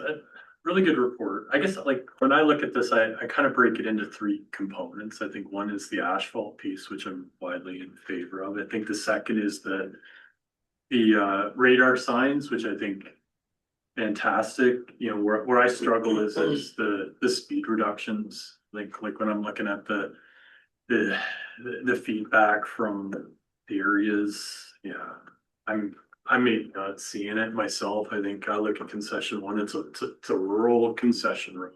Not sure if you move it to 60, it's ever gonna be compliant with that. So I think the first two, I don't know if I need convinced. The latter with the speed reduction, I'm not sold on that. I think we live in a rural municipality. 80 kilometers an hour is probably what the residents are good with. I haven't had, based on the results here from the survey, I don't want to refute those, but I'm not sure I've had anybody reach out to me and feels incredibly compelled that they need a speed limit at 60, especially as Mike, as you noted, some of the more rural or larger lotted area. I get where Creef is, where it's 60. My take is, and I know this isn't the same as the report that was generated from the consultants, but I guess just my feel is I'm not sure I see the value in moving the speed limits right down, but leave it for discussion. Thanks. Councilor Goda? Yeah, so question about I think this was raised in the Q&A that came last night, but with the tender for the hard surfacing for Carter Farm and Cooks Mill coming in so much lower, I was wondering if we happen to know offhand what the balance in that reserve and the gravel road reserve was, and if it makes sense in moving the timing of the next paving to happen earlier than proposed. So through the chair, this question did come through the council Q&A. And I know our director of finance reviewed it. In the council Q&A, we had said we would look at it as a part of the 2027 budget deliberations. But I don't know if our director has any estimates of what that reserve would look like today. Yes, but I do also believe a portion of that reserve was to be used for the lands that we're in the process of purchasing to be repaid in the future. So I would recommend that we do look into this as part of our 2027 budget, just to make sure that I'm not missing anything when I do respond. That's fair. Sorry to put you on the spot like that.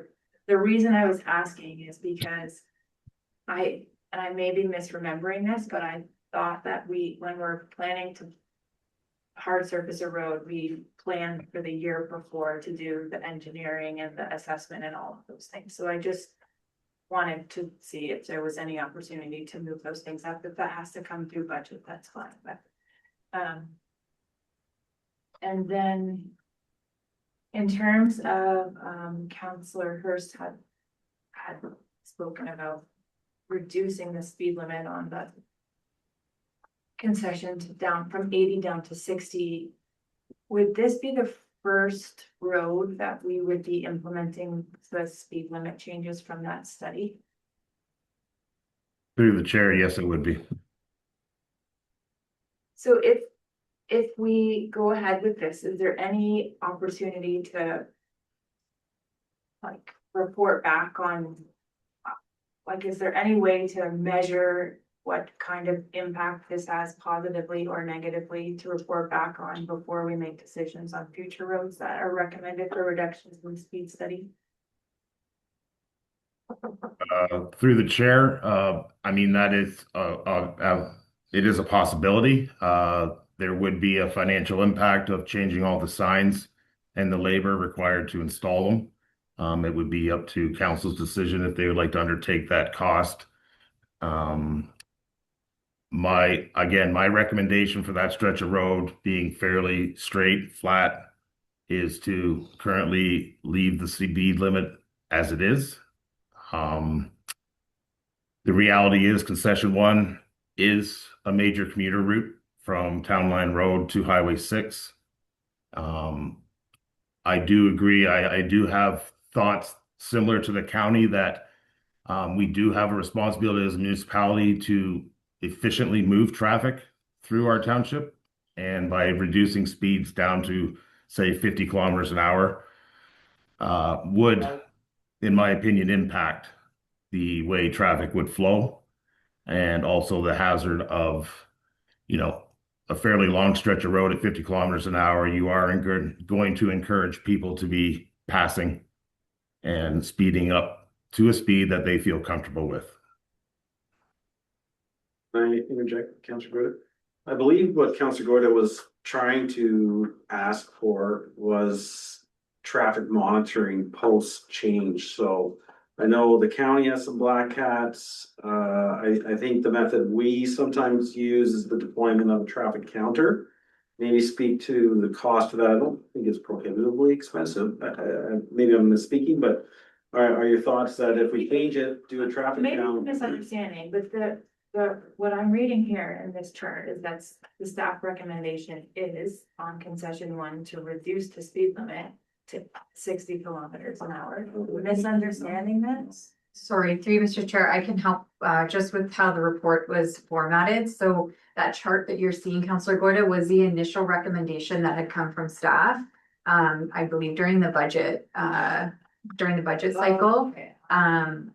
And so that just sort of shows where we had started. And then at that time, council had said prior to doing this, we want to see some engagement with the property owners. That makes more sense. Yes. I'm sorry, I was misunderstanding that we were recommending change the speed limit the whole way to 60. And I was saying, like, if we're gonna do that, then we better be monitoring what the end result is of that to see if it has any effect before we go and do the next one. But I'm completely misunderstanding. No, but you have a the valid point. recommendation.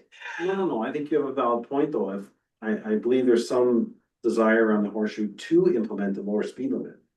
So staff recommendation, my understanding is not to. There may be desire from the council to do that, but the second component of that is if the speed limit is reduced, what you're speaking to is we need some follow-up data after, say, a prescribed amount of time, whether it be in 1 year, to say, what are people actually driving on that road, is what you were kind of getting at, Yes, right? that is what I. So then my question would be to the director, what's the cost to deploy those traffic counters? Do we have a budget line that we utilize for that? So in a year's time, if we come with an ask to do traffic counting, is that a possibility? Through the chair, yes, I'm sure several of my accounts could absorb a period of time where a black cat or traffic counting was deployed. Okay, so there's your answer if the speed limit is reduced, so.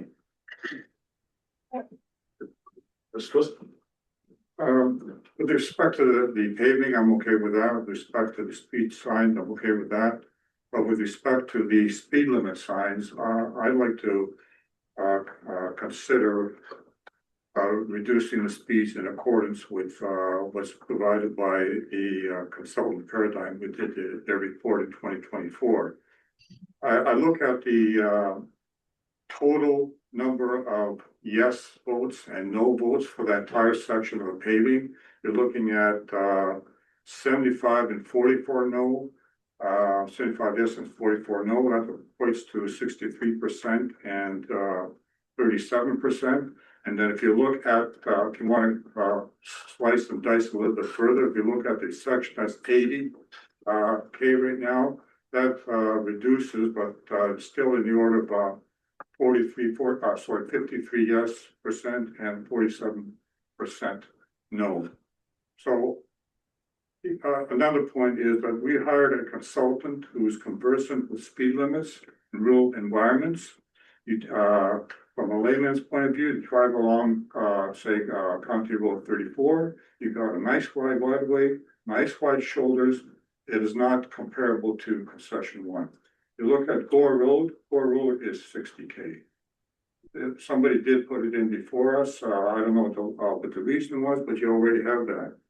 So I'd like to table the motion that says, whereas 63% of residents who responded to the speed survey expressed the need to reduce the road speed on concession one from Town Line Road to concession 7. And whereas the consultant Paradigm in the 2024 Township Plus the speed limit study recommended speed reductions in this area, and be it resolved that speeds along concession one be reduced to those recommended by Paradigm, and in future similar situations where at least 51% of survey respondents agreed to a survey reduction, the speed be reduced to identified in the speed limit study. And the council continue to be apprised of such survey results. So that's my motion, I'd like to table. All right, that's tabled. Can I get a seconder, please? Councilor Bailey, questions or comments? Councilor Bailey. Get clarification on. Sure. Did you, you were recommending all the, so when I'm looking at the report that shows the full concession one. Yes. What you've tabled is going from 80 to 60, 80 to 60, 60 to 50. Correct. And 80 to 50. All of the recommendations. All the recommendations that our consultant said. The 80s go to 60 and the 60 goes to 50. Okay. Well, 180 goes to 50. 180 goes to 50, sorry. So I guess my question to staff is like, we've heard this even this morning in the delegation is ultimately comes down to enforcement. Do we know we have OPP on board? If we're implementing this, that they will be there to help us go through this change, and history's kind of showing we don't have that full commitment. And I don't know what happens when we change a speed of a road. Is there a process to notify OPP? Maybe staff can speak to that. So through the chair, to your first point on the enforceability of it, I think that is a big piece of that is going to get the speed analysis through whatever tracking mechanism we have on the road. So if we were to deploy black cats on the road after the speed changes, I think that is really important to forward to the OPP to say, you know, look at you see this sort of occurrence on this road, to sort of back up a request for enforcement with some data. So I think that that's really important. In terms of process, we can look a little bit further into that. We will need a bylaw to amend the speed on the roads, from my understanding. So that will have to come back to council. And so before we do that, we'll reach out perhaps to the OPP and find out how they'd like to be included or notified in this process as well.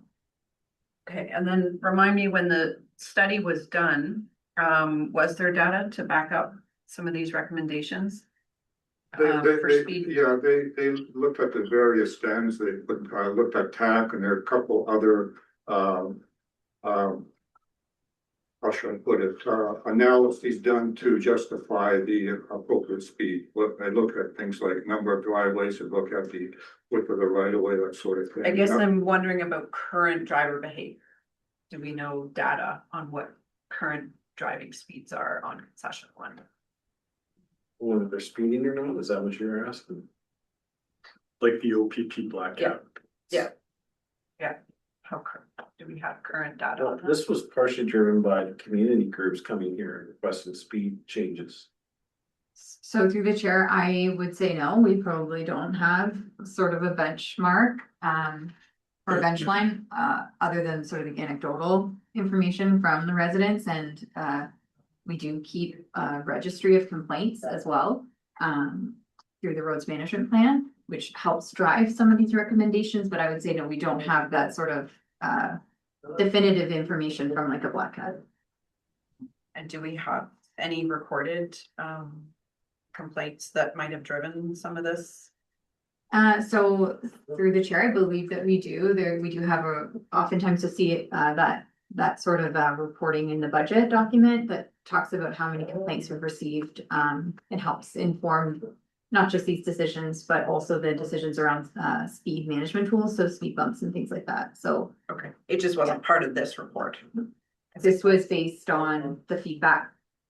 Just from the Specifically, yes, from the survey, yeah. Yeah, I think I shared kind of my comments before. I would say just be piggybacking in Councillor Gueda's previous comments is that my thinking would be as if Mike can place some speed detection equipment there over the course of the next number of months to actually track the speeds. I think that would aid my comfort, but I think right now I'm not there. Well, I think the problem with that, Councillor Hurst, is when we've asked for enforcement on this road previously, and I should let Mr. Fowler speak to it, but the OPP indicated there has to be signage every prescribed distance, which to me, I thought it was relatively close, but say it's every 800 meters. So part of bringing these new speed limits in is during the reconstruction is the placement of these new signs. So depending on construction schedule, we don't have a lot of time to delay the count traffic because this is gonna go to tender, they're gonna close the road. And the ideal time to put in new signs is now, not, after construction. So I don't know if there's anything you want to add to that. Am I generally correct, Mr. Fowler? Through the chair, yeah, generally correct. Not sure if the numbers would be skewed a bit once the new asphalt's down and it's nice and smooth. It probably will tend to accelerate the speeds of some people, but currently right now, yeah, my indication is that they are currently traveling at 80 or above. And I'm working off an assumption that after the reconstruction, we would have more speed limit signs on the entirety of this section of road if we reduce the speed versus what's currently there. Yes, that is correct. Currently, a couple sections of concession 1 is unposted, assumed to be 80 from the rural traffic standards. So there's the challenge with, trying to get traffic counts. We'd have to do it relatively quickly because once this goes to tender, they're either putting signs in or they're not. And totally understand that. That's fair. You put a sign every 200 meters that says 60. I'm not sure it's gonna make people drive 60. I agree with you. Okay, Councilor Brett. Did we incorporate this change of speed into our budget? Like, is it in our budget? The signs? So through the chair, I believe the rationale for putting it in, the director can correct me, with the construction was that it was going to be absorbed through the construction costs for the signage, but perhaps our director of public works can just confirm that. Yes, the consideration for any additional signage and labor will be tied into the capital spending for that section of road. And that's not incorporated into this current number that we're seeing. That would be in addition to, That's it. it is. So this. I think, I am agreeable to Councillor Sepoulus's motion with maybe the exception of the last line, which maybe you could read again, the future 50% or 60% or something. Yes, and then in future similar circumstances or situations where the total of at least 51% of survey respondents agree to a speed reduction, but the speed be reduced to that identified implicit speed limit study. I would, if you feel uncomfortable with that statement, I'd be pleased to withdraw that. I guess what I'm thinking is I do agree with you. We've had a consultant do this report. We've had a good number of residents give feedback that they would like to see it changed. I would almost like to treat this as like a pilot to see, like, let's do it. Let's go ahead and make the changes as per the consultant report. Once it's in place, let's do the speed counts. Let's see how effective it is. And that, instead of in the future it being based on 51% or more, it's based on whether it's actually effective or not. Because regardless of what people want or don't want, if it doesn't change behavior, it's not worth doing. But I don't really think that we'll know that one way or the other without at least trying it. So that's kind of where it's. I was uncomfortable with the 51% as well. I thought that to me is basically half, and you're gonna upset the other half if you don't. So I'd appreciate it if you Sure, I'll withdraw that portion. that portion, and I agree with Councillor Goyda. I would appreciate, so even if this didn't go forward, that we didn't or if we don't amend the speed limit through the construction design, that we add those additional signs, because the feedback we received from the OPP is we can't enforce because there's not enough signage. So even if it was staying at 80, I want the new signage absorbed into the construction costs of these segments of roads, so that when we get resident complaints, we call the OPP, it's enforceable. So that's going forward. But yeah, I think also communication to the community that we had, whatever the number is, Councillor Spruce did the math, 64% of the residents that live on the road. So changes, I see this Facebook blast, change coming to Puss Lunch.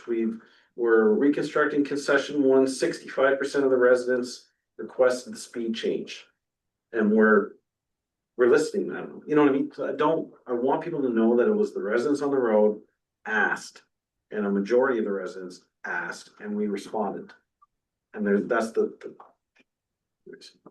so I feel like there's gonna be 44 that paint us as, you know, not being wise or something, because we reduced the speed limit to 60, right? So we're trying to be reactive to concerned citizens. We have the data, for just push it out. Okay, so did Councillor supposed to table the motion? Did I get a seconder for it? Councillor Coyle seconded it, and you have removed the line. I have removed the line that says that in future similar situations where at least 51% I left in, and the council continue to be apprised of such survey results. And I think Councillor Goyda also would like to probably make a friendly amendment that the section of road be monitored. Or I would maybe ask our director of roads to maybe give a realistic time frame for that. I really don't know. But yeah, I would like to see. I did get that. Could you try again? I would like to see.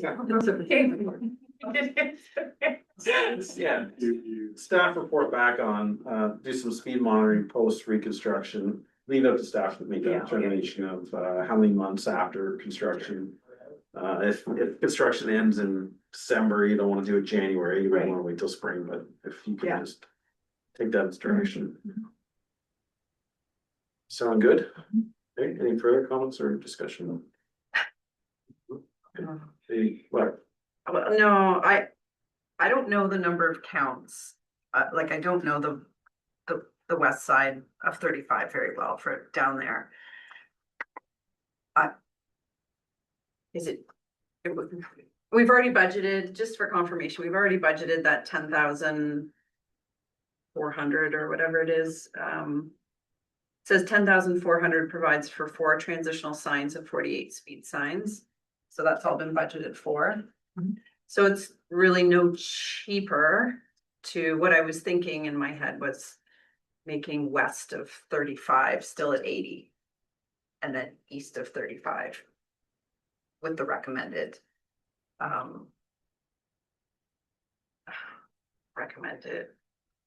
speed change. And now I've lost my thing. But I think like Councillor Willis has said, we've got the recommendations, we've already got the budgeted, and it is, to me, if it's gonna be if OPP is gonna be able to help us out with this, it should be a safety improvement. And all in favor? Very, oh, no. I'm not buying it, but I get where we're going. Yep. All right. Miss Heater. So just to clarify, I only applied for concession 1, concession 2, we left as is. Correct. Yes, that's how it's captured in the motion. Yes. Okay, thank you. Welcome. All right, then we have 9.7.1. Is Miss Heater joining the live stream? Is Heater? Through you, Mr. Chair, sorry. Yes. Oh. Go ahead. Thank you, Mr. Chair. Through you, this report is to seek council's approval to change the township's current process for the approval of corporate human resources policies, such that that authority for approval of new and amending current policies would be given to the CAO. This approach is intended to support and align with municipal best practices and support more of a clear separation between governance and operations. And as mentioned in the report, any of the policies or changes to a policy that would have financial implications would be brought forward for council's approval. Happy to answer any questions. All right, so can I move in a second for the recommendation included in the package, please? Councillor Hurst, Councillor Bailey. All right, questions, Councillor Bailey? Maybe just a question for current. I see now it says currently all corporate policies require council approval prior to implementation. If this new recommendation was to be implemented, is there a way just informing council of the changes that are happening? So through you, Mr. Chair, staff will continue to provide council with regular updates and summaries of those policy changes as appropriate for information purposes. That would be great. Thanks. No, nothing. I think I look at this as kind of day-to-day stuff and yeah, council's here for strategic direction. So I'm in support of this. Yeah, I'm good. I'm good as well. All right, wait a little second. You did, yeah. All in favor? It's carried. All right, 10.1 on Bunsen and report. Thank you. Do you want to speak to this, Ms. Orthox, or? Yes, sir.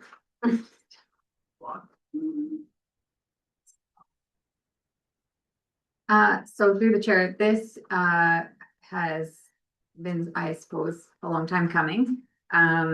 This relates to well water interference matter that occurred in the township in 2024. If we recall, there was a water issue on Highway 6 caused as a result of a spill. And so as sort of a follow-up to where the ministry landed with this, council really was not satisfied with the outcome or the investigation. So in addition to council doing its own hydrogeology investigation, we also submitted our concerns to the Ontario Ombudsman just as it relates to the MECP's investigation of this matter. And so this is, again, it's been a long time since 2024, but the Ombudsman did conduct their investigation. And just as for information purposes for anybody watching and perhaps for council, the ombudsman's job is not necessarily to dispute or sort of scrutinize the result of an investigation. Their job really is to make sure that the agency that had jurisdiction did what they were supposed to do. So responded, investigated, notwithstanding the result of that investigation. And so what we're hearing from the ombudsman is that that process was followed by the MECP. And again, I had a number of conversations with the ombudsman throughout the course of these last 2 years. And I'd be happy to answer any questions from council. And also if there's anything else you'd like to see staff do in relation to this file as we sort of close it at this point, we would be happy to take that direction. You to receive it for information or? It's to receive for information. We also were thinking of mailing the ombudsman letter to all the affected property owners that spoke up and participated in the township's investigation as well, just to let them know that council took this extra step. And this was the result. Questions, comments? Ms. Bailey? Just a comment, it's disappointing that there wasn't some action that came out of this request. I'm not sure what that would have looked like anyway. I don't know what jurisdiction the ombudsman has, telling someone to reinvestigate or get different results. But I think it was good of this council to take this step, and at least we can see that the process was followed. Whether the results were what was good or not, at least the process was followed fairly. Okay, yeah, I agree with Councillor Bailey's comments. I kind of view this as the conclusion of this fiasco 2 years after, but I think it's important, and I commend you, Courtney, for pursuing this, because I think it's important to hold accountability of regulatory authorities. Maybe the outcome isn't maybe what we had wanted from the ombudsman, but I think you make a point, like they follow a process. So I think for those residents that are impacted by this, I think just to show them that the municipality did everything that the collective we could to address this, I think is well placed. So, yeah. Gordon? Yeah, I would reiterate those same comments. It's definitely going to be disappointing to the residents to see this resolve, but yeah, thank you to staff and to Stan and Angie, who did a lot of work to investigate this, but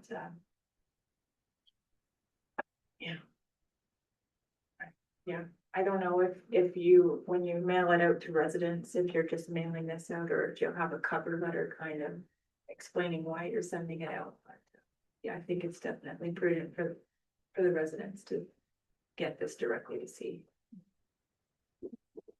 I'm disappointed in the sense that if you're a private have a private well, you've got no protection. Okay, that's the bottom. Okay, the health will not provide you with any backup. Neither will the MECP. You're on your own, basically. And you look at the Wapaton report. Granted, it was a community well, but it was supposed to apply to all residents in the province of Ontario. So as a last kick at the cat, I would like to suggest that we send this to the Halton Conservation Authority Source Protection Committee and say, this has happened, these are the results. Can you recommend how can we best protect our how can the residents best protect themselves in the future? Because there has to be something. I know the province is intending to put in some guidelines. Your private property owner should be doing this and this. But that's you creating, influencing your particular well. Doesn't address somebody else affecting your well. And that's wrong. I agree. I also feel we should email or send this to the MPP. So I'll back up. The ombudsman investigated and I feel like there was an opportunity to look at how well they investigated. And it's disappointing that their position is, well, we just look at if there was an investigation, because clearly where things went off the rails was that the investigation wasn't done well. So that is just very disappointing. So I think we should email or send this to the MPP, and it has to be fairly high level, but indicate that this was the initial investigation. Our investigation found this. We recommend that the MECP revise its policies or standard operating procedures, something to ensure that thorough investigations are completed. That's the feedback to me. Because obviously our experts found something that, and MECP missed it. I had one more, maybe merit in sending it to the Auditor General as well. I'm not sure if they have an investigation into MECP activities, but that would be something that even in 2 or 3 or 5 years, they're doing, that would be a fantastic case study for them to use as context. So I think that's a relatively straightforward thing to do. I think whatever goes to MPP Rosinski can be also forwarded to the Auditor General. Do you think, I just don't understand how sending it to Halton Source Water, wouldn't the advocacy of province to develop better policies or inspection protocols be more appropriate to help? Well, protect these? Source water, I agree that they're supposed to protect the water for our users. It's primarily focused on municipal wells. Municipalities who have wells are bringing water to treating and bringing water to their constituents. I've been trying to push for the Lake Erie Source Protection Committee to get the province to do more and just simply say, yeah, this is you should do this and do this. There was a report put out by Ontario Ombudsman dealing with how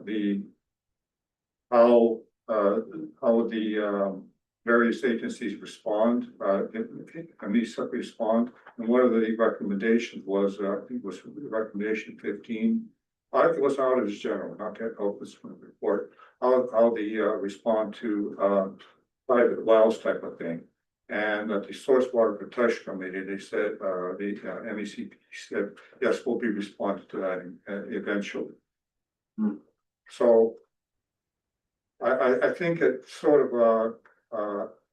going to the Source Water Protection Committee, at least it's on their radar. They know that, and they should think about it, because Halton region has a lot of rural water users as well, not strictly municipality. No, I think it's fine. Just not sure. All right, what do you have captured? Yes, so we're gonna receive for information and then direct staff to mail the response to all property owners within the impacted area. That will include sort of a cover letter. I am looking back while we emailed in 2024 requesting the ombudsman investigate. This has been going on since 2023, so it's actually that's a long time. So I think we'll just refresh memories with that cover letter. And then we'll send to Halton Source Water Protection Committee requesting recommendations on how private well owners can be sort of what they can do for their properties, and if there's any other advocacy that comes out of that. As well as MPP Rosinski expressing concerns with the quality of the investigation conducted by the MECP and also forwarding to the Auditor General. Just moving that. I don't have anybody yet. I suppose. Sir, first. Right. Any last questions or comments? All in favor? Carried. And that one, email delegation submissions. But yeah, Ms. Whitefox, do you have some submission ideas? So through the chair, we did list in the council Q&A the delegations that were not successful at Roma. So I don't know if we wanted to start with those. And then just based on the discussion today, we added that we wanted to sorry, I'm just reading my notes here. The MECP for prescribed drinking water threats. And that we look at, we asked that it be added for fill importation to aggregate pits to the Clean Water Act.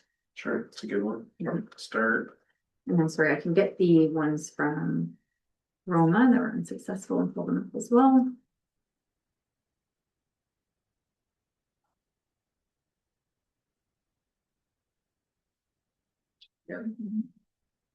So we had the Ministry of Transportation, again, just with the Morrison bypass. The MECP, so in addition. Just pause, let's do one. MTO. Sure. Let's ask for what's going on with County Road 46 bridge. Because there's tons of surveying going on and there's word that they're going to rebuild that. There was a report to County Road, sorry. 46 Park Road. Okay. And then, because it's being mostly built to the configuration of the bypass. It was on the roads committee agenda, but hasn't been circulated to us. And then as a slash, the hydro wires, they were supposed to be already raised. And there's something going on, so an update on the hydro wires, because that is tied directly to the southern portion of what the bypass. So once they commit to that, then they're kind of got their toe in the, whatever the saying is, you know? Right? So anything else from MTI? The bridge, they did do an outreach because the youth committee were talking about different recommendations. Well, There was some sort of outreach, but yeah, I don't know what's happened since. yeah. And we don't know just like what's happening. I don't know if that plan I sent you, that was at the roads committee, had a sidewalk on it or not. I didn't know. I didn't look either, sorry. So let me get over that. That's one of the questions, because they're gonna want to bring that for a bridge. pedestrian access across the bridge, new bridge. So that was MTO. Okay, then we have the MECP, so now we have 3 items that we'd be asking for. So clarification on available programs or mechanisms to address contaminated soil removal when the property owner is non-compliant or insolvent. Clarification on permits to take water, specifically whether the MECP continues to approve water taking permits when the associated site use has ceased. We have clarification on that. Okay, We received the email that they have to indicate that the use will start soon. It was pretty much verbatim. satisfied or should we? I'm not saying we're satisfied. Okay. But we No. need clarification. Okay, so we'll keep that one in there. Months or years. And then the prescribed drinking water threat related to fill importation. And then we have the Ministry of Economic Development, Job Creation and Trade. Clarification regarding the special economic zones framework, particularly in relation to the community benefits charges and planning implications. Yeah. I'm fine with dropping that one off because so far the only special economic zone has been the airport, I believe. Yes, I think that's the only one so far in the province. Yeah. I don't think we're getting an airport. You guys okay with just? Is there any other items that? I had written down multi-act for well development casing standards. It's probably more an ECP. For oaks, yes. Yeah. Multi-aquifer.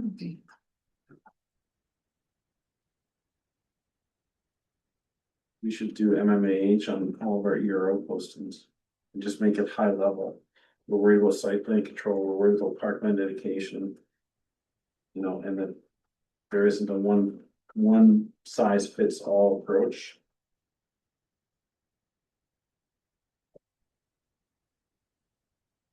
Can you just repeat that? Sorry, I was taking. Site plan, loss of site plan control. is- Okay, sorry, the EROs, yes, and that. So MMAH for the, just, it doesn't have to say the EROs, it can just fit, but however you want to tie it together, but it's the loss of site plan control. Parkland dedication changing to encumbered lands and how that could affect. We rely on the parkland dedication fees to keep our current parks facilities well maintained.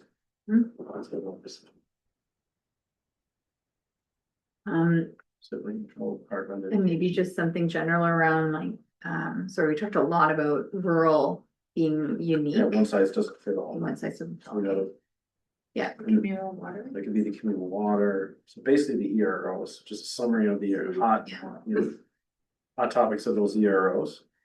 Throw it together and submit it. And we need 40 minutes of their time to talk about all that. That work for everyone? Okay. Good. Oh, Probably get a 25% success rate. Well, that's it, right? It'd be really nice to get an ECP. We need to start, and it's no fault of anyone's, when we get declined, follow up with Joe, and then take our concerns to Joe, because he's our contact, right? We've been buried and everything else lately, but. So can I move her second or two?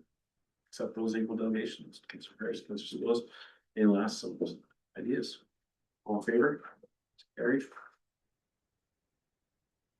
We do 10-4.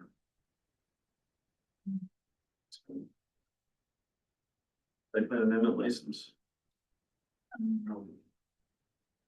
Years. Through you, Mr. Chair, this correspondence item, is just a notice for an approval to a site plan amendment for license 5738 under the Agri Resources Act, so, this has been approved. The request was from December 5th, 2024. So this is the University of Mill Creek pit. They're extracting a lot of the ground. This is just for information. Yeah. Any comments? My computers are. Any comments from council? No.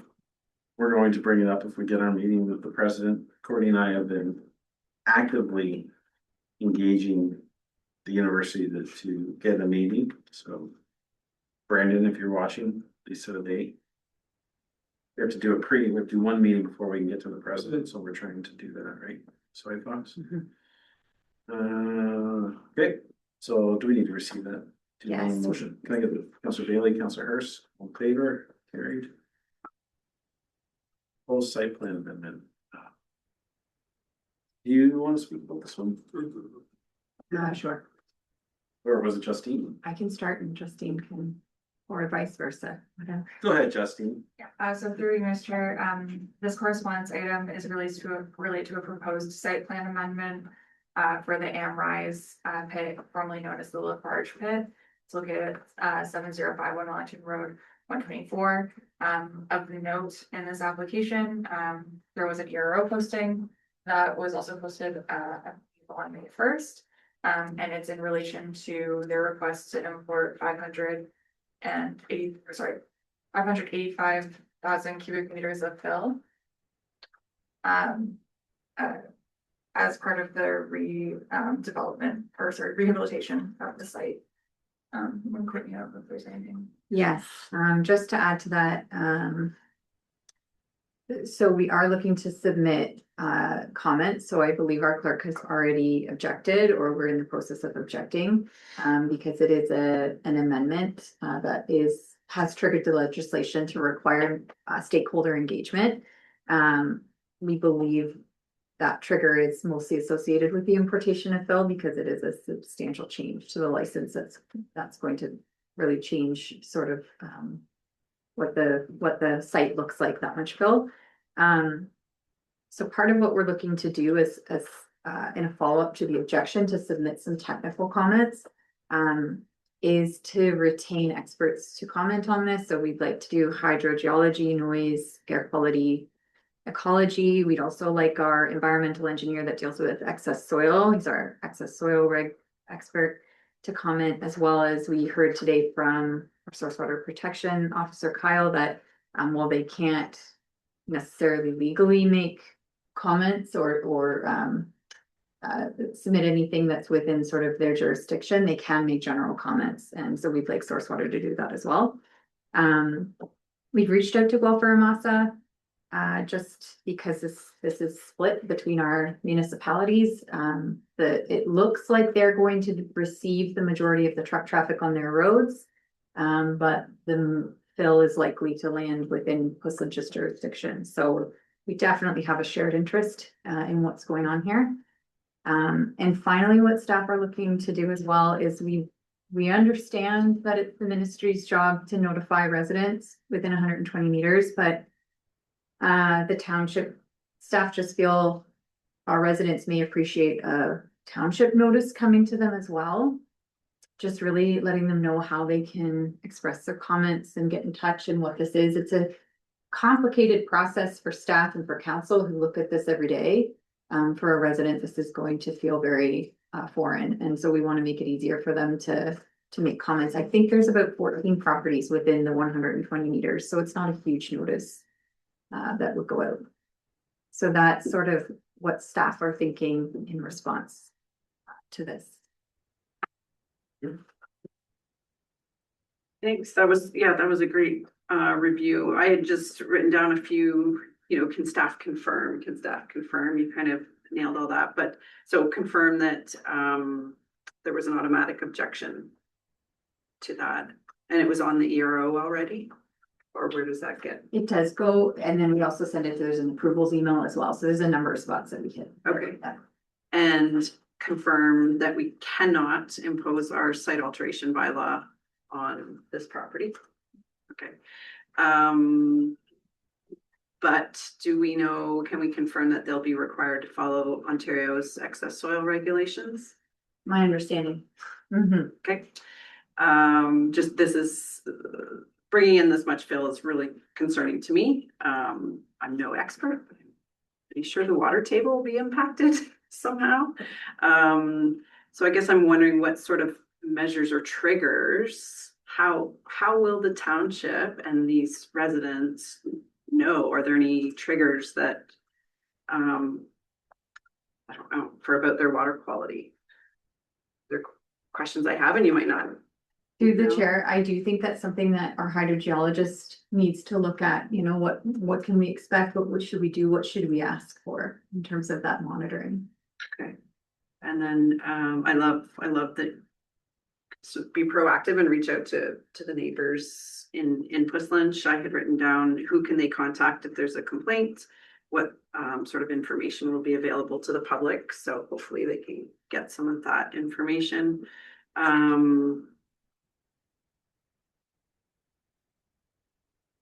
Yeah, I'll leave it at that, but no, fully agree with getting some experts to comment on that. So. Yeah, I don't think I have a lot to add to that. I think it support the process, hold accountability, keep an eye on it. That's good. The only thing I wanted to ask is if it makes sense to engage with the city of Guelph as well. I don't know, I'm not really sure how it impacts them or their water at all. I'm not sure. I think that will be something kind of cut it out. I just thought of one. Through the ARB ruling, any lands disturbed and not rehabilitated are in the industrial tax laws. So as soon as they do this site plan amendment to these lands, then those lands will be technically not rehabilitated because they're going to bring in 550,000 cubic meters. Thus, the site wherever is the amount of site that's going to receive the material will revert back into the industrial tax list. So we need to indicate that to MPAC and TAPMO and Ken. And we need to start flag just that. So we need to start flagging these amendments because of why I just said they revert back into the industrial tax class because their rehab is now technically not complete. And maybe we'll try to call Ken, have him look into that. Hopefully I'm correct, but go ahead.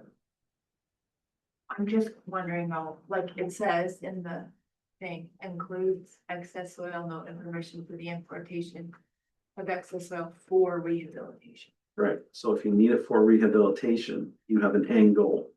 The rehabilitation is the final grade, because they're gonna restore it to the original grade. So that interim period of where you're not at final grade and you are, That means your site is integral to the operation. And until you meet final grade and rehab is complete, you're in the industrial tax class. So I think I have a gist out of it. So we'll see if we can make it stick.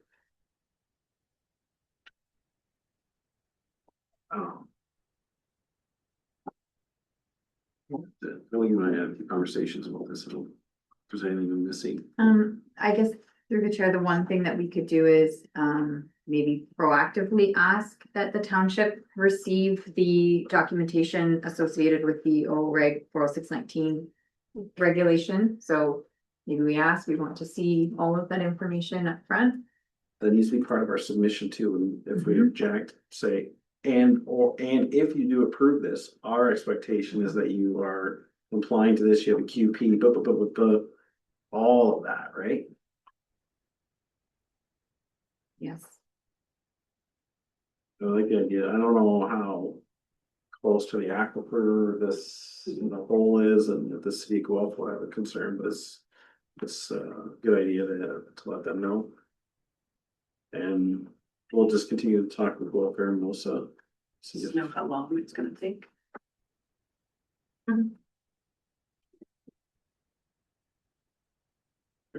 Anything further? Thank you, mover and second for that, please. Let's close Councilor first. All in favor? That's carried. Oh, hey, this IESO. Who wants to give us a high level summary on this one? You, Justine, go ahead. So through Mr. Chair, our CEO and I attended a meeting with the IESO regarding their initial plans for the South and Central Bulk Plan update. This plan is in its kind of early stages of development at this point in time. This plan will complement the KW Wealth, Cambridge, I can't remember what the other municipality is that's listed in the other plan. That council received an update a few council meetings ago from Hydro One. So these plans are interconnected. The South and Central Bulk Update Plan is in a much earlier stage. And something that council will see more information about as they work through it and get to more of an implementation stage as they are with the KW plan. At this point in time, they are seeking feedback from the township. Staff are just recommending that we advise the ISO of the township and our township's employment land study for their consideration just in future plan development. In terms of electricity needs in that area.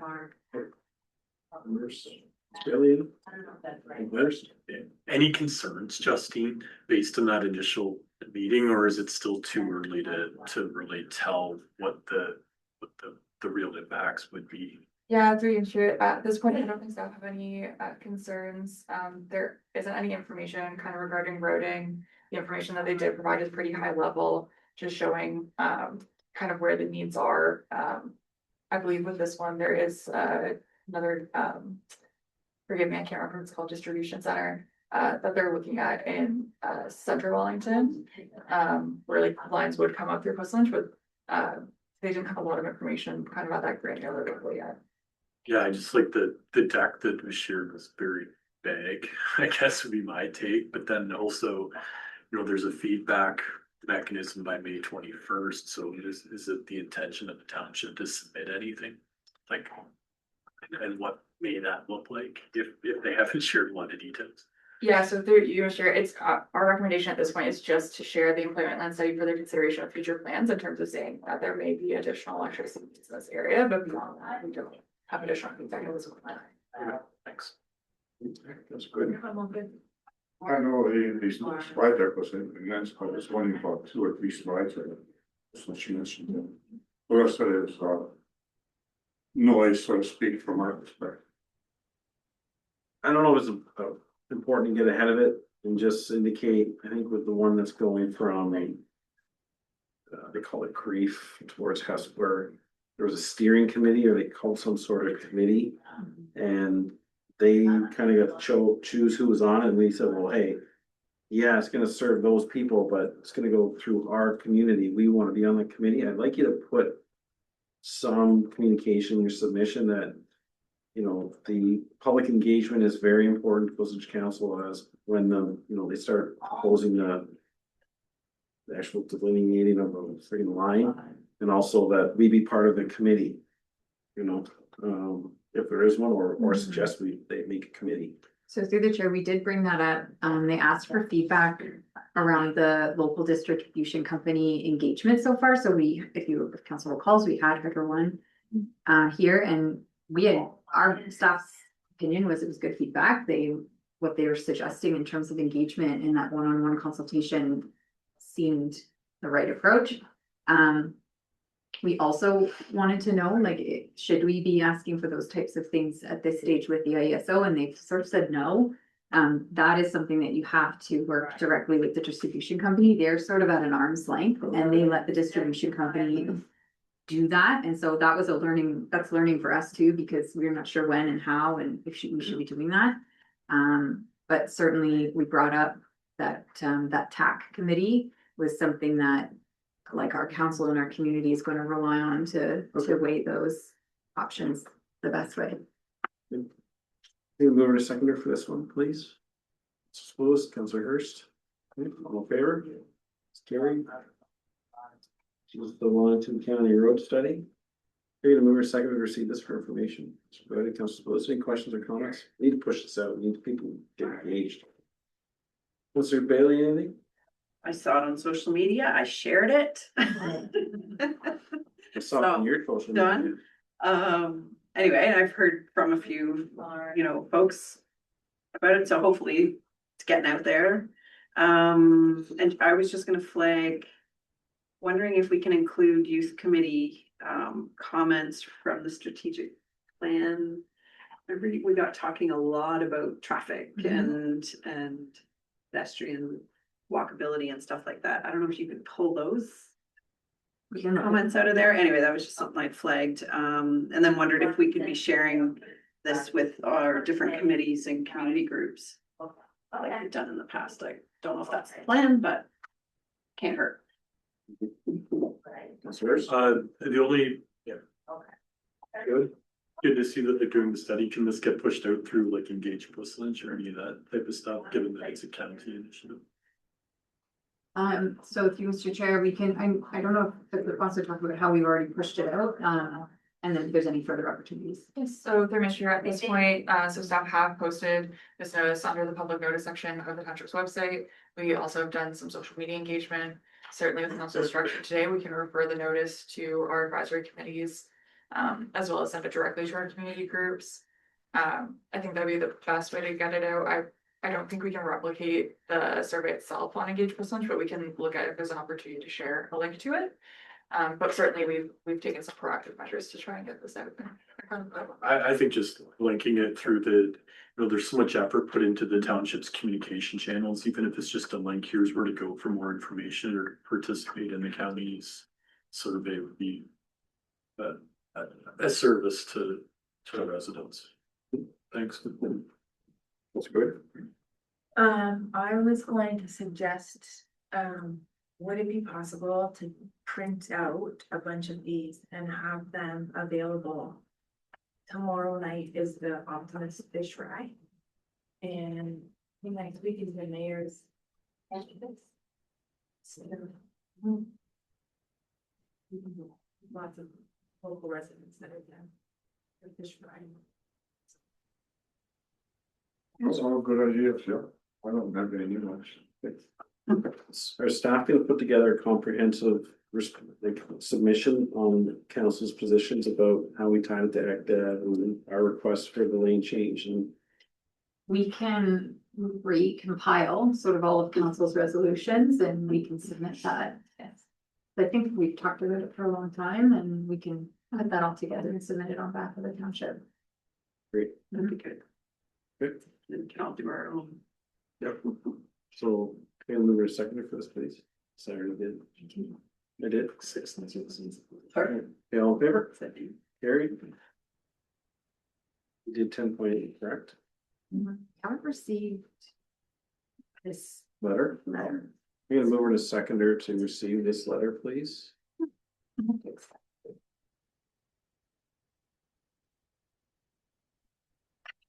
Okay, we're gonna second to receive it, please. Counselor Harris, Counselor Bailey, John's out. In favor? What's wrong? Oh, it's just a letter. It's the letter from MAH. Yeah. Oh, yes, yes, you did. Yes. Counselor Hurst, weren't you gonna move something on this?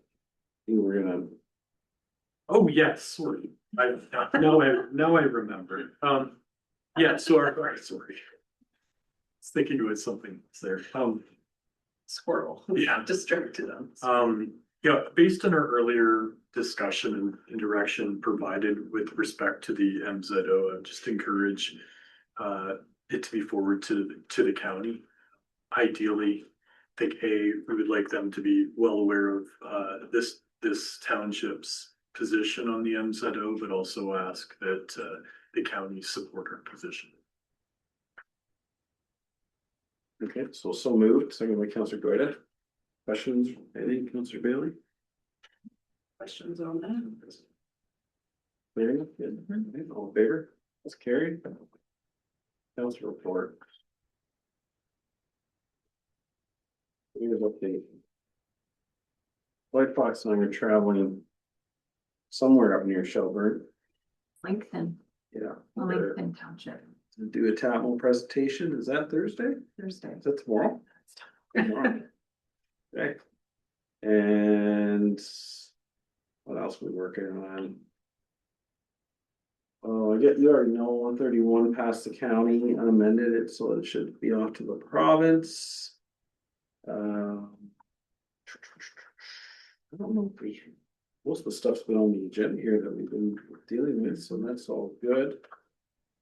Well, OP 131 being off the province, so it's good. I'm trying to feel in there. Mayor's breakfast next week. What's the date, Mayor? 13th, 7 a.m. 7:30. I did that on purpose. I should didn't know it was 7:30. When do your comments? So it's good. So hopefully we'll have good attendance with that. Fish fry. Well, that's what I'm supposed to. I feel like I'm forgetting something for Mayor. That's what. I think that's it. So we'll get a mover and seconder to receive that, please. Mr. Goya, in favor? Thank you. Any updates from council members? I could just share, we had a Heritage Committee meeting on Mondays. We're working through the last few heritage designations, but you know, I think an exciting thing from my standpoint would be we're towards the end of this term of council with the Heritage Committees. We're starting to identify some projects for the next 4 years, which I think is, you know, from a Heritage Committee standpoint, we've had an incredibly productive 3.5 years in terms of designating properties. And I think a couple things to add into the future as guidance would be what we can do as a community around barn preservation. And the second is exploring the potential of doing heritage districts. So the first would be very much at the early conceptual stage, but the potential for Morriston to be designated as a heritage district. So again, very forward thinking from the committee, but it's encouraging that that's the dialogue that's taking place with that committee right now. I think it's very forward thinking. So I'll just share that. It's been a really well engaged meeting. So okay, Laura, seconder, receive that, please. Any other council member updates? All in favor? That's carried. Bylaws. You don't read all those. Strong, what they do. Okay, so, Mr. Chair, there are two bylaws that members would have conflicts with. Do you want to pull those bylaws or to do them separately? So. How many members, it leaves us with 3? Yes. No. Okay. They can just both exclude themselves. You know, the balance of us, it's just bylaws, it's just. Just a question, Mr. Mayor, as part of the report, didn't we designate these all, gave all 3 readings already, and do we have to do it again? Yes. So, very good, Chair. The recommendations in the report are for council to proceed with giving the bylaws 3 readings. then this resolution itself is council giving the 3 readings to the bylaws finally passing them to full council. So just to get us done a little quicker, or whatever, so. Just read them each of them. As presented on the agenda. Present on the agenda, all of them, like a mover, and it's one loud, you, so all in favor, the 3 of us, carry. Great, announcements. Fish fry, somebody? Fish fry, when is it, tomorrow? Tomorrow. We won't be there, we'll be in, where are we going? After the Melancton. Yep. The chicken dinner too coming, oh, the June. We can Yeah, announce that next June. time, next meeting. Yeah. Okay, so fish fry. I don't know if this is the appropriate part of the agenda, but just, do you know how did the roadside cleanup? I participated. Yeah, I think it went well. It's a really good piece. I would say doing it in a snowstorm on Saturday morning wasn't fantastic.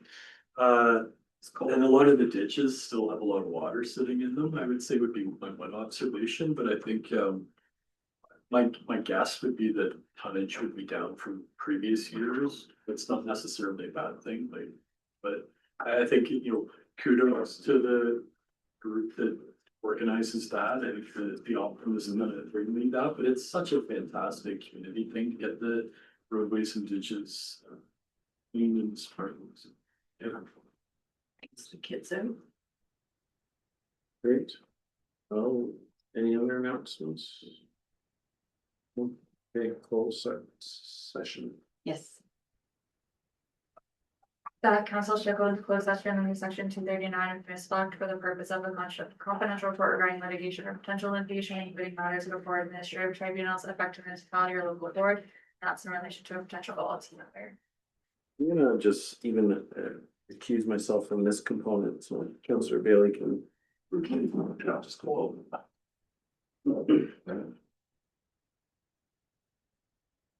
Just gonna wait for him to leave. We just need a mover and a seconder for that. We can do this in open, so just a mover and seconder to go. Okay, so I need a mover to go in closed.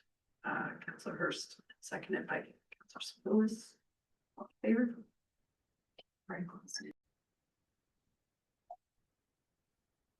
Okay, resolution to go into open. That council moves into open session at 4:45 p.m. The mover, so Hurst, seconded by Councillor Sepulveda, all in favor? It's carried. And that council receives the following report for information, content report regarding litigation or potential litigation, including matters before administrative tribunals affecting the municipality or local board. That's in relation to a potential OLT matter, and that staff proceed as directed. The mover for that, Sepulveda, seconded Councillor Sepulveda, all in favor? That's carried. Thank you. Back to you, Mr. Mayor. Thank you. Any business arising from the closed session that I can't participate in? No.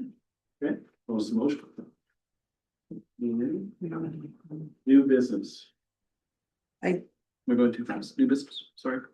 I just had a question for Mr. Fowler, and I don't know if he's back from us being back. Okay. I'll ask him. Okay. Or email. Well, I know the answer. I wanted him to talk to everybody. Oh, I know I think you're But talking that's about. okay. Okay, We're good. all right. Councillor Coyda's got some. Sorry, go ahead. That's great. I just wanted to say that I really like the new addition to the reports with all the references to strat plan. I find that really helpful, so. I just wanted to recommend it. Nice touch. Yeah, the stocking was very handy too. Yeah. That was very. Really helpful. Chair. And keep us on track. So it was a very busy agenda. Thank you for all the help. Okay, anything else? Confirmatory bylaw? That the following bylaw be taken as read 3 times and finally passed over council, bylaw 2026-034, being a bylaw to confirm the proceedings of the council for the corporation of the township of Westland, Chad's meeting held on the 6th day of May 2026. Mover, please. Mr. Hurst, Councilor Lewis, all in favor? Married and adjournment. That council hereby adjourns at 4:47 p.m. Mover, please. Councilor Bailey, Councilor Hurst, all in favor? Married. That's it. Thank you, everyone.